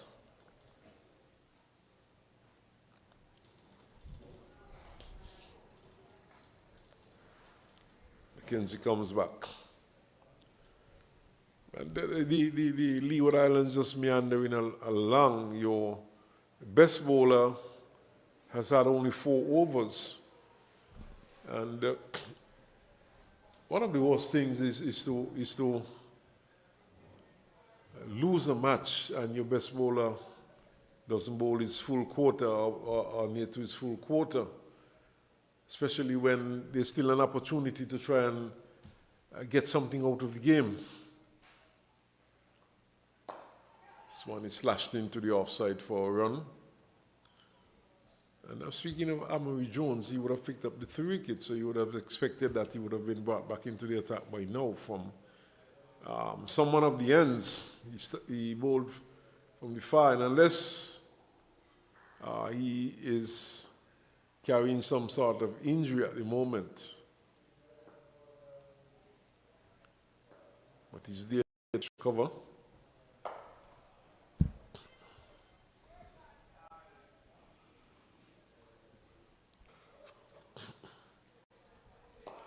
Oh, this one is a defensive prod there by Nelson. So Nelson really bent on coming not out in this match.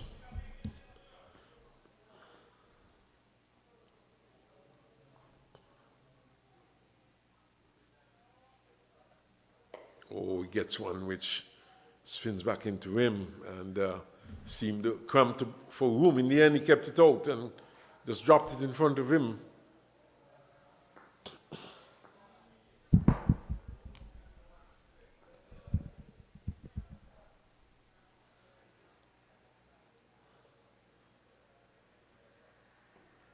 Pulled, in fact, it's an attempted pull. It goes back up on the offside and a single taken there by the batsman. Field now spreading for Dua, who's on 35, and he seems to be the one who is most likely to go over the top. Bigger of the 2 batsmen. It's shown that he is willing to go over the top. But here is the defending. It goes into the onside. The over comes to an end. 120 for 4, 29. 2 slips being employed still for Israel Morton. Backward point cover, extra cover, mid-off, mid-on, mid-wicket, a man sweeping on the mid-wicket boundary. And there's a edge going to the 2nd slip. I think it would have dropped in front of him and a bit to his right. He didn't go up. He showed no excitement and a brilliant attempt there. Took it on the bounce. He had to move a bit to his right. Israel Morton. And we said earlier that they needed to be more attacking. Well, it seems as though Nelson has decided it's time to go. And they took aggressive looking shot for nothing.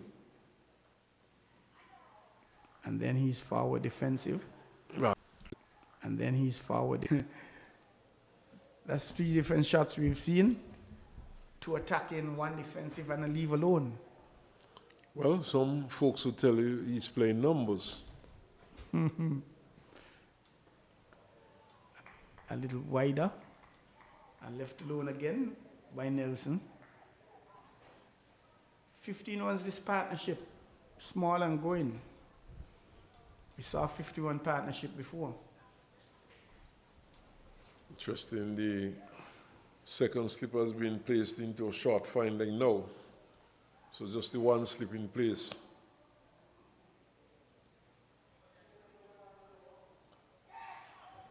And the shout of catching as he's trying to cut one, come off a thick outer edge, going down to the third man boundary, getting the 2 runs. And it goes back what we said, if there might have been a more attacking field, the outcome could have been different for that one. Well, I think that would have been safe. It would have been away from the second slip. But we have seen the change in approach by Paget Nelson. He's attempting to play a few more shots now.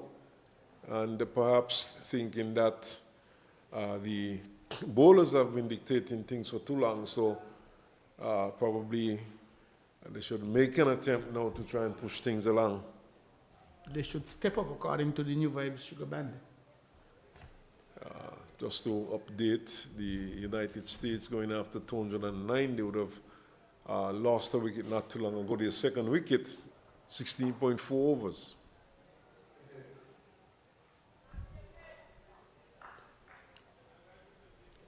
Barbados, 75 for 2. In fact, not Barbados, USA 2, 75 for 2 going after 248. Shouts of catch it going to the right of the fielder in the extra cover. Diving fully to his right, but didn't get there.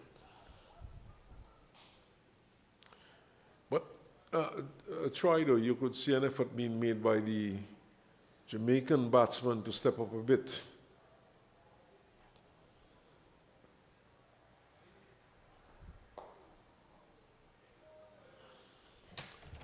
Over in Nevis now, I would have to do some further investigating.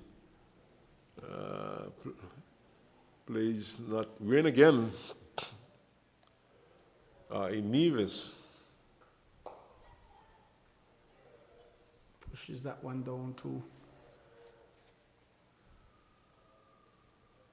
a mid-off region, a long-off region. Picking up an easy single.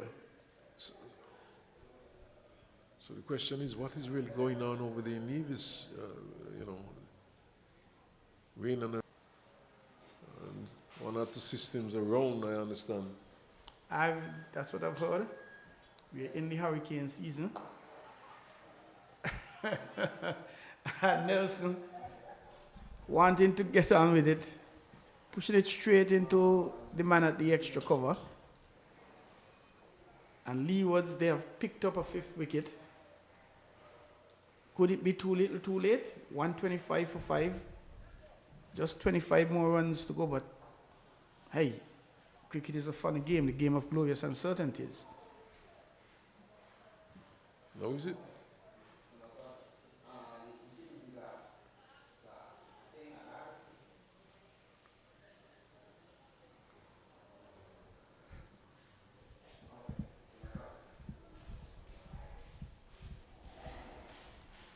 The cat it is not amongst the pigeons as yet, but it's lurking around the cage.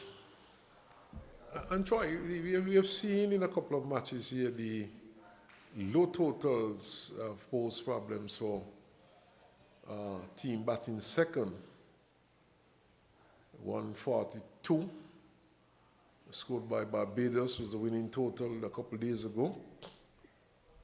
They managed to Barbados managed to get home quite safely. Prayed that Leewards has not been doing. They have picked up a couple of wickets, yes. Mackenzie has picked up his second, but I would have hoped though that they might have brought back Jones, who picked up the first 3 wickets. It's no point losing with Jones, your main wicket taker, just having bowled 4 wickets. Give yourself an opportunity to, to send the cats among the pigeons. Definitely, and also give him a chance to try and get 5 wickets.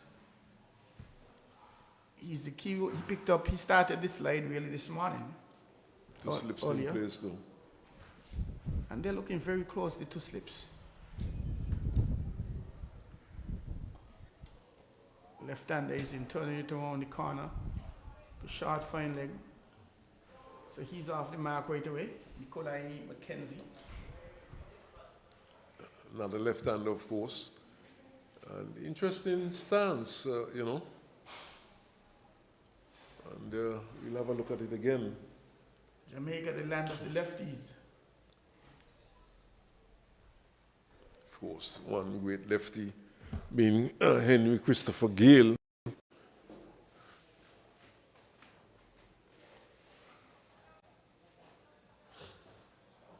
I agree with you. The 5-over skipper brought him back, and that's his 9th over. And he has not looked effective. He's kept things tight, but I don't think at this stage the Leewards are looking for tightness. They're looking for wickets. Yes, of course, you do not want to be giving away easy runs, but wickets are precious at this point. The only way Leewards could have defended 150 is by taking 10 wickets. No disrespect, but the tight bowling is good, but it doesn't really help the situation. Too small a score to defend. Well, it does, It helps you to a certain extent in that you put pressures on the batsman, but at the same time, you want to have your wicket-taking options in place. Oh, I love that shot, Troy. There's a shout of catch, but it's easily 6. Maybe they were speaking to the staff dealing with the pitch. It looked like it didn't have anything to go anyway, Smith, but it just sailed over the boundary. Oh, yes, he played it well inside out, timed it well, eased it over cover, and for 4. There's no one in the deep at cover. And they're going to hustle through for a quick single now. And they're going to be a second. No. There's a chance, but...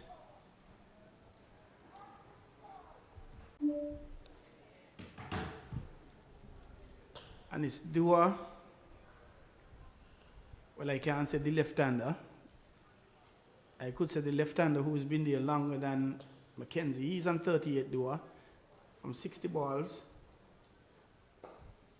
He has enough runs to get to his half century. And he gets one of them now. 16 runs needed in a Nelson, 111 balls. Not too sure if he has enough runs, because Mackenzie seems to be a very proficient batsman. That one comes off, and there's going to be an attempt to run out by the skipper down at the non-striker's end. Well backed up, preventing any overthrows. And having said that too, Mackenzie is 9 from 4. And he might take them over the line quicker than Dua does. He's getting the strike, they're rotating the strike. And he's been able to at least pick up a boundary so far. And a quiet question being asked of umpire Thompson. He's not interested. Making his debut at this level, umpire Thompson. He's out of Barbados. And he's bowled all over the place. And nothing shot really by Dua. I don't know what he was thinking. I don't know what he was trying to place in. Perhaps you do.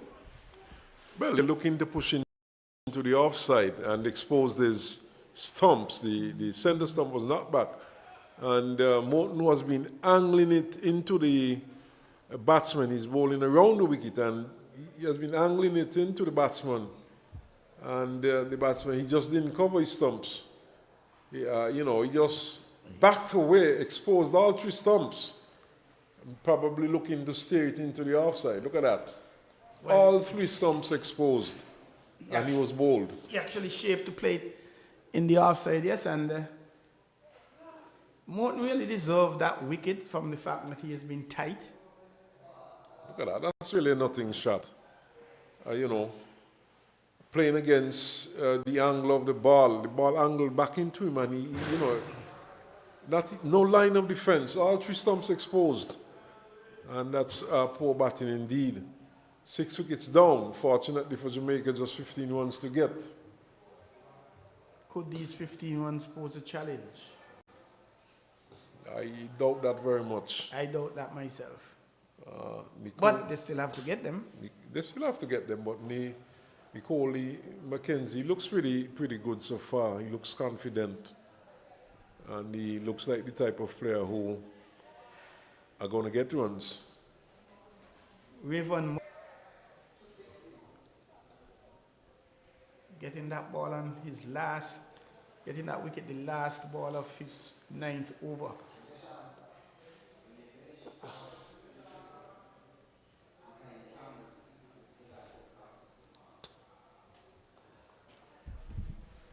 This could be over in about 3-4 overs. Having that one down to a 3rd man is Mackenzie. He goes into double figures. Just need another 3 blows. It could be over in this over. Just 3 hits. Of course, a couple of those hits would need, at least one. One would need to clear the boundary. Just another 14 runs needed. 1 6 2 4s, 4 4s, 2 6s and a 2.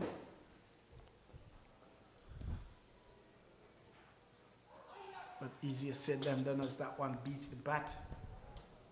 Yes, the batsman Rayvon Morgan, the way he played that, looked very much as if he had left his bat in the pavilion. Beating all ends up. Mackenzie relishing the situation. Opportunity here for him to pick up and put pressure on Jamaica.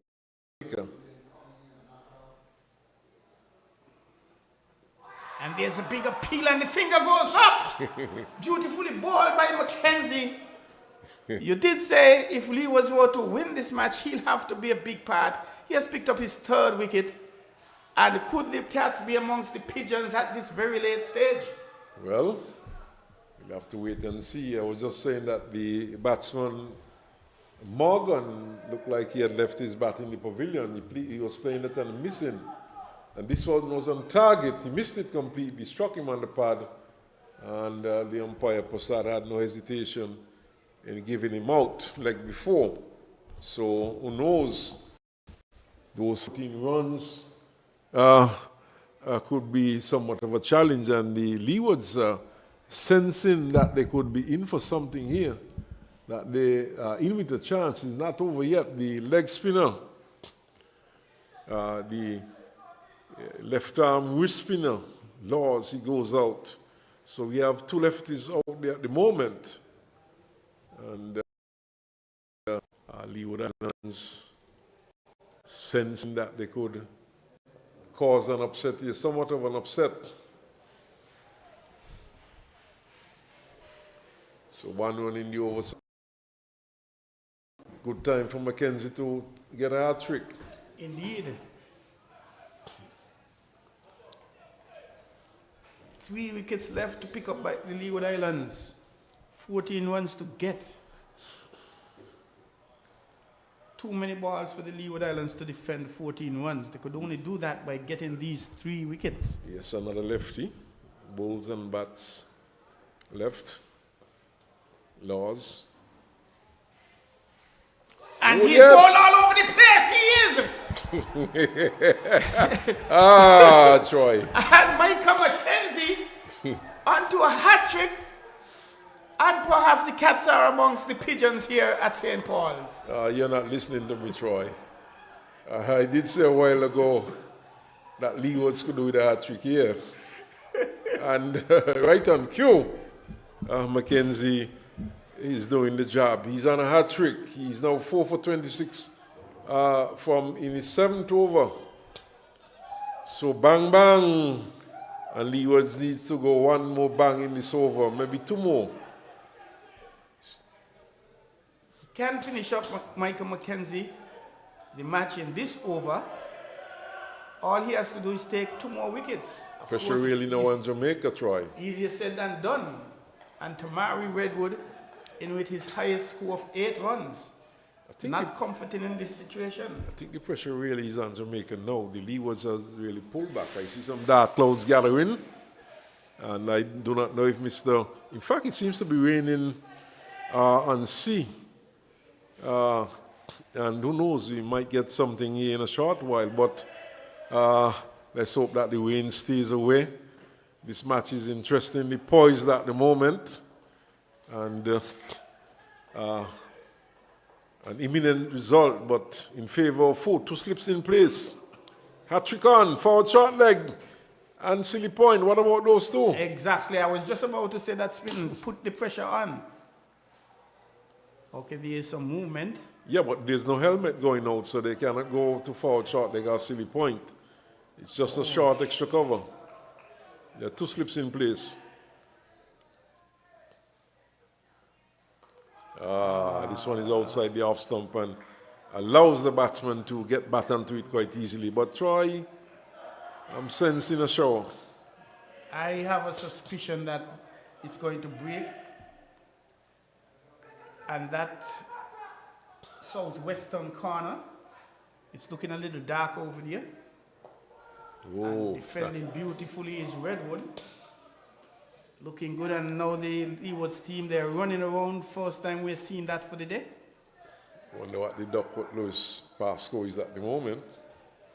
That's a very good question.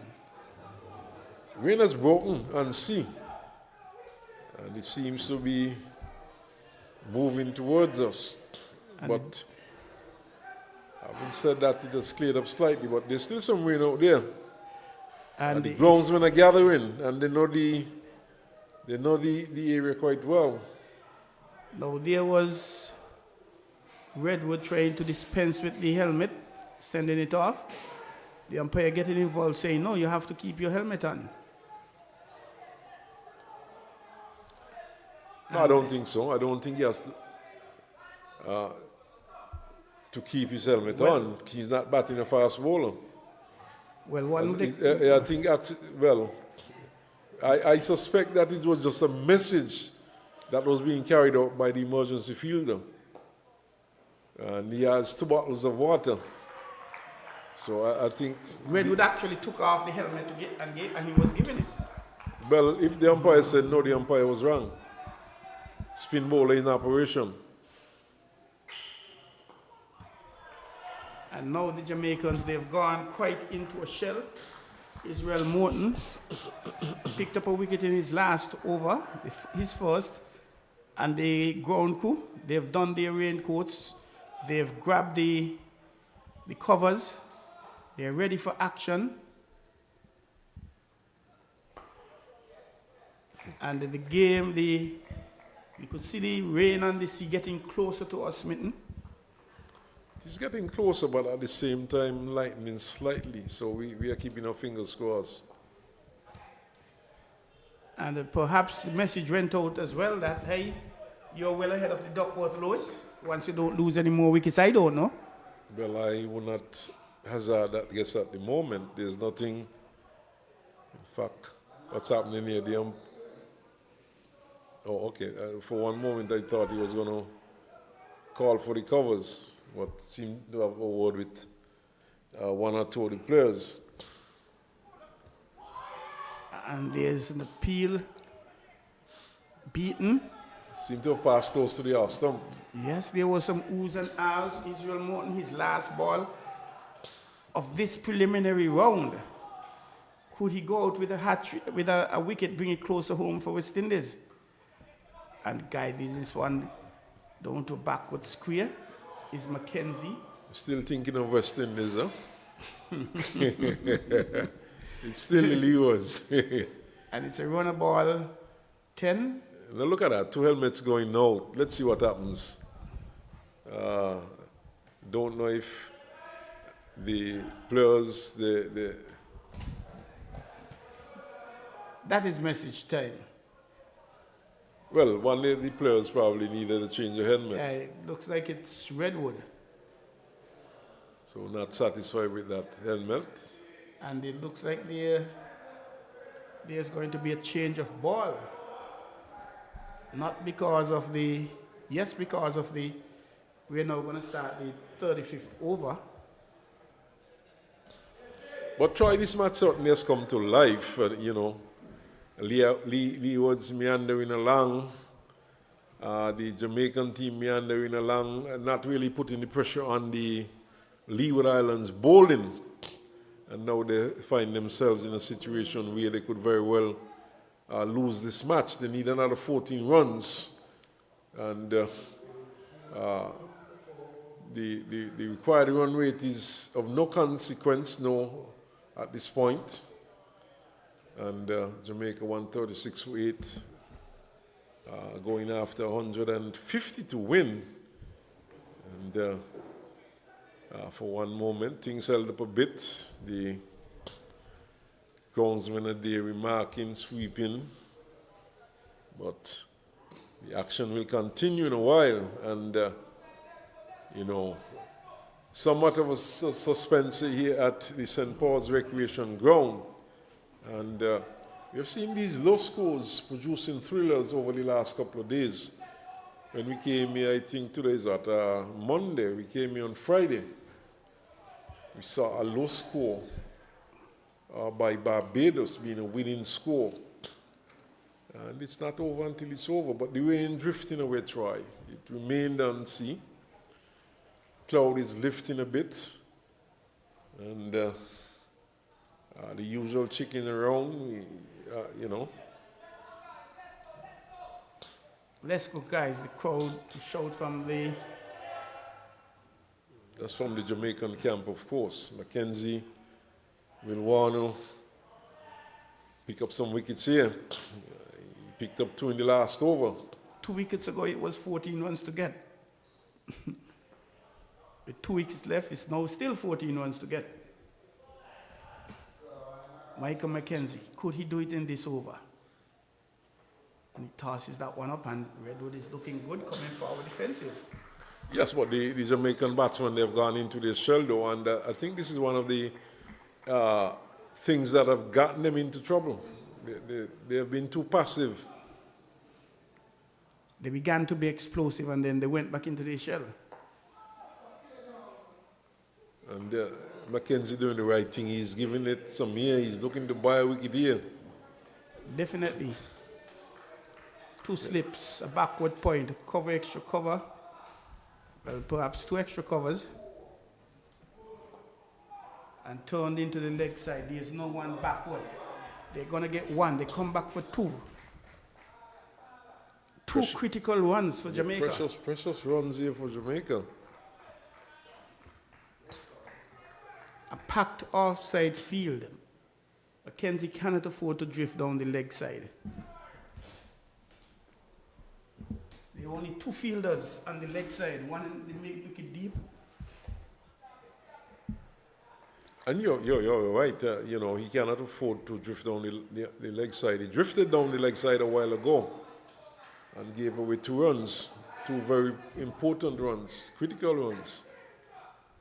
His line needs to be off stump, just outside off, hearing it. And is it going to go? Oh, it's just dropping short of the man in the mid off. Everyone seemed to be mad. That's Bogan thinking that he should have made a greater effort to get in there. I think Bogan did the right thing. I don't think he would have gotten that, and he could have easily tried to take the catch and give him a 2, maybe 4. And runs are premium at this point. Real premium. The groundsmen in raincoats still on alert here at St. Paul Sports Complex. I'm feeling some drizzle. There's a bit of a mizzle out there, as the Englishman would say. A little flatter outside the off stump is Mackenzie's. The end of the over, just to off the over. And the Jamaicans, 138 for 8, needing to get to 150. Leewards, they were 149 all out after being asked to bat. 35 overs gone. Overs, enough no moment.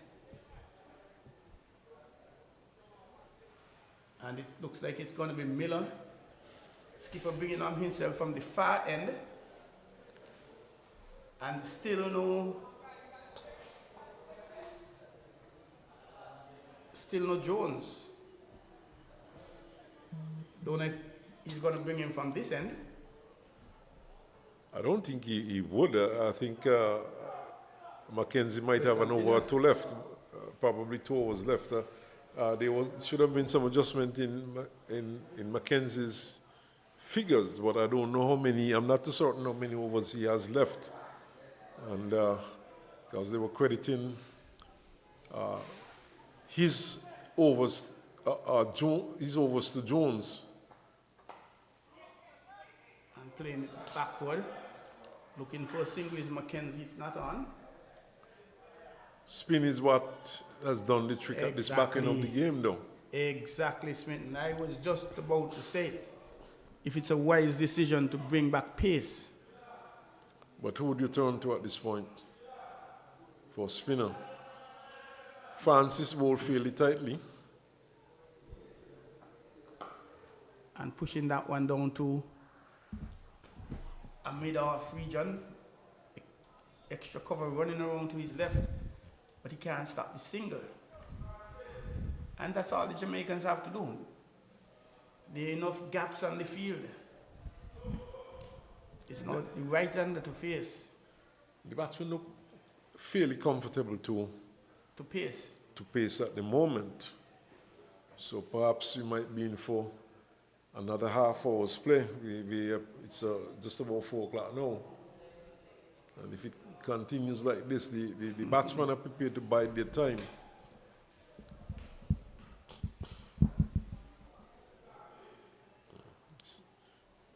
See Miller asking his fine leg to go back, so the fielder's out.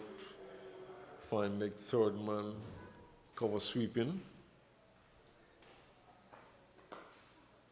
He comes right arm over his Matthew Miller. Redwood playing it into the hand side.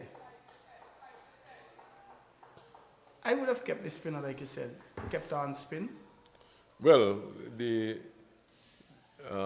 Morton would have completed his spell, so he had to look for other options, but this Francis was a couple overs left still. And that's another single being played down into the mid-on region. Good running by these two. So, just another 10 runs.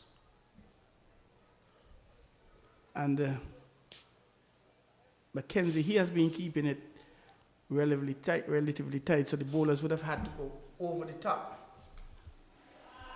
which might have been risky, the batters. The pace, they could always use the pace on the ball to get a single, guiding it into a little gap. Matthew, he's doing right arm over and round. Round to the lefty, over to the right-hander. 2 runs so far.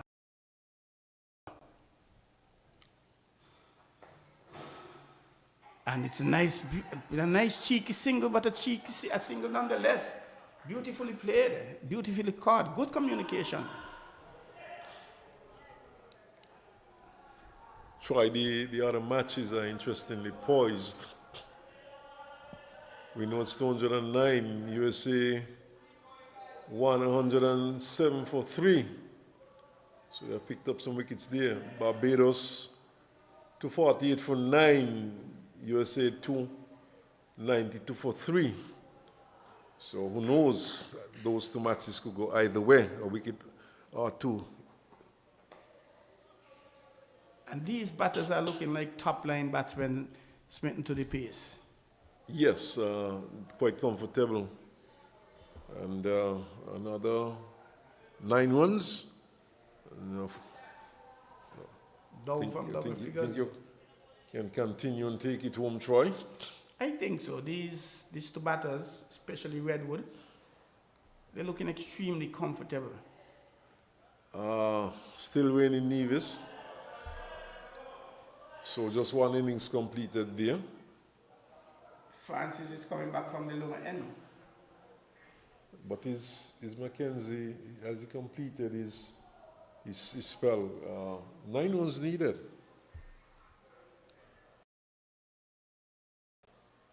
So why not bring, if anything, why not bring Francis from the far end and keep Mackenzie here? Unless he's going to put Mackenzie on the far end, the Caribbean Sea end. It's Francis,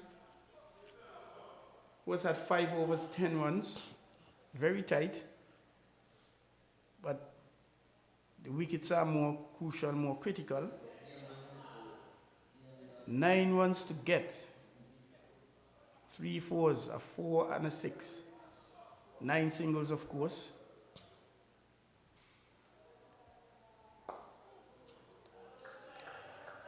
Francis' right arm over to the left-hander, pulling him forward defensively. We are far away from the 50 overs. And there's a loud appeal and he's not out. Francis thought he may have had him.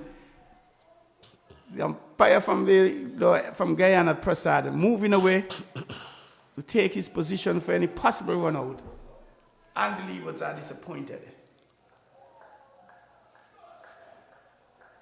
But again, spin brought back and we see things happening. A little too short was that occasion, pushing it backward. Point, getting a single. Yeah, but Francis, I think he's pushing it through too much and too short. Hang it in the air a bit more and bowl, bowl slow. Force the batsman to think, put them in 2 minds. Luckily, just a single given away that time. 4 men on the onside. Short mid-wicket, mid-off. Short fine leg and a man out on the square leg boundary. And here's Redwood looking like a number 4 bat. The offside sees a backward point cover. 2 extra covers. Mid-off. You see, the difference with Francis and Mackenzie, for example, Mackenzie is somewhat of a mystery bowler who gives it a bit of a rip at times. But to his credit, Francis slowing it up, and that's the 1-1 from the over. Mackenzie, he has 2 overs left. So, no, this is not real. Does he really have 2 overs left? Well, I know there was some discrepancies with his overs, but if he has 2 overs left, he should be bowling. Bowling, yes. Right through. The last 2 wickets, you have to be bowling him. No, this does not look right. We've been concerned with the management of bowlers. But like I said, there was some mix-up with Francis and Amory Jones. If anything, Jones should have been back.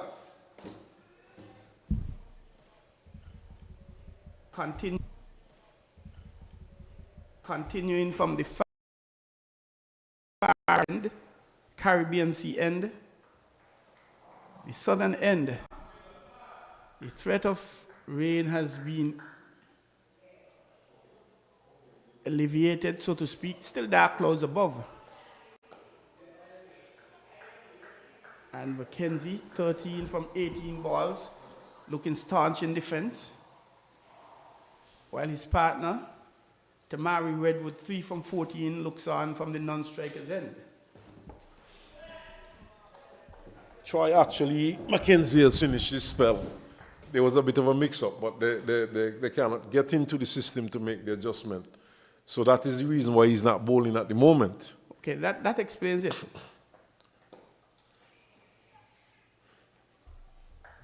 Skipper Miller, keeping it tight. And try the matching Nevis has been called off. The win, and it has just been called off. That is, which game is that again? That's Trinidad and Tobago versus Guyana.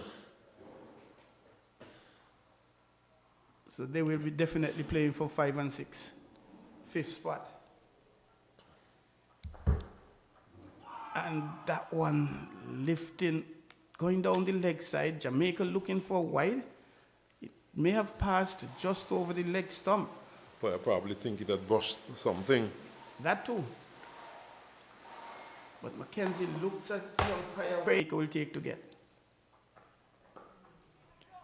I'll make that 7 now as he tickles that one around the corner. You can't be bowling center stump leg when you have a packed offside field.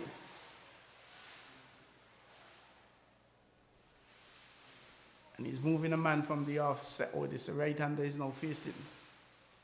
I'm looking around the field. I'm trying to locate Amory Jones. He initially broke the back of the Jamaican batting. He picked up the first 3 wickets to go. And you would want to figure that he should be brought into the attack now. Elegantly played to a backward point. Doesn't get a run, just the 1-1 from that over. And this is a case of 1 wonderful baskets for the Jamaicans smitten. They have all of today just to get 7 runs. Most definitely. And this is really drawn out at this point here by these two. Yeah, it's just a couple more runs. We might take another half an hour, but we got it. Runs. Hasn't picked up a wicket yet. He can be the hero here. And there's bowled all over the place, is he? Yes, he is. Walking through bat, pad, stuff, everything.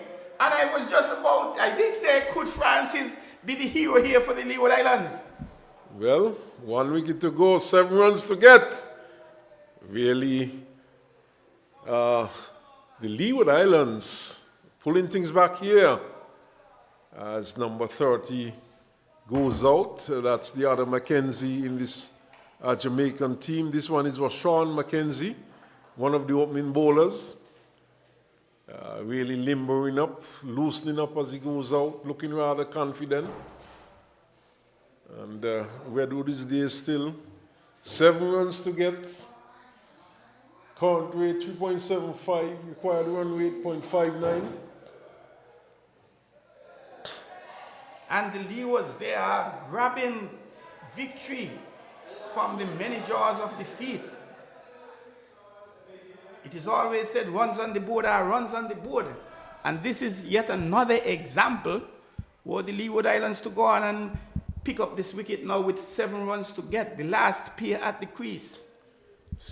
Well, I would have said it, Troy, earlier on, a couple of wickets, 14 runs. Might be hard to get, and it's happening now. They might get there. They just have another 7 runs, but those 14 runs were a long time ago, and they've really struggled to get an additional 7 runs. 1 wicket left, and Leewards, who knows, very much in the driver's seat at the moment. The cat is amongst the pigeons, and it has been causing havoc. It has been wreaking havoc, the cat. It was lurking earlier. It entered casually, and right now it's on a rampage, the cat. 1 wicket left. The balance of today to play. A Tantimore situation. Tanis Francis, can he be the hero for the Leewards by picking up this other wicket? Yeah. That does not suggest permanence to me. That first shot, yes, he kept it out. But it was a rather awkward looking stab there at the delivery, just outside the half stump. The umpires, they are having some discussion, not? Now something happened that we didn't pick up, or he's talking to the skipper. The skipper is perhaps making a complaint. Skipper Matthew Miller of the Leeward Islands, not happy about something.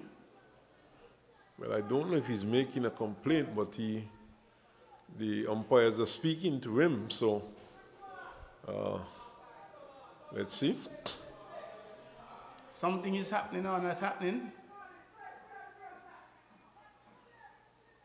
And Mackenzie, he's changing his bat. It's interesting. Don't know if he has gone for the heavier bat. He's probably thinking in terms of going over the top. And it is going for glory. Most time when it comes to teams, the tail enders, they are the ones with the heavy bats, the big sixes, and the fours. Could he do it for Jamaica? Could he be the hero for Jamaica? And he drives. He's going to get runs here. He's going to get at least one. They're looking for two, and they'll get it. Driven out to the extra cover region. And perhaps that heavier batsman may have some runs in it. I don't know if it's heavier, but it certainly worked in your bat, because immediately he played a nice, pleasant-looking shot through extra cover and picked up 2. 5 runs to get now, Troy.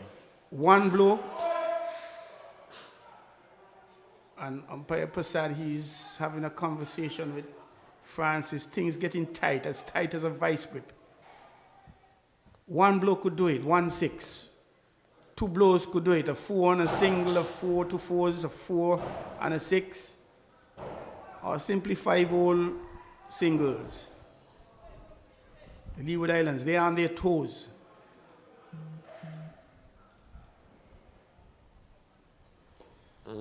That's not good bowling, too short. And down the leg side. Lucky to get away. Francis, diminutive, wicket first ball, a dot ball, then a 2, a dot ball. Francis is going very close to that return crease. I wondered about that, Smitten. Look at it again, but seems to be doing the right thing. I've been looking at it all afternoon. Yes. When he was bowling. But looking at it just now, he seems to be okay. 1 ball left. This could end the match.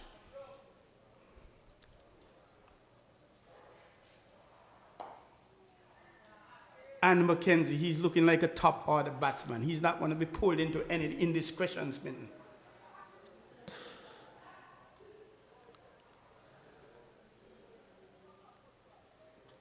The overs are ticking away, but they have no moment, no consequence. Just the 5 runs or the 1 wicket. Or put another way, the 1 wicket or the 5 runs.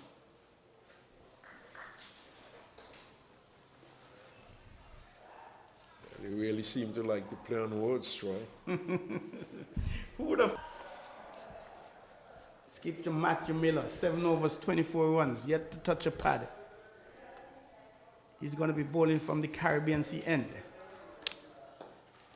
And pushes back past the bowler is Redwood, the right-hander. He gets a single, so it's now down to 4 runs, 1 hit, a 4, a 6.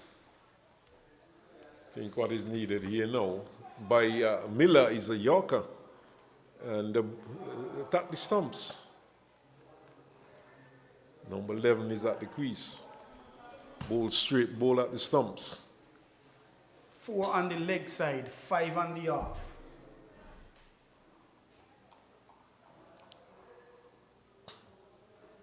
There's a gully, a backward point, a cover, mid-off.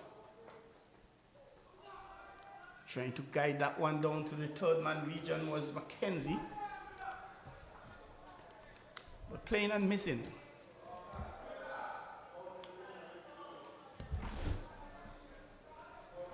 There's a man on the 3rd man boundary, one of the fine leg. Backward square on the boundary. Mid-wicket, mid-on.